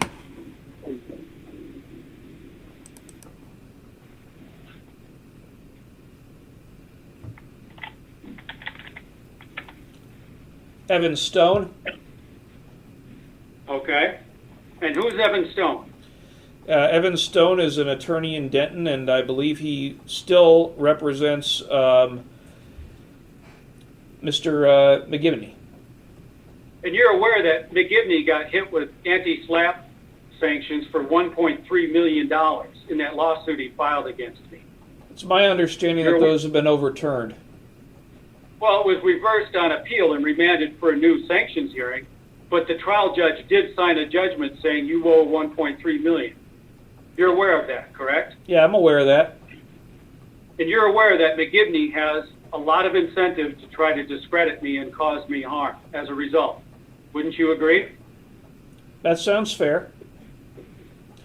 But wasn't it? But my understanding of that case was it was Mr. Rahauser who got the judgment and not you, unless I'm mistaken. Who else have you gotten information about regarding me? All right, well, there was Evan Stone.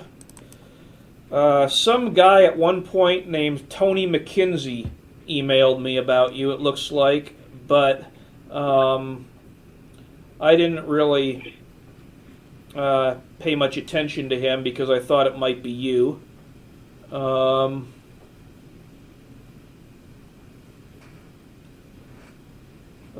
on. Kristen Brady has provided me information about you in Discovery. I was able to get copies of all the emails you had sent and forwarded to her in Discovery. That's the Kristen Brady. She's the state bar prosecutor, correct? That's correct. And she's the person who you claim I give marching orders to, or at least her boss anyways in Austin.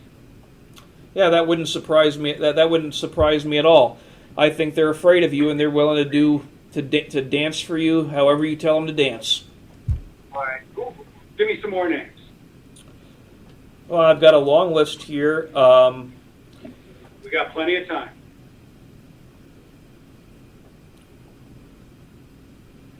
Eddie Burgess, Okay. Who else? Rick Hagan, Trent Austin. Rick Hagan. You're saying Rick Hagan has spoken to you about me. No, what I'm saying is that through my attorney, Rick Hagan told my attorney that you had attempted to have an ex parte communication with him, that he hadn't responded, and I instructed my attorney to get a copy of that ex parte communication for my file. Okay, and that's in the state bar case where they found just cause and took you to trial and you got suspended. That's correct. Okay, give me some more names. John Morgan. And he's an attorney in Beaumont. Yes, that's correct. And he's been disciplined several times before by the state bar based on grievances that I filed against him, correct? Well, you're the one giving them their marching orders, so that wouldn't surprise me. I don't keep up with Mr. Morgan's stuff. I mean, I haven't spoken with Mr. Morgan in 2 or 3 years. And you're aware that Mr. Morgan was hit with SLAPP sanctions in a lawsuit, and he owes like $65,000, $70,000 in sanctions in that case. You're aware of that?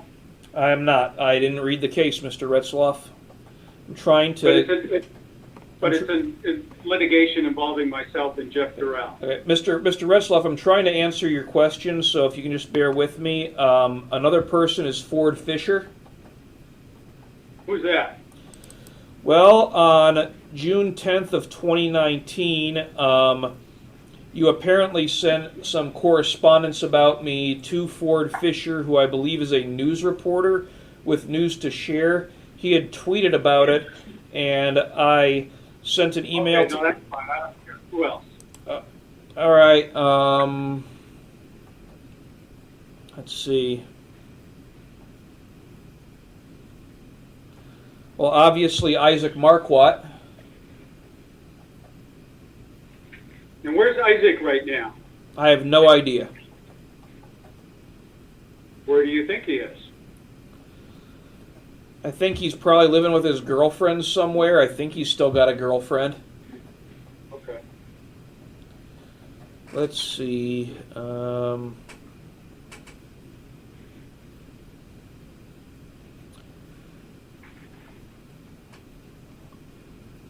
That looks like about it.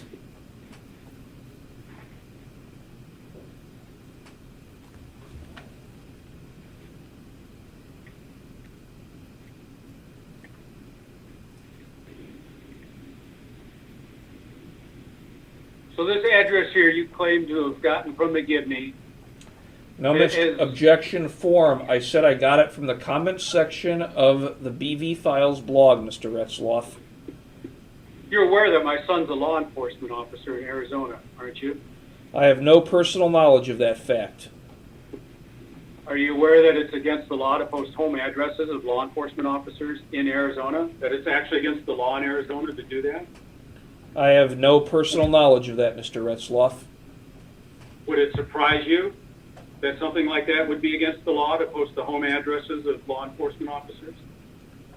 If it was done intentionally and with malice, yes. That would not surprise me. Intent and malice isn't an issue.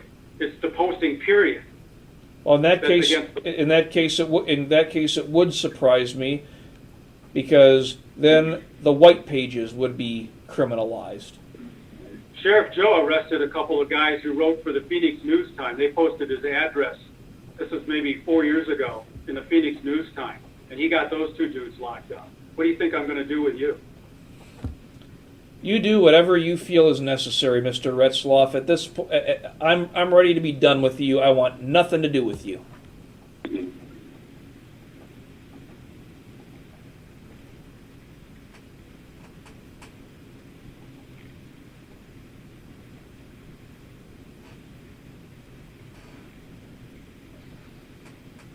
I'm just scrolling through this list here of people you claim to have documents. Tucker Elvin and Associates. Who's that? That is a debt collection company located in Richardson, Texas. Now, White Jacobs and Associates, that's where you were working at in December of 2018, correct? That's correct. Describe for me the layout of their office. It's an open office type format. And when you walk in the door, is there a receptionist or anybody there? Yeah, when you walk in the front door, there's a receptionist, and to the right, there's one room full of desks. That's basically the floor where all the credit analysts work, and there's kind of a platform where the supervisors sit at the front of the room. And if you were to go to the left from walking in the front door, there's a smaller room, which is where the people who work in admin are typically located. And where was your office at? It was in the same room as all the other credit analysts. How many other credit analysts? How big of a room are we talking about? We're talking about, I don't know the square footage, Mr. Retzlaff. I would say desk to desk, there were probably 25 or more people, maybe 30. Depending upon the time. I mean, obviously there's turnover at the company. I can't give you an exact number, but that's about how many people were in that room, including the supervisors and the analysts. I mean, I had Pardon? Did you have a desk or a separate office? I had an office that was off. If you were looking towards the front of the room, it was to the right. There was a door to my office, but the best I could recall, you couldn't lock it, because I certainly didn't have a key to get into the office. My office. No, I'm not asking. Okay. All right, and was that your own office, or did anybody else work in that office? Oh, other people worked in that office as well. No, in the office where you had your desk. Yes, other people worked in there as well. It was a shared office. What are their names? I don't know who else used the office, Mr. Retzlaff. If I was in court, for example, and someone was meeting with a credit repair client for a consult, and the conference room was in use, they would go into my office and they would use it. I can't. Okay. Who's in charge of that office location? You mean the whole office, White Jacobs? Yeah. Who is your supervisor there?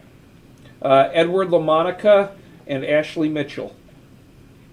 And are they related to each other? They used to be. How were they related? They were married. Okay. And who else was also in charge? Wasn't there's another guy there, Alan Humphreys?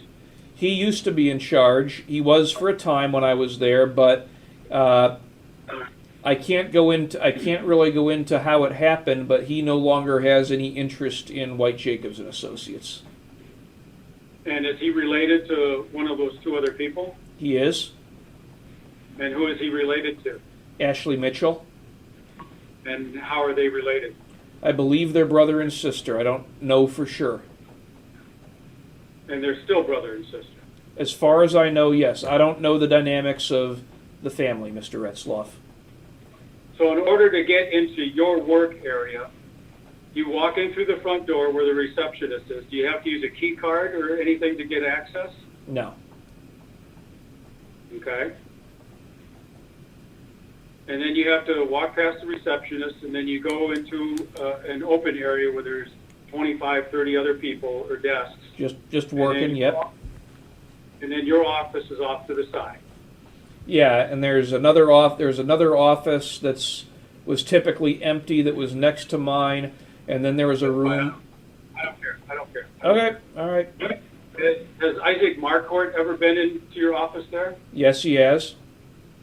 And how many times has he visited you there? I don't recall an exact number. Probably less than 15, more than 5. He would come by and we'd have lunch every so often. Has he ever been employed by that company? No.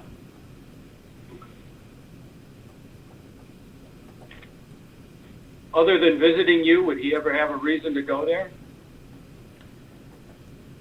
Not that I'm aware of. I mean, they knew who he was there. Say again? I mean, they knew who he was. They knew he was one of my buddies that would come by for lunch every so often, so they certainly wouldn't question him if he walked through the front door. How many other buddies did you have come and show up at your work there? 3 or 4. What are their names? Not giving you their names. Why not? I don't want them on your BV Files website, and I don't want you harassing their employers. So that's your legal response? That's your objection? Mr. Retzlaff, you can certify it, and I'll move for a protective order. I'm not giving you the names of my friends. We are well outside the bounds of discovery in this case, and I'm bending over backwards to be cooperative with you. I'm looking at your response here to interrogatory number 5. Okay? See it? I can see it. And this question is regarding to the 2 December 18th emails. December 12th, you mean? Yeah, December 12th, 2018. Yeah, that's what it's about. All right. Read your response. I was not the author of either email and did not send either email. The facts in support of that contention are as follows. I did not write either email. I did not send either email. I do not recall whether I was even in my office at the time either email was allegedly sent. I had no knowledge of the emails until I returned from a vacation I'd taken to North Carolina almost immediately after the emails were supposedly sent.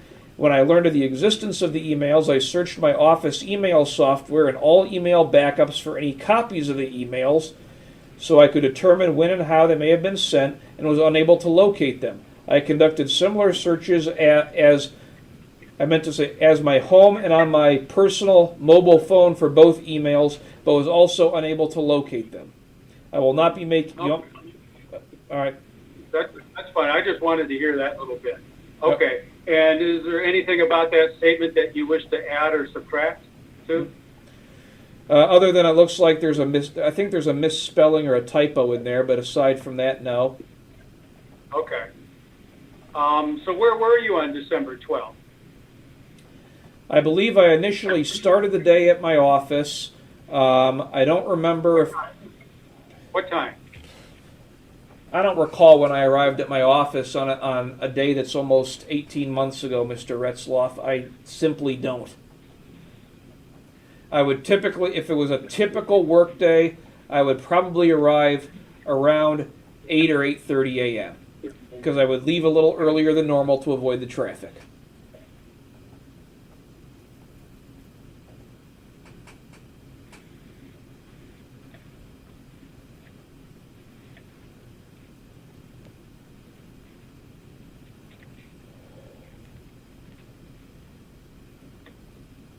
I'm showing you what's been marked as Exhibit 23 Alpha.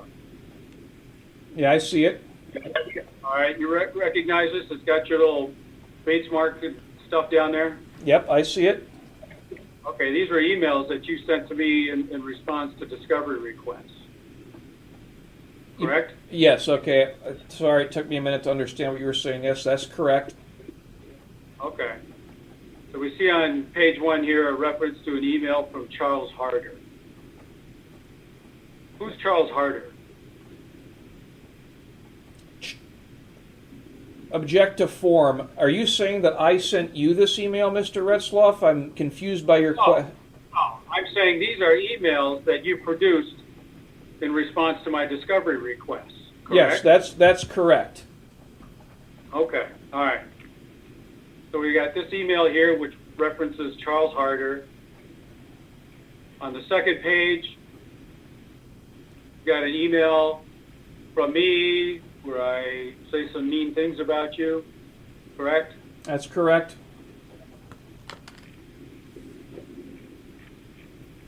Let's see, and then on page 4, we got an email from me where I make some sort of reference to Goldfinger.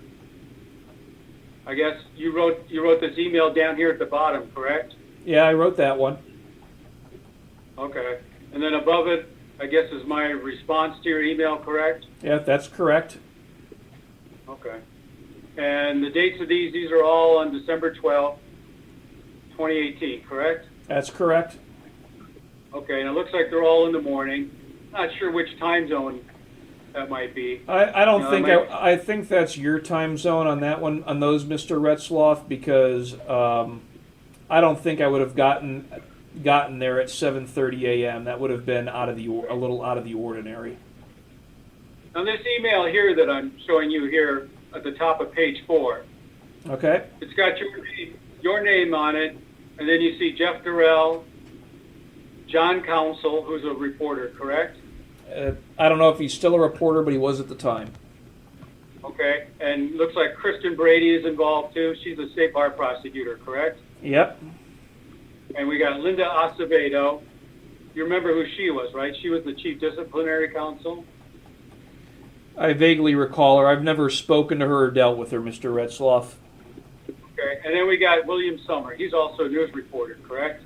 I would use the term loosely, but yes. Okay, but these are all people that are involved in this email thread, correct? It looks like it, yes. Okay, all right.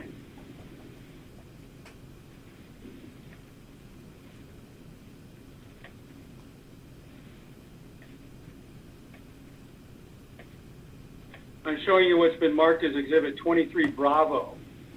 You remember this email?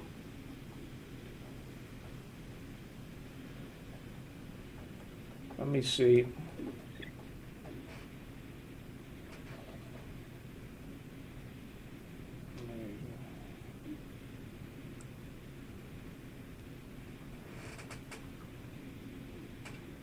Yeah, I remember that one.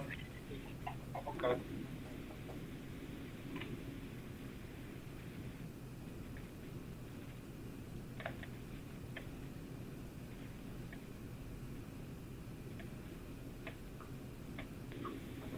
I'm showing you what's marked as Exhibit 23 Charlie. That's the same email that we saw before, correct? You'll have to scroll down. I don't know for sure, Mr. Retzlaff. It looks like that's 3 pages, and I want to be absolutely sure. Yeah. And it looks like this is what your response, you were responding to an email that I sent you about the Marksman Club, it looks like, correct? That's what got you so angry, right? I believe so. I'd have to see the entire email, because I cannot verify this document until I see the entire email, Mr. Retzlaff, all 3 pages. We will. I'm just asking about this email up here. This was written in response because of this email here. I don't know if Correct? I don't remember if that's the whole email, Mr. Retzlaff, but that's what it appears to be, yes. Right, okay. And then we've got your email down here. Nope, that's not my email. That's not you. How did it get in this email thread? My guess, I have no personal knowledge of how they got into the email thread. I did not send that. I don't think it's I don't think it's a real email. I think it was created on a word processor. Okay. And it looks like that email here on page 2 is in response to this Goldfinger email, which was in the discovery responses you sent me. I did not write that email. I cannot answer a question about that email that you're pointing to, which, hold on, go back up, please. I want a clear record. The email you're referring to, up more, please. The email you're referring to says, "I promise you this, motherfucker, if my law career dies, you die with it." I did not send that email. I do not know who did. I have no personal knowledge of anything related to that email. How did it wind up in this email thread? Because someone else either created it or someone else put it there. Okay, so you think it's fake? I think it's fake or it's forged. I'm going to show you what's been marked as exhibit number 24. Okay. See it? Yeah, I see it. The grand jury subpoena, correct? That's what it says. Issued to Frontier Communications. Okay. All right. It says here, this IP address. What does that say? Read that off to me, please. IP address 96.226.87.77. And who does it say owns that IP address? White Jacobs and Associates LLC.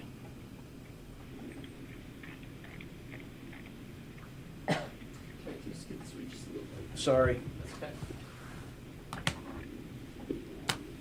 And this is a grand jury subpoena. Let's see, on page 4 here, asking for any and all records pertaining to accounts associated with IP address 96.226.87.77 between the dates of December 1st, 2018 and December 31st, 2018, correct? That's what it says. Okay. And the response is that IP address belongs to White Jacobs and Associates, correct? That's the response, Mr. Retzlaff.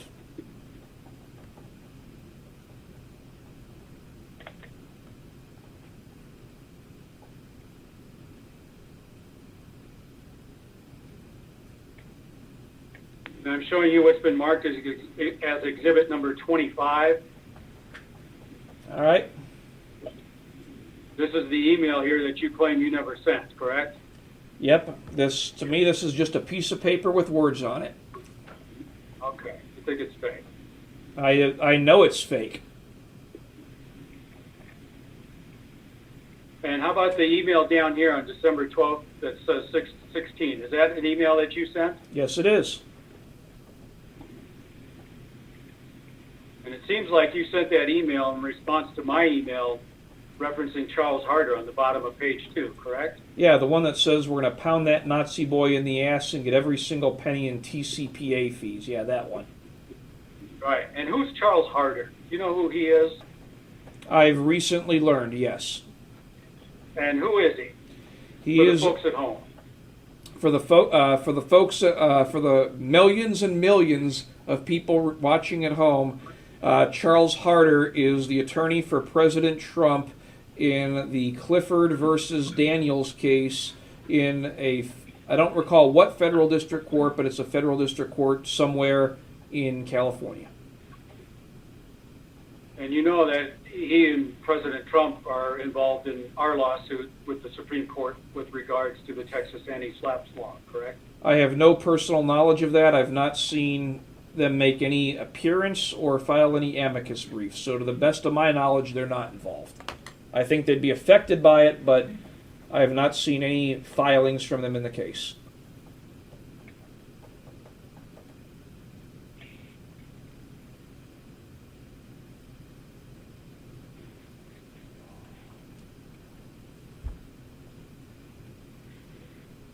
I'm showing you what's been marked as exhibit number 26. Can you see it?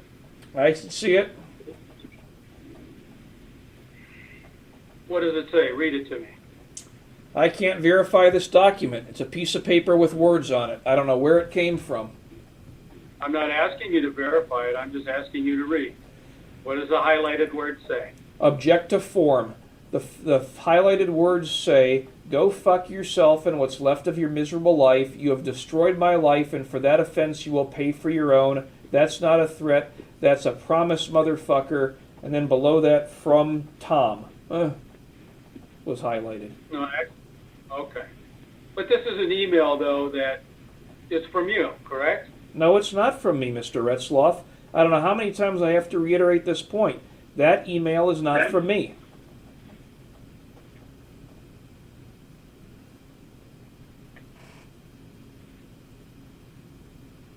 This way.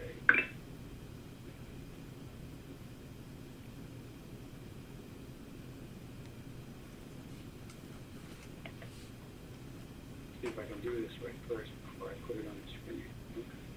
I'm sorry, I can't hear you. No, I'm just muttering to myself. Oh, I want to okay. make sure I'm doing it right before I show you. All right, you can see my screen? Yeah, I can see it. All right. This is that email that we just talked about, correct? I can't see the whole. It appears to be. I can't see the whole. I can't see the whole screen, but that's what it appears to be. Okay. And this is with Outlook. Open with Outlook. You're familiar with Microsoft Outlook, correct? That's an email program. I'm familiar with it. Okay. And you know how to look at the headers on an email? I do not. I've never had the need to. Okay. You see the window that just popped up that says Properties up here at the top? Yes, I can see that. And you see down here where it says Internet Headers? I can see that. Okay. That's all the technical gobbledygook on there that tells you the routing of these emails. If you say so, I don't know about any of that stuff. All right, we'll get to the good bits here. All right, you see what I'm highlighting there? Yeah, yes, X, it says originating IP address 96.226.87.77. Correct. And you recall the earlier exhibit with the grand jury subpoena. It appeared to be for the same IP address, if I remember correctly.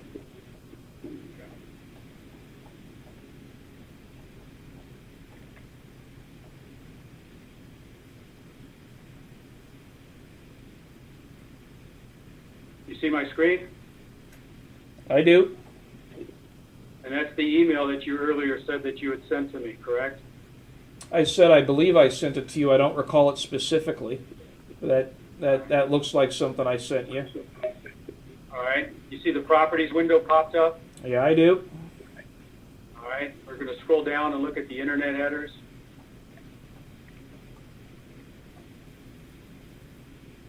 Right there that I've got highlighted.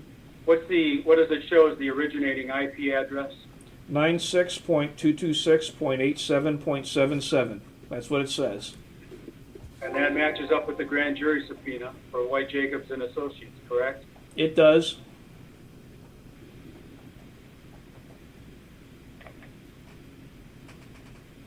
You see my screen? I see your screen. We're going to look at the Properties, Internet headers. That's what you appear to be bringing up.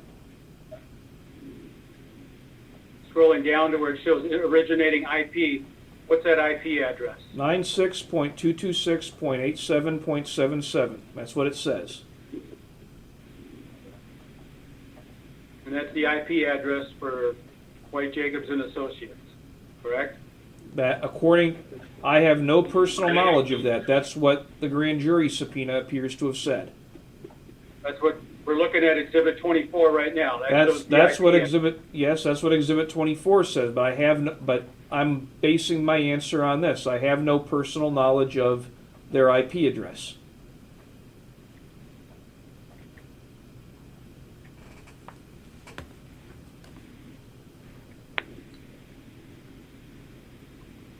You see my screen? Yes, I see your screen.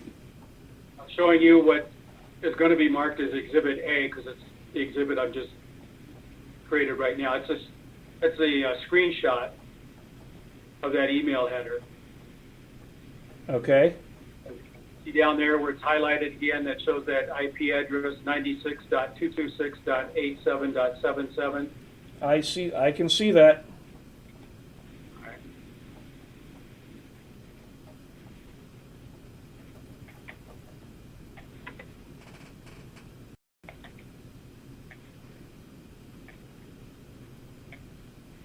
I'm showing you what's going to be marked as Exhibit B.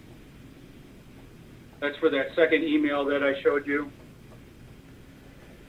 Again, I'm just highlighting this because this is going to be attached to your deposition. This is a screen grab that I just made while we were just talking. So the IP address. Go ahead. I say you don't have to ask my permission to attach an exhibit, Mr. Retzlaff. I'm not. I'm Okay. just explaining it so you can follow along. Okay. Excuse me, Mr. Retzlaff, this is the court reporter. Are you marking this Exhibit A and B to another document? No, I just couldn't remember what numbers I left off at on my exhibits that I sent you. The reason that I'm asking is because Mr. Van Dyke has also already marked an Exhibit A and an Exhibit B at the beginning of the deposition. Oh, okay. Then we'll pick something completely different then. May I recommend we mark him as his exhibit, whatever exhibit is next in order? How about, I don't know. I don't know how you mark exhibits. We can mark that as, let's see, I think, what did I leave off at? It's Exhibit 61, I think, isn't it? Are you asking me? Yes. I don't have access to that right now. Okay. All right. Instead of A and B, it'll be 62 and 63. Okay? All right.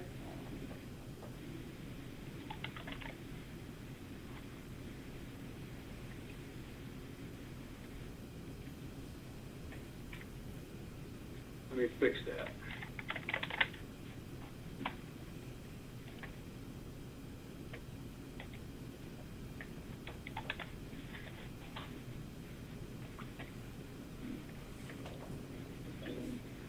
All right, I'm showing you what's been marked as Exhibit 64 then. That's from that third email that I just showed you earlier. Again, we've got the IP address highlighted here. You see that? I can see that. 96.226.87.77, correct? That is what it says, Mr. Retzlaff.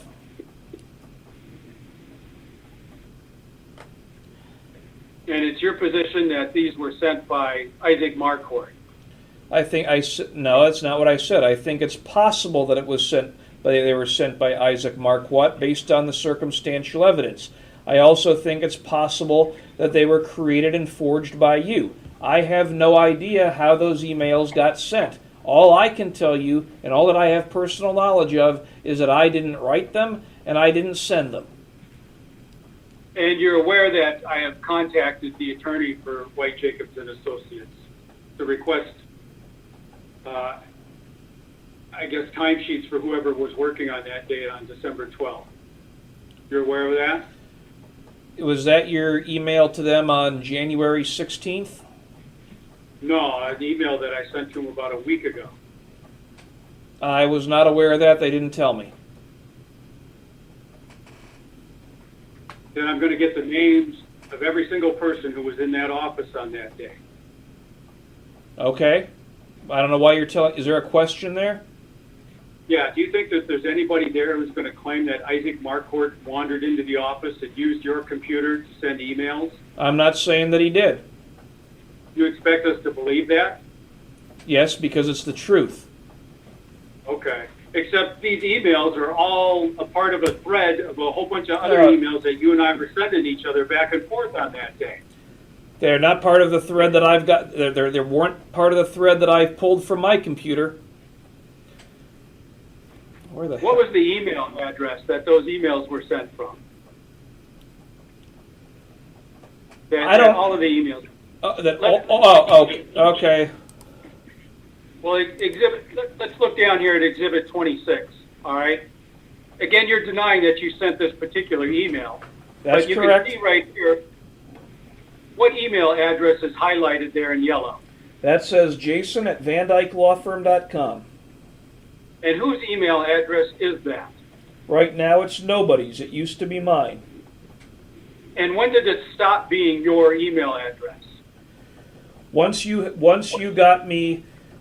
used these emails to get this to convince the Denton DA to charge me with that bogus false report offense, and started going down that tangent, I changed my email address, and I told my IT guy that I am canceling that email address because I never want to hear from you again. And who is your IT guy? Craig Lundy. Spell the last name.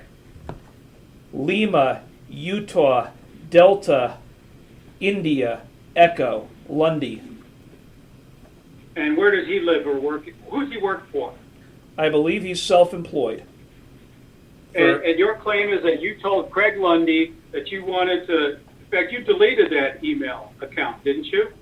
Yes, I did. And when the FBI served a grand jury subpoena for that email account, it turned out that you had in fact deleted all of the emails, correct? That I deleted all the emails? I don't. Yeah. I don't know. I don't recall. I don't know when they served the subpoena. I don't know. I have none of that information, Mr. Retzlaff. When you told Craig Lundy, you told him what, to cancel that email or to delete it or what? What did you tell him exactly? I told him that email address is no longer going to be used because a man who is stalking me has been contacting me through it, and I don't want to get more email from him. Get rid of it permanently. And cancel the domain name because I'm not going to be a lawyer much longer. That's what I told him. That would have been in January of 2019, I believe. Maybe late December of 2018. I don't recall when I stopped using the email address. Okay, but you still kept filing papers in the lawsuit with your new email address, correct? This Proton Mail account and this Gmail account, correct? Yes, those are my new email addresses. So what the fuck was the reason then for deleting the old email account if you just turn around and you give me a new email account? I originally intended to only give you the Gmail account because that's got the most aggressive spam filter, and it was easy to filter out your messages as spam. Then I inadvertently sent you something from the Proton Mail account at one point, and the cat was out of the bag. It's not out of the bag. You have that listed in your court pleadings. Well, I do now. No, you've listed them both at different times. When you canceled that email account at VanDykeLawFirm.com, what happened to all the emails from your clients and your work product? What happened to those emails, Jason? As far as the emails relating to client matters, it was standard practice in my office that when an email was needed, when an email was important, I would save it to a PDF and put it within the client's electronic file on my computer. And what happened to other emails? Emails that were junk were deleted. And when you had Mr. Lundy cancel his email account, all of the emails that would have been stored on that server were deleted, correct? You'd have to ask Mr. Lundy.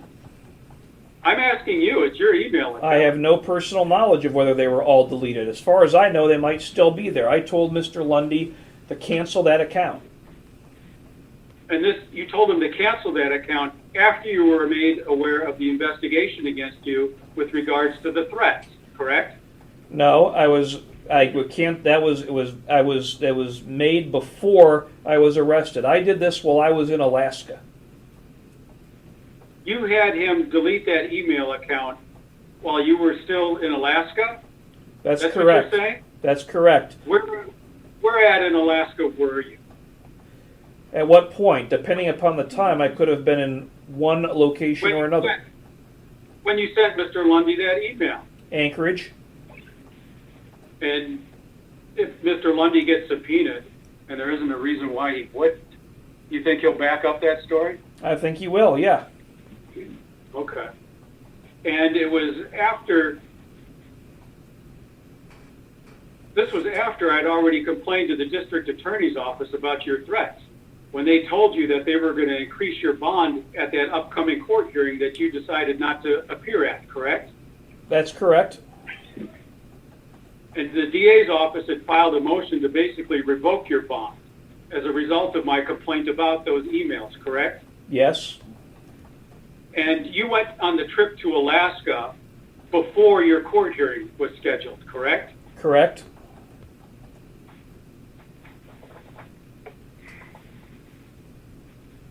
This is bizarre. You're telling me. Can we take a break to change the tape real quick? Yeah, okay. I'm going to grab some water real quick. We're off the record at 5:18. One second. Sorry. turn off my music. We're on the record at 5:26.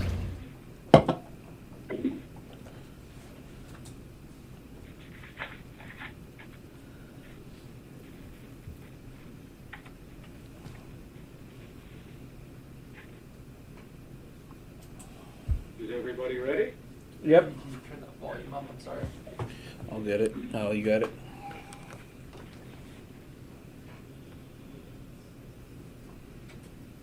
We're ready. Okay.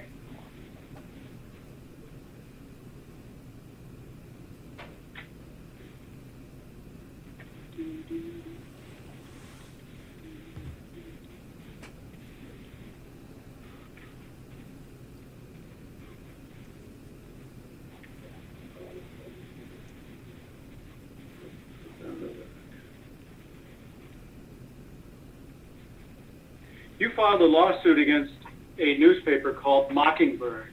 Is that correct? Object to form, yes. And the news reporter whose name is Jerry Bello. Object to Is that form, correct? yes.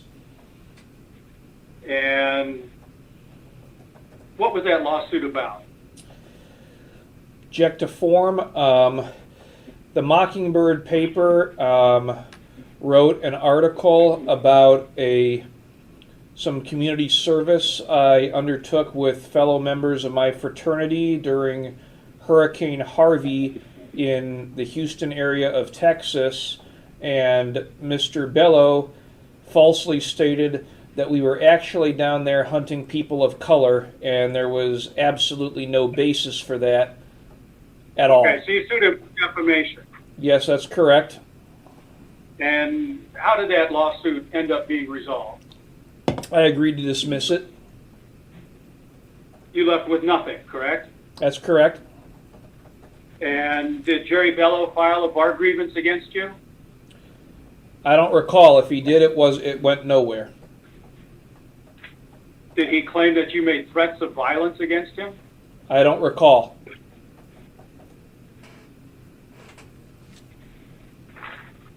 A couple weeks ago, you sent my lawyer, Jeff Durrell, an email saying that if I were to release the documents that I obtained from Oak Point Police Department, that you were going to sue me. You remember that? Yes, I did. What would be the basis for your lawsuit? False light What do you mean false light? Explain. and invasion of... I'm sorry, not false light, invasion of privacy. Okay, and how is it that you believe that I would have been invading your privacy? Well, I'm not saying that there was my voice on the recording. If you're trying to trick me into doing that, it's not going to work. But No, I'm not. But my position is I believe that you enticed Mr. Marquardt to make that recording, and among other things, and to turn it over to the police. And my belief is that you induced him to use his technological expertise to forge those emails. So, And what evidence do you have to support those beliefs? I will. Listen, this is your opportunity here to show me what evidence you've got. Because in these lawsuits, you make all kinds of broad allegations, stalking, harassment, blah, blah, blah. What evidence do you have to support your claim that I somehow was in cahoots with Isaac Marquardt? I'm pulling it up right now. You're just going to have to give me a second. We got plenty of time, my friend. All right.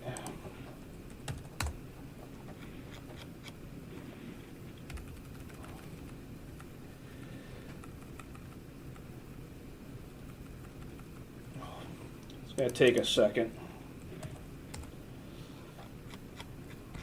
Well, you're the one who's worried about keeping time. Well,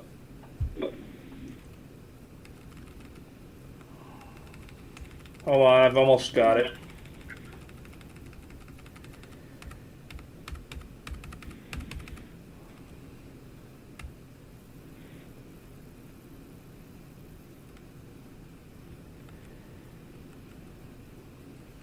Damn.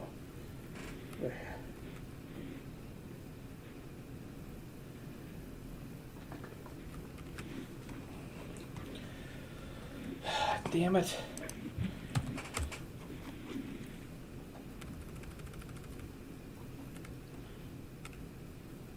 It's in the emails that I sent you. I'm just trying to find the correct one. Okay, so you're talking about this one email from December about where somebody supposedly sent me an email saying, hey, you want some dirt or information on Van Dyke? Yeah, the exact same date, December the 12th, at about the exact same time, those other two emails that are forged were sent. And I was later able to determine that the person who sent that email was Isaac Marquardt. And how did you determine that? He admitted it. Because after I found out about the email, I was still part of the Proud Boys at that point, and I asked all the chapters to try to find the rat and let me know who it was. What? To try to do what? Find the rat. Find the rat. Okay. All right. So you wanted to find out who was snitching on you, supposedly. Who was offering, because mostly it was Proud Boys who knew me as JL, and that was the language in the email. None of them ever came back with a response. We weren't able to determine it. And I didn't tell him this, but in May, when he wanted to contact me again after he had left the jurisdiction, he said, I told him, well, how can I email you? And he said, use this email address. And he gave me that Sam Bennett email address, at which point, when I met with him in person, I confronted him about that email, and he admitted that he had sent it to you. Did you ask him about the other two emails that got you arrested? Yes, he said he's not talking about anything that he may have done with you. He wouldn't talk to me about it.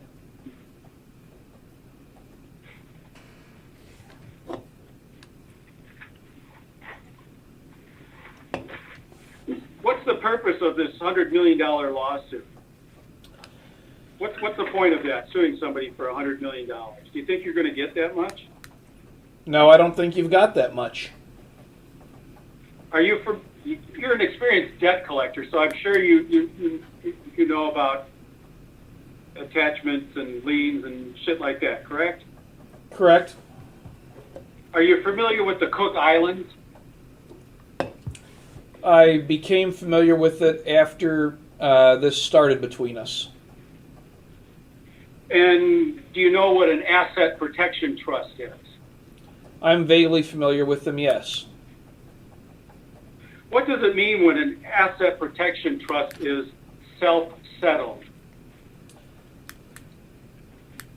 I don't recall. I don't do a whole lot of stuff for trusts. I just know that asset protection trusts are generally a tool used by people such as yourself who claim to have a lot of wealth to shield their assets from creditors, particularly judgment creditors. That's the extent of my knowledge of them. So if I were to tell you that the term self-settled means that you are both the settler and the beneficiary, would you agree with that or disagree? That sounds right. What does it mean to be a settler and a beneficiary? Well, the settlor of the trust is the person who sets up the trust, creates it, and the beneficiary of the trust is the person who benefits from the trust. The other party to a trust is the trustee, where the trustee has legal title to the property and the beneficiary has equitable title to the property. It's contained within the trust. I don't do a lot of trusts. And when assets are under the control of a trustee, the law no longer considers them to be your property. Would that be correct? That'd be correct when it's property of the trust. I'm showing you what's been marked as exhibit number 41. Can you see it? I see it. Who's that a picture of? That's a picture of me. And who is it that's standing next to you here on your left and the right? Who are these guys? I don't know who that guy in the blue shirt is with the beard, and I can't tell you who that other guy is. Again, the identities of members of the Proud Boys who I represented are protected by attorney-client privilege. So you think that the names of the members of this organization are protected by attorney-client privilege? That's your response? I am not at liberty to release the names of any members of the Proud Boys. That is my response. Go ahead and certify it if you want to. I'm not talking about this, and it's outside the scope of discovery anyway, Mr. Retzlaff. This is a picture of you on 6th Street in Austin in March 2018. Can we agree on that? It looks like that. That's what it looks like.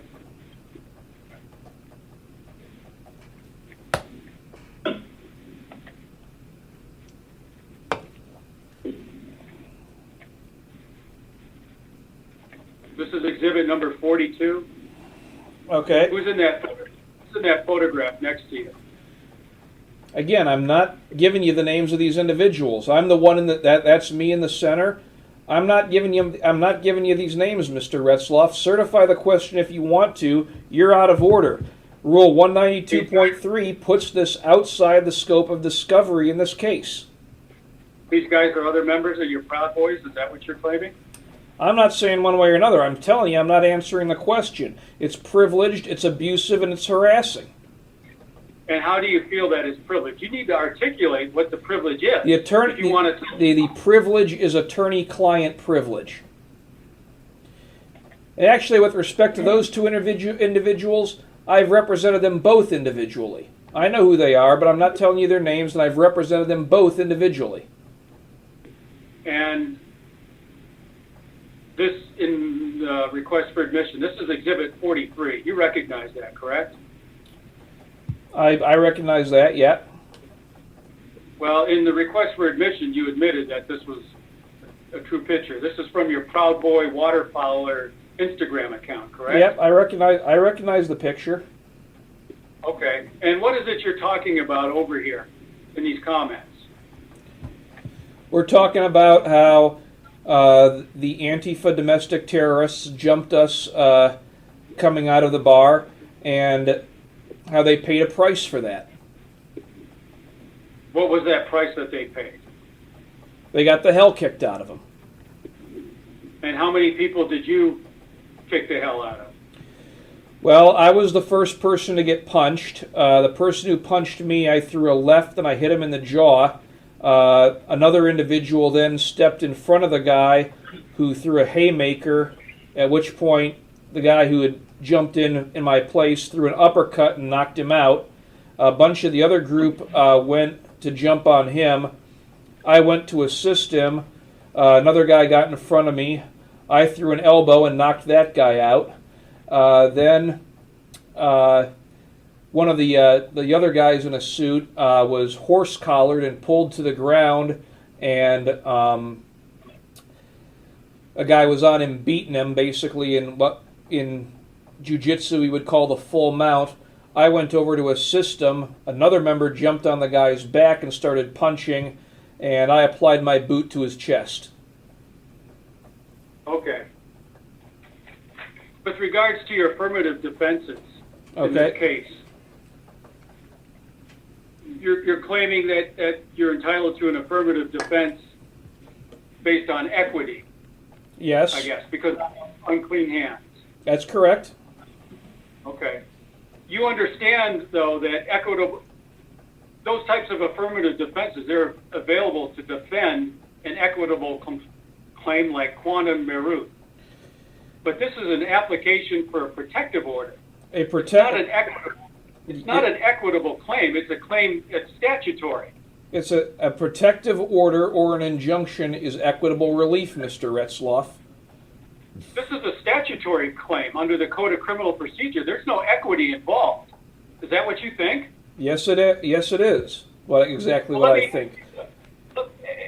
Have you ever, in your 12 years of being a lawyer, have you represented husbands and wives in divorces? Very rarely. Usually it's just to prepare paperwork. Okay, that's fine then. Let's talk about you got a husband and wife that are beating the hell out of each other. Okay. So you're saying that the wife can't get a protective order against the husband because she's an equal participant as well. That sounds reasonable to me. I've never done a case like that. You understand that that's not what the law is, though? I don't know. I'm not I have no experience really in that area of law, Mr. Retzlaff. But just because I beat the hell out of you doesn't mean you get to beat the hell out of me. I get to defend myself against you. If you beat the hell out of me, I would defend myself. I don't think you're going to do that. But we're talking about a protective order proceeding.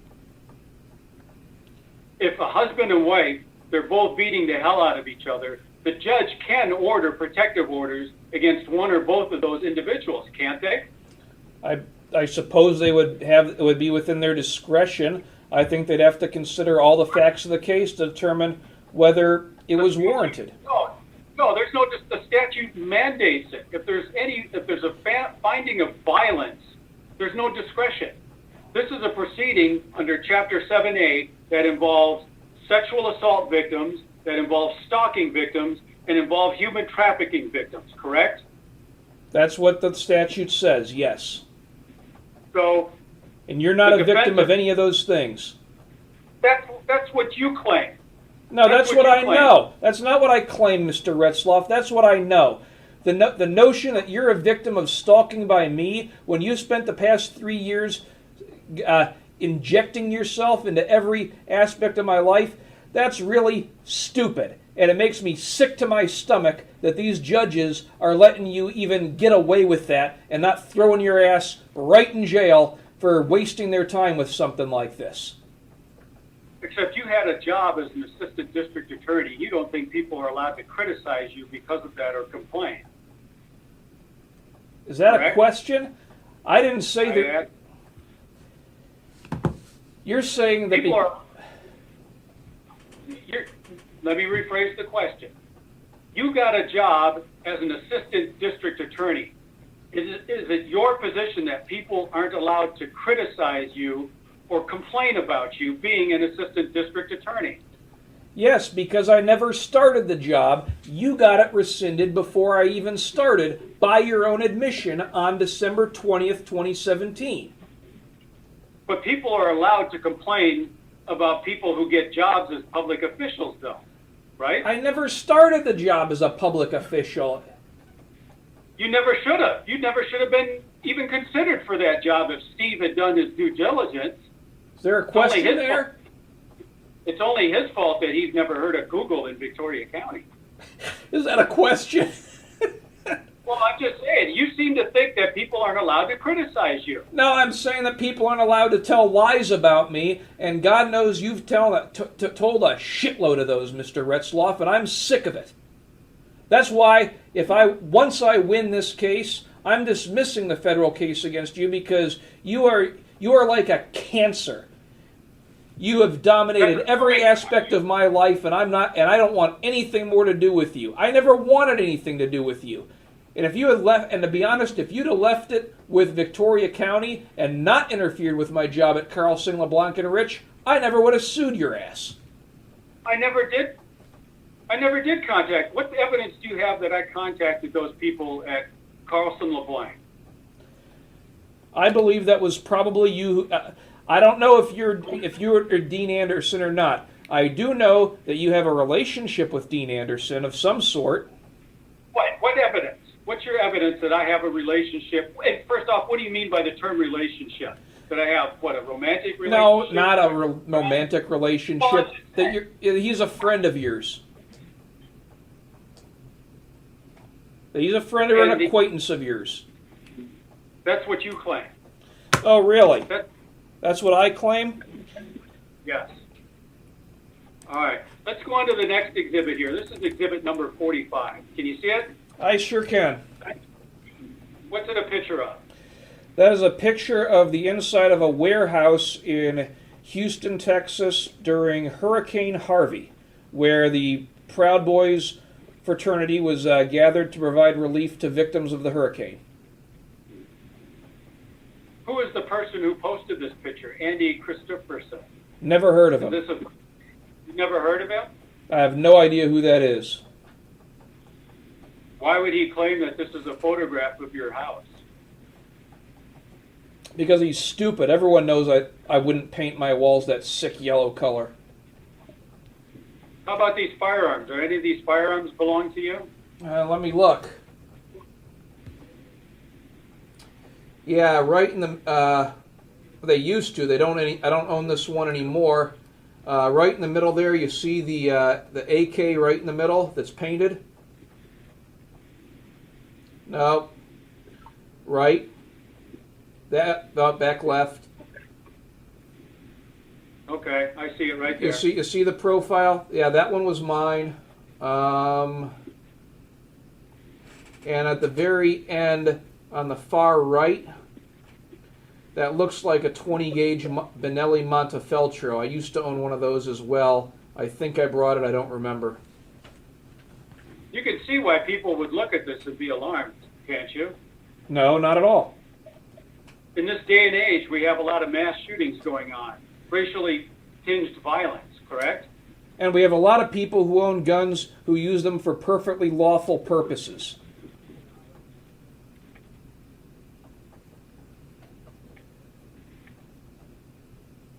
I'm showing you Exhibit 46. You recognize that? I sure do. And this is photographs of your weapons? I'm not going to confirm or deny that. Whatever weapons I own, that's none of anyone's business, and it's not relevant to this case. It's outside the scope of discovery.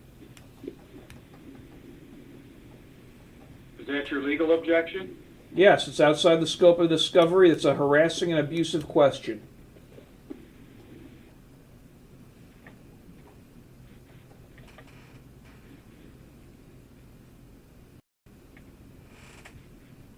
I'm showing you what's marked as Exhibit 47. This is from one of your former Twitter accounts, correct? Let me see.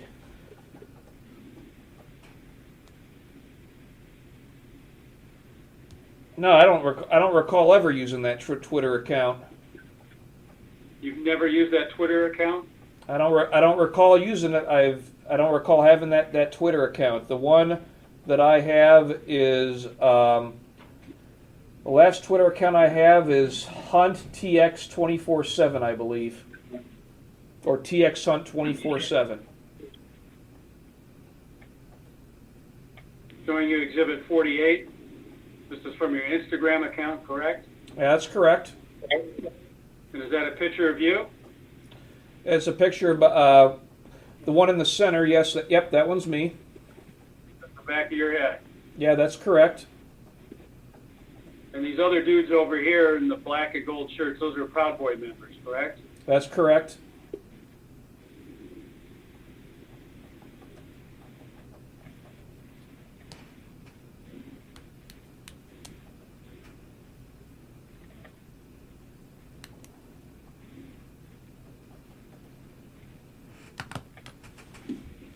Exhibit 49, I think we've already talked about that. That's the one of you in the ghillie suit, correct? Yes, that's correct.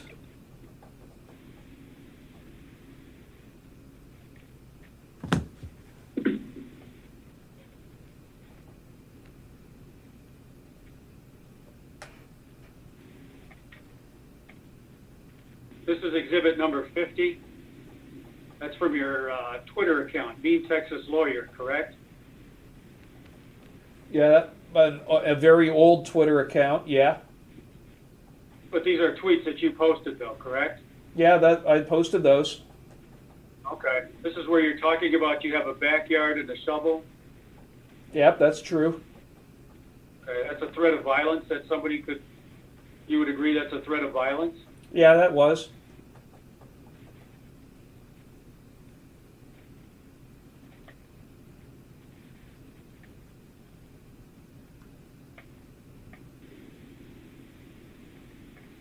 This is exhibit number 51. Okay. You remember that? I don't. Does this look like something you would say? To LOL Docspin, might have been something I would have said back then. I wouldn't say it today. No, but this was from several years ago, though, correct? It might have been from 2013 or 2014. I don't remember when that's from, Mr. Retzlaff. It's been a long time. Okay. I'm not saying that these are your current beliefs.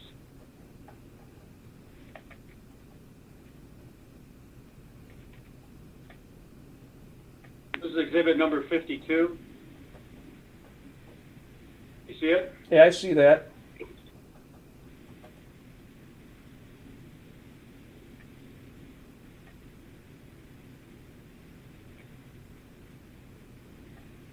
This part here that I'm highlighting, read it. If they sanction me, my property is defended with a 50 BMG.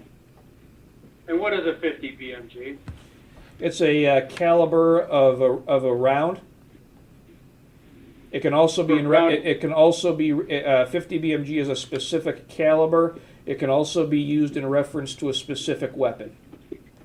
This is in reference to a 50 caliber Browning machine gun. That's well, it can be, but it's also a reference to a caliber because the name of a round that's used by other weapons is the 50 BMG. That's fine. And tell me about this tweet here. You're talking about a guy named Langton. Who's Langton? Asher Langdon, And who's White? Ken White, And who's Kawili? Talib Kweli, And HuffPo. the Huffington Post. And you say here that they're all going to get sued on Monday, right? Yeah, What were you going to sue them for? defamation, And what sort of defamation? libel, Libel for what? repeated references to me as a Nazi, a white supremacist, among other things. But someone who talks about lynching niggers, some people might think that that means they're a white supremacist, though, doesn't it? I think it depends upon the context, Mr. Retzlaff. What sort of context could somebody talk about lynching niggers that doesn't refer to white supremacists?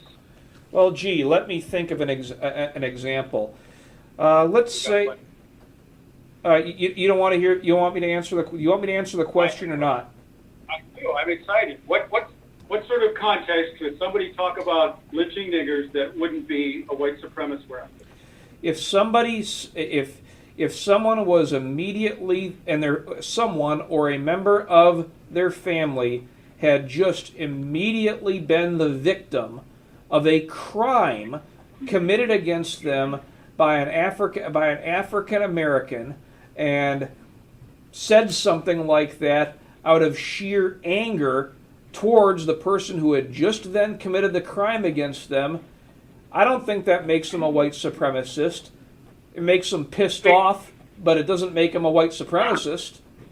But some people could think that, though, couldn't they? If they didn't see the context, it's possible. And that's kind of the problem with social media. The context of everything you've shown today, there's none of it there. Well, talking about lynching niggers, I mean, that kind of speaks for itself. Now, what would have spoken for itself is if you'd have showed the tweet that the guy posted with my social security number and my parents' social security numbers, telling them to steal all of our money in my parents' retirement, that post was a response to. You've only shown that post. You haven't talked at all about what that post was in response to. I didn't just go on there and say, oh, well, I'm going to lynch an N-word today. I don't do that. That's ridiculous. Well, we've seen a whole bunch of tweets from it. Why couldn't you have said something else like, well, I'm going to kick your ass? Why did you have to go racial? Because I was really pissed off at the time. I regret calling him the N-word when I posted that. I do regret that, and I've said that I regret it. But I certainly don't regret threatening that guy for attacking my family.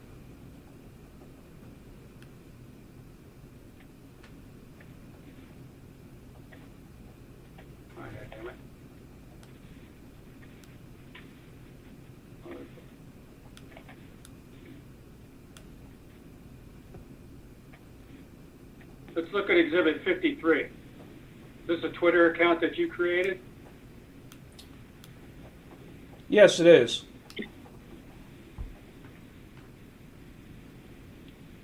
Why? In retaliation for the falsehoods you were publishing about me.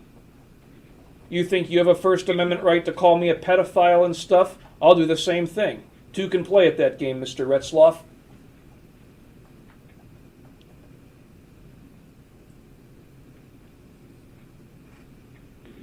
This is Exhibit 54.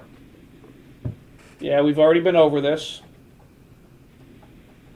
You're telling these people to run and hide. I will kill both you and your family. Mr. Right. Retzlaff, we've been over, if we're going to keep going over this, this has been asked and answered, I believe, several times now, and this is getting abusive. Well, If you have more questions for me, I'll try to answer them in the time we have left, but you just keep kind of circling back.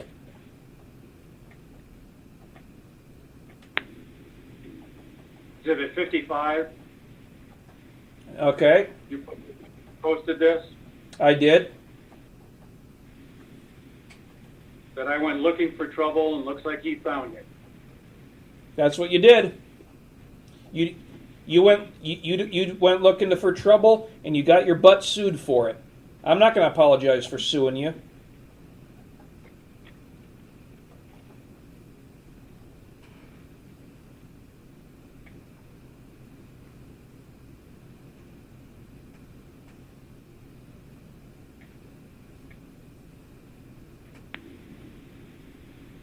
Tell me about that lawsuit here, Van Dyke versus Thompson. Man, this lawsuit, that's from 2011. I don't remember anything about that lawsuit. Isn't she a person who filed a grievance against you with the state bar? She is. And you sued her because of that. I sued her for breach of confidentiality of the terms of a settlement agreement, from what it looks like. Because she filed a grievance against you with the state bar. There was nothing in the settlement agreement that allowed her to disclose it. You don't think that she has a right to file a grievance against you with the state bar? No, I don't, because I didn't do anything wrong. And what happened with this lawsuit? I don't recall, Mr. Retzlaff. It was like 9 years ago. To the best of my recollection, we couldn't find her to serve her. I don't recall whatever happened with that. Dismissal for lack of prosecution. Okay, then that means I couldn't find her to serve her.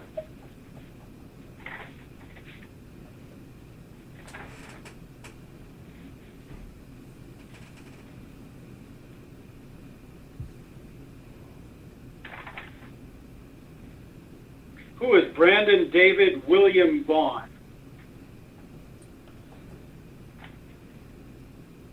He's a former client, I believe. From Washington, or you were representing him in Washington, D.C., correct? That's correct. He's a member of the Proud Boys? I cannot answer that question. I was protected by the Fifth Amendment. Protected by attorney-client privilege. Do you know who Camille Naifa, N-A-Y-F-E-A, Camille Naifa is? And what happened in Washington, D.C. on March 26th of 2017? Mr. Retzlaff, you're getting into my representation of a client in a criminal case. I can't go into that with you. My objection is based off of attorney-client privilege. Brandon is currently a fugitive from justice. Did you help him escape? Mr. Retzlaff, that's an abusive question. I cannot talk about my representation of Mr. Vaughn.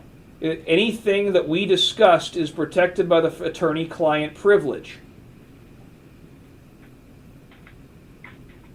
Who's Russell Schultz and Tiny Tosi? I don't know Russell. I know who Tiny is. Both members of the Proud Boys, correct? I can't confirm or deny the membership of any person in the Proud Boys, Mr. Retzlaff. I think I've been very clear on this point. And they were both arrested in Portland, Oregon with regards to violent street fights, correct? I am aware that Tiny was arrested. I don't know about, for something. I don't know about Mr. Schultz. You're aware that they both pled guilty to assault? I did not follow the cases. I did not represent either of them. I'm not licensed in anywhere in the Pacific Northwest. You're aware that the victim had a concussion and stitches after a Proud Boys rally? I don't know which one you're talking about. This one where Tiny, the one that was involved in the arrest of Tiny and Russell Schultz. I don't know how they got that. I wasn't personally there, Mr. Retzlaff. Well, it seems that a lot of violent things seem to happen whenever the Proud Boys gather. whether it's on the 6th Street of Austin, whether it's in downtown Washington, D.C. Brandon Vaughn is accused of using a weapon to beat the hell out of a professor, a community college professor, who was walking his daughter into work, who just happened to be passing by a Proud Boys rally. Are you aware of that? Mr. Retzlaff, you're going into Mr. Vaughn's case. I'm not talking to you about Mr. Vaughn's case. It is protected by the attorney-client privilege. This is what you could find in the newspaper, in the Washington Post, when this happened back in 2017. And as you know, I can't comment on. I can't make a comment about this. I'm no longer representing Mr. Vaughn, but the privilege remains. It's his privilege to waive. He has not waived privilege, and I cannot talk to you about this. All right, that's fine. Who's Vic Berger? Vic Berger, B-E-R-G-E-R. Oh, man, hold on. I know who this is. He's some guy, he claims to be a journalist. His hair looks kind of like that Ancient Aliens guy on History Channel. Big, fat, pudgy guy who claims to be a journalist but is really a member of Antifa. And Gwen Snyder, G-W-E-N-S-N-Y-D-E-R. You know who Gwen is? I don't believe I've had the pleasure of meeting Gwen. Aren't they prominent journalists who claim that Proud Boy members have shown up at their homes at night and threatened them? I don't know. I don't follow this stuff. I wasn't involved in any of it, and if that's the insinuation you're making, then I think we're done here. Jerry Bello is a journalist from the Mockingbird, correct? I don't consider Jerry Bello a journalist. Jerry Bello is more of a creative writer or a fictional. He writes fictional. Jerry Bello writes fiction. He's not a journalist. He's a fiction writer, is what he is. Like Todd Haywood. No, Todd Haywood was a real journalist. What is the Fraternal Order of the Alt Knights? The Fraternal Order of the Alt Knights was an organization that branched off from the Proud Boys that was started by a man named Kyle Chapman. And Kyle Chapman, he goes by the nickname Based Stickman, correct? That's correct. And would it be fair to characterize the Fraternal Order of the Alt Knights as a paramilitary wing of the Proud Boys? I really don't know how to answer that question. My experience with the group the answer would be no. Who is Augustus Sol Invictus, also known as Austin Gillespie? To the best of my knowledge, Augustus Sol Invictus is a soon-to-be former attorney. I think he's from Florida, who spoke at the Charlottesville rally, and I think he's run for office a couple of times. And both of these individuals, they've been arrested for various assaults and acts of violence, correct? Are you referring to Mr. Chapman and Mr. Invictus? Yes. Yes, that's correct. Felony possession of weapons?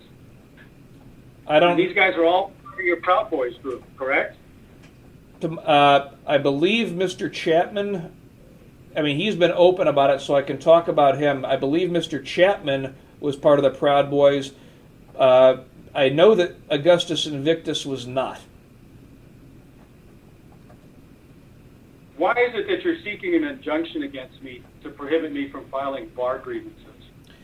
Well, let's see, because you are on grievance number, hold on. You're on grievance number 17 since December 20th of 2017. And Mr. Retzlaff, again, I want nothing to do with you. I want you to go on and live a happy life, and I want to go on and do my thing without being bothered by you. That's all I want. I'm trying to get... Pardon? Go ahead. Listen, don't people have a right to file grievances? Not when they're frivolous, as most of yours has been deemed frivolous. You're on suspension right now, facing disbarment. I'm not facing disbarment right now. What do you mean? We still got the case going on in D.C., and we still got the case going on in Georgia, And we've got 3 more grievances teed up in Texas right now. And that's exactly why I want an injunction against you, Mr. Retzlaff, because I'm sick of your shit. But so you don't think people have a right to petition their government to file grievances? I don't think you do, because you're a vexatious litigant and you're abusing the process. And so why are you seeking an injunction on behalf of Mark Randazza? I'm not seeking an injunction on behalf of Mark Randazza. Yeah, you want to get an injunction against me to prohibit me from filing grievances against Mark Randazza. Marcrandazza. Mr. Retzlaff, where is this in my answer? This is in your federal lawsuit. Okay, how is this within the scope of discovery for the case we're here on today? I'm not here to talk about the federal lawsuit. Please confine your questions to things within the scope of discovery on the protective order case.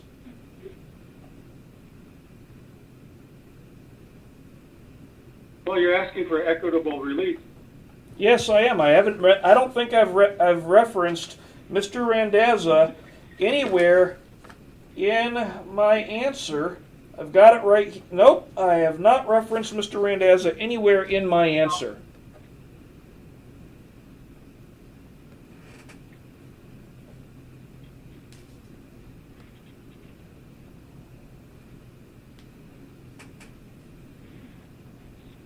Got too many windows open. Join. Join.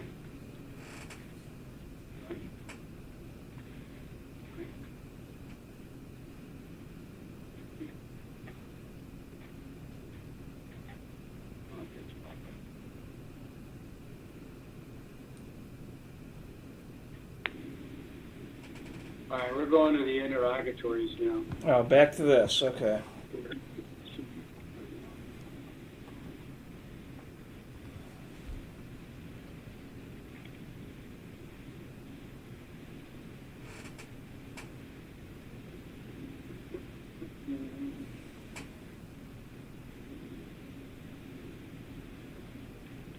All right, we're talking about interrogatory number 3. You claim that I'm guilty of stalking, correct? That's correct. Right up here, I'm highlighting it, and identity theft. What is your claim for identity theft?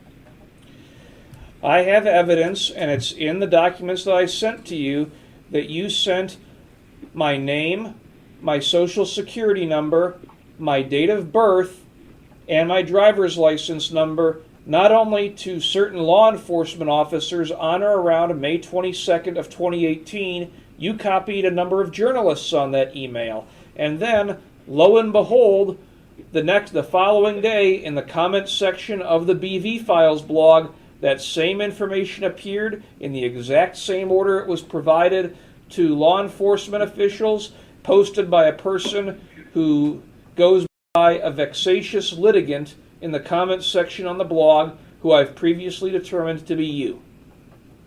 And first off, how is that identity theft? Assuming that what you say is true, how is that identity theft? It's based on the statute. I put my answer in the interrogatory. It's not my. I can't control how they name the statutes.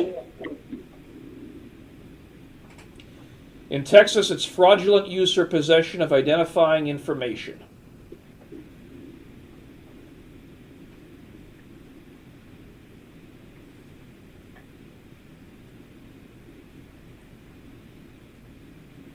And with regards to these comments on the blog, how is it that you determine who it is that's posting these comments? Well, basically by using common sense. When I started suing you, I conducted an experiment in the comments section of the blog to determine how the various gravatars which appear next to every comment were determined. I was able to determine 2 things. One, that they were determined based upon an email address. And I also was able to determine that the time for the blog was 2 hours exactly behind Central Standard Time. And so what I did is I started collecting comments from various people who I believed to be you and cross-referenced it with material that could only be known to you. For example, when I would see that a person with a specific gravatar would post something that was contained between me and your attorney, Mr. Durrell, in an email, well, there's logically only three people total who could post that information. Me, Mr. Durrell, or you. It would be known to you. What if I shared that information with hundreds of other people? I'm sorry, I didn't hear that. What was that? What if I shared that information with hundreds of other people? I don't think that you did. I do. That's what you were bitching about here with your identity theft claim. Wait a And minute, I sent an email to law enforcement and to a bunch of journalists that had your identity, that had your date of birth, driver's license number, social security. I'm sure you shared that information. I don't see why you would share correspondence relating to a case with your attorney with a bunch of people. At least I don't. I do. I send that shit out to hundreds of people, dude. Like when the Board of Disciplinary Appeals ordered my grievance to go to trial. Okay. And set up your lawsuit. I sent that out to all kinds of people. Ken White, I sent it to the Mockingbird guy. I sent that to all kinds of people. Well, what are you giggling for? Because it's funny, because you're such a clown that you think all these people give a crap about when you send them an email. Oh, that's funny. I'm sorry. I mean, you actually think all these people give a damn about all this crap. I'm just imagining you sitting at home sending this crap to all these people because you got nothing better to do. Oh, I'm sorry. That's funny. But what that means is that lots of other people had access to this very same information. Not right after I sent it. I've kept track of the time, Mr. Retzlaff. And in fact, I've kept very good records of this. How fast do emails travel? Very quickly, but if there's attachments to them, they can take a couple minutes. That's not, but that's not how I've made all these determinations. I mean, this stuff is being posted on your blog in a matter of hours. There's stuff there that could only be known to you, and that's how I determined that the blog was yours, because you either created the content or you provided somebody else with everything they needed to make that content and gave them specific instructions to do so. What if I share this stuff with hundreds of people? You know, when I send out these press releases and such, you know, which resulted in an article being written by the Southern Poverty Law Center and the Huffington Post and the Daily Beast. You know, are you saying that I'm responsible for the Huffington Post and Daily Beast articles as well? If the because stuff they used information that I provided them. Well, that's their own stupidity. But yes, if you had sent them information that was false and defamatory, yes, they would be liable for republishing false and defamatory information. If they provided, of course, they acted with the requisite level of fault for a libel case. But using your chain of logic here and your internet detective skills, you're claiming that because this BV Files blog posts information that it somehow is my fault or I'm responsible for it. Because I shared information with other people, and other people maybe posted on Twitter, they posted on Facebook, or wherever. If you're Don't you get it? I understand what you're saying, Mr. Retzlaff, and what I'm saying is, if you're providing them all this stuff and telling them what to write, and they're doing it, yes, you're liable for that. You're the one who's actually creating the content. And if you're not Then that, where's your evidence? Where's your evidence that I'm telling people what to write? you just say you send this stuff out to hundreds of people. Yes, but that's a big difference, though, between saying, Luke O'Brien, I want you to write this and post it on the Huffington Post. Oh, let's see then. Okay. Where is the okay? Let's see. The email to Ford Fisher you wrote. Van Dyke and his associates have made numerous attempts at getting people such as myself swatted by the filing of false criminal reports with state and federal law enforcement agencies. Oh, this is a good one right here. As you can see, Van Dyke, thus to me, Detective Benzick's criminal case against Van Dyke is a slam dunk and probably one of the easiest cases he has ever had to work in all his 15 years with the Plano Police Department. Marissa Dunnigan, Assistant District Attorney in the Special Prosecution Unit of the Collin County District Attorney's Office, is the prosecutor. So you've sent that to Ford Fisher. Yet you've represented to courts and to others that there's some imminent prosecution in Denton County for obstruction and retaliation when you know darn well that's not the case, Mr. Retzlaff. You know darn well.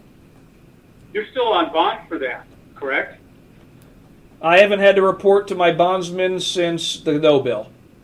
I have no. But you're still on bond. You're still on bond, correct? I don't think so. My bondsman said no. Said I had to stop. I used to have to call them every week. I've not had to call them, and according to them, I'm not still on bond. If that's the case, on the Denton County website.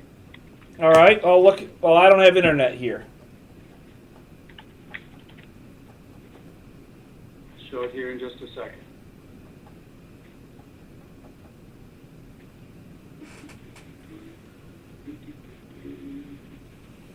Wow, this is really laggy. Anyways, I don't want to waste my time. The no bill. That was for harassing communications. No, it was. That's not a lesser included offense of obstruction and retaliation. That's an open question because based on the language of the statute, something could potentially be prosecuted as either one.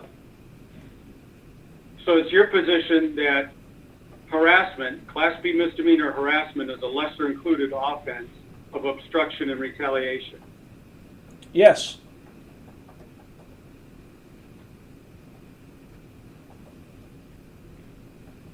With regards to these Gravatar Okay. accounts on the blog, what do you know about Gravatar? Very little. All I know is what I learned with respect to conducting an experiment on the website where I learned that when the same email address is used, the same gravatar is used with reference to that post. So I attempted to use the gravatars combined with the names people were posting under to determine that certain posts were coming from a certain individual. I did this as far as the posts which I'm alleging are for you. I used this in combination with my knowledge of your writing style. So you're basing this on your claim that when a person makes a comment using Gravatar, that the email address that they use provides a consistent avatar for future posts. That is correct.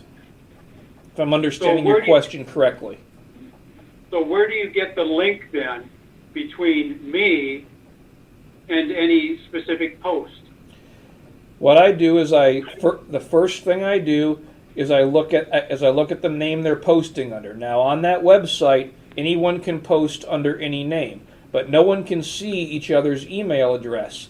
So if I'm comparing a post that I know is you based upon the fact that it's got information that could only be known to you or your attorney, I check to make sure that the gravatar on that post and the name on that post matches subsequent and future posts. It's an assumption. You're assuming that the information is only known to me or my lawyers. Your case is based on an assumption. And based on your invocation of Fifth Amendment privilege, but yes. I'm allowed to share emails that I get with my attorney to anybody on the planet, correct? Yes, you are. And anybody can go on that BV Files blog and post comments using whatever name and whatever email address combination they want to, correct? That's correct. Have you ever posted comments on the BV Files blog? Yes, I have. Using what email address? Usually I just use a bunch of randomly typed letters. Have you ever used an email address regularly or more than once? Not that I'm aware of, unless I accidentally randomly typed the same letters more than once. I've been told to ask you if the name Falinor means anything to you. It does. Explain. What does it mean to you? Well, I met a guy on Twitter one time who used the Twitter name @Falinor, and he was talking to me about something related to you, and I reached out to him and let him know that some of the stuff that's been reported in the media is completely untrue, and I told him my version of the events as they actually occurred. I spoke to him on the phone a couple of times. I haven't heard from him in a long time. That's all I know about him. Have you ever posted any comments on that blog using that name? No. Or anything, that name in an email or anything like that? No, never.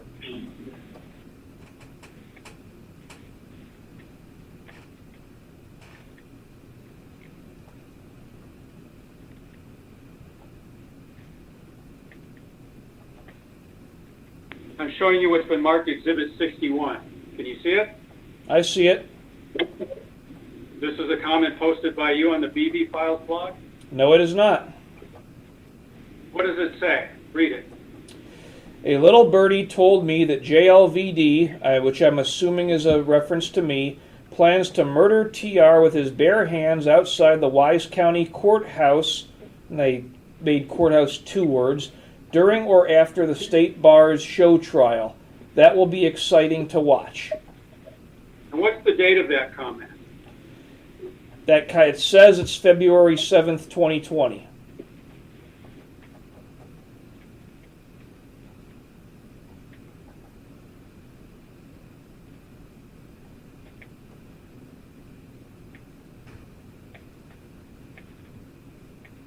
I'm showing you Exhibit 12. What is that? Like we said before, that is the disciplinary petition filed in Wise County on 271st District Court. And the date?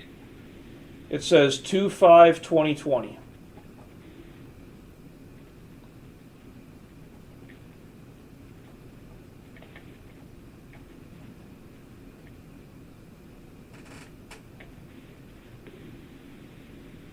And you're claiming you didn't post that comment? Yeah, of course I didn't post that comment. I haven't been on... most of what I do on that blog, I just look to see if there's anything I can attribute to you to use in my case. So if somebody were to look at that comment and see that the IP address matched up with yours,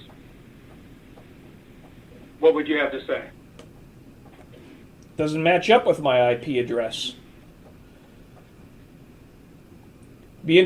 Actually, the first thing I would say is who's looking at it, because it'd be really interesting to know who the person responsible for that BV Files blog is, wouldn't it? I'm not here to answer questions. You are.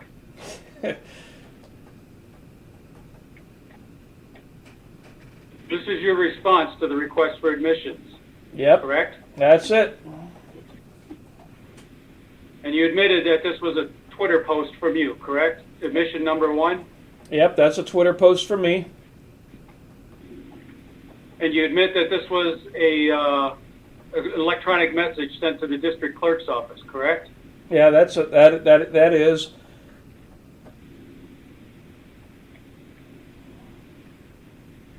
See what I highlighted there? I do. What does it say? 184. Remote IP address 184.62.133.249. That's the IP address that you used when you sent that electronic message to the district clerk's office in Denton County, correct? I have no idea what my IP address is.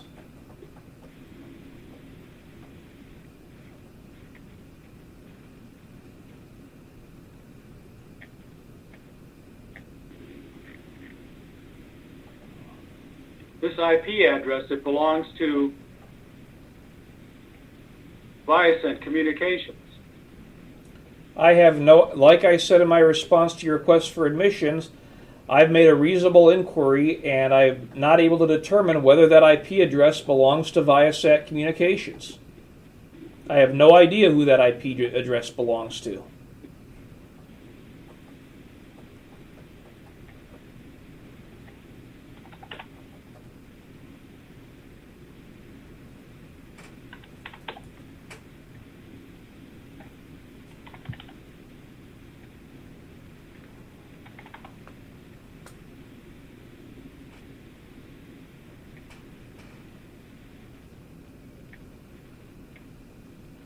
Can you see my screen? Yes, I can see your screen.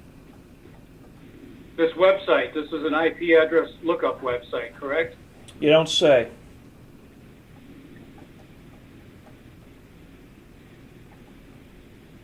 What does it say the results are for IP address 184.62.133.249? It says Viasat Communications.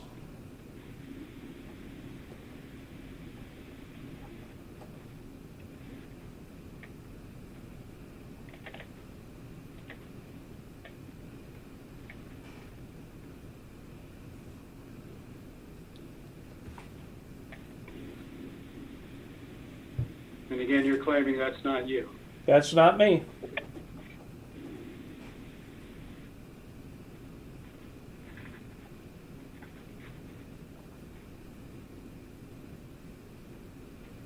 In your lawsuit, you've claimed that I defamed you regarding your involvement with Trent Hackney or Trent Austin Yes, that's correct. and a girl named Marion Grillitz. I vaguely recall the case. Griltz. I recall the case. And who's Trent Hackney? He is a former client. And when's the last time you had contact with him? I believe it was before he went to prison. And what did he go to prison for? I don't recall. I withdrew from representing him. Would it be true to say that it was for several felonies that he committed against Miss Grillitz? I don't have representing. I don't have personal knowledge. I wasn't his attorney at the time of sentencing, but that would make sense to me. You were representing him, though, in Dallas County District Court for ag assault with a deadly weapon, right? I was at one time. I had to withdraw from that case. And retaliation against a witness case, correct? I don't recall, but I do recall that I had to withdraw from representing Mr. Hackney with respect to those cases. And Marion Grillitz, she was the victim, correct? If you say so, I can't talk about my representation of Mr. Hackney or anything in the you may have told me in the case. Did she ever file a lawsuit against you? Or no, a grievance against you? She did not that I can recall. You filed a lawsuit against her, though, didn't you? On behalf of Mr. Hackney? Yes. Yes, I You filed a did. lawsuit. Yes, I on did. behalf- You claimed that Miss Grillitz defamed Hackney by falsely accusing him of threatening her with a gun, correct? If that's what it says, it's been a long time since I've looked at that file, Mr. Retzlaff. I mean, you appear to have it in front of you. If that's what I put in the lawsuit, then that's what we claimed.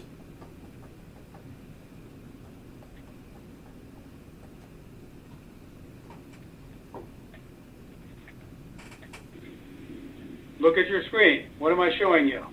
That's the lawsuit. You have a correct copy, Mr. Retzlaff. That you filed on behalf of Trent Hackney against Marion Grillitz. Yes, that's correct.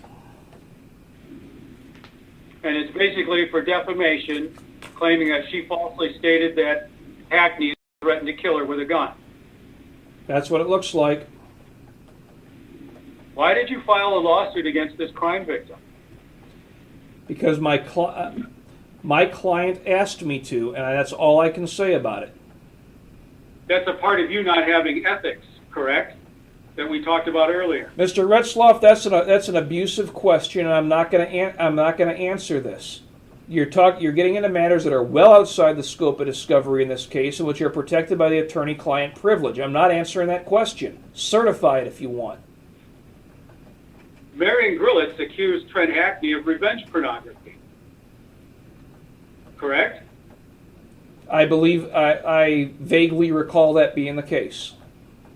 And part of your defamation claim against me is you're saying that I said that you and Hackney were involved in threatening a witness and involved in revenge porn. That's correct. And you were representing Hackney, who was charged, you were representing him for threatening this witness. That doesn't mean I was involved in the threatening of the witness. You're saying that I threatened the witness. I did no such thing to Marion Grillitz. No, shut up. And you're saying that I was involved in revenge porn. I was Mr. Hackney's attorney. I had nothing to do with his activities. You filed a lawsuit on his behalf against this crime victim. I'm doing my job. She's a victim, though. It turned out that way, I guess. If he was found guilty, I guess she was. Your defamation lawsuit was filed 1 month after Hackney was indicted for retaliation against her and for criminal mischief for damaging her property. If you say so, I don't recall the specifics of the case, Mr. Retzlaff. The dates are the dates. You're asking me to provide a truthful answer to a question. I don't recall the specifics of this case. All right. We have a file mark on this document that says 13 June 21. So June 21st, 2013, correct? That's correct. And when did Hackney get indicted for aggravated assault in Dallas County? Mr. Retzlaff, I don't recall the specifics of a case from 2013. I'm sorry. Well, you're the one who's suing me, though, claiming that I defamed you with regards to this case. Because you said I was involved in the threatening of the witness and I was involved in the revenge pornography. I had nothing to do with threatening the witness, and I had nothing to do with any revenge pornography. I was Mr. Hackney's attorney. Where did I say these things at? I'm sure it's attached to my petition in the federal case. Well, you're saying that these were comments or whatever posted on this BV Files blog. Or part of the blog. I don't have this in front of me right now, Mr. Retzlaff. But you're trying to say, though, that because it's on the BV Files blog, you claim that it's my responsibility. Because I believe it's your blog. What evidence do you have to show that this is my blog? Well, for one, you've invoked your Fifth Amendment privilege as to whether it's your blog. For one, evidence. What evidence? What evidence do you filed this lawsuit a year and a half ago? This $100 million lawsuit. In fact, it's almost 2 years ago you filed it. What evidence did you have, that I ran that blog? The fact that materials, at the time of filing, since that's your question, there were materials published on the website which were deemed confidential under the Texas Rules of Disciplinary Procedure. It made What materials were confidential? What materials do you claim were confidential? On March 8th of 2018, you posted the material concerning the Board of Disciplinary Appeals reversal of the status of your very first of 17 grievances against me as an inquiry. That information... You claim that information is confidential. Under the Texas Rules of Disciplinary Procedure, it was. There's only three... Who does that confidentiality attach to? Does that attach to the state bar, or does that attach to me? It attaches to the state bar. However, it shows. Okay, let's hold Don't on. interrupt me. I don't have, I get to interrupt you because it's my deposition. On redirect, you can clarify it. But I don't have any obligation to keep state bar materials confidential, do I? Under the law, no. Okay then. So if I get emails from Kristen Brady or Claire Reynolds or Noelle Reed, I can share that with whoever the fuck I want to, can I? I suppose you could. Okay. Except you're trying to say, though, that because the blog posted this letter from the Board of Disciplinary Appeals that's supposed to be confidential, that means that that blog is me. That Except means that now you we- contributed to the blog, Mr. Retzlaff. Okay. But now we've determined, though, that what you claim is confidential really isn't confidential, though, is it? It's confidential under the law. That's exactly what I said. And who does that confidentiality attach to? It attaches to the state bar, and that means they couldn't have gotten it. That attaches to the state bar. Who else could it attach to? Does it attach to me? I got it. Mr. Retzlaff, we are at 6 hours. Under the Texas Rules of Civil Procedure, I am suspending this deposition effective immediately. You certainly can do so and walk away from this if you want to, but this is your only opportunity here to tell the court what your side of the story is. If you don't want to tell your side of the story, that's fine with me, dude. You're the one who's going to get hit with a lifetime protective order, either by me or one of my kids or one of my other family members. So that's what But you this plan. is your So that's this what is your opportunity. That's what you plan. That's what you plan to do. When you lose this case because it's frivolous, you intend to have your kids and stuff file this crap against me in Texas? They certainly have the right to seek protection under the law. No, they don't, because I haven't done anything to them and I haven't done anything to you. This deposition's over. Off the record.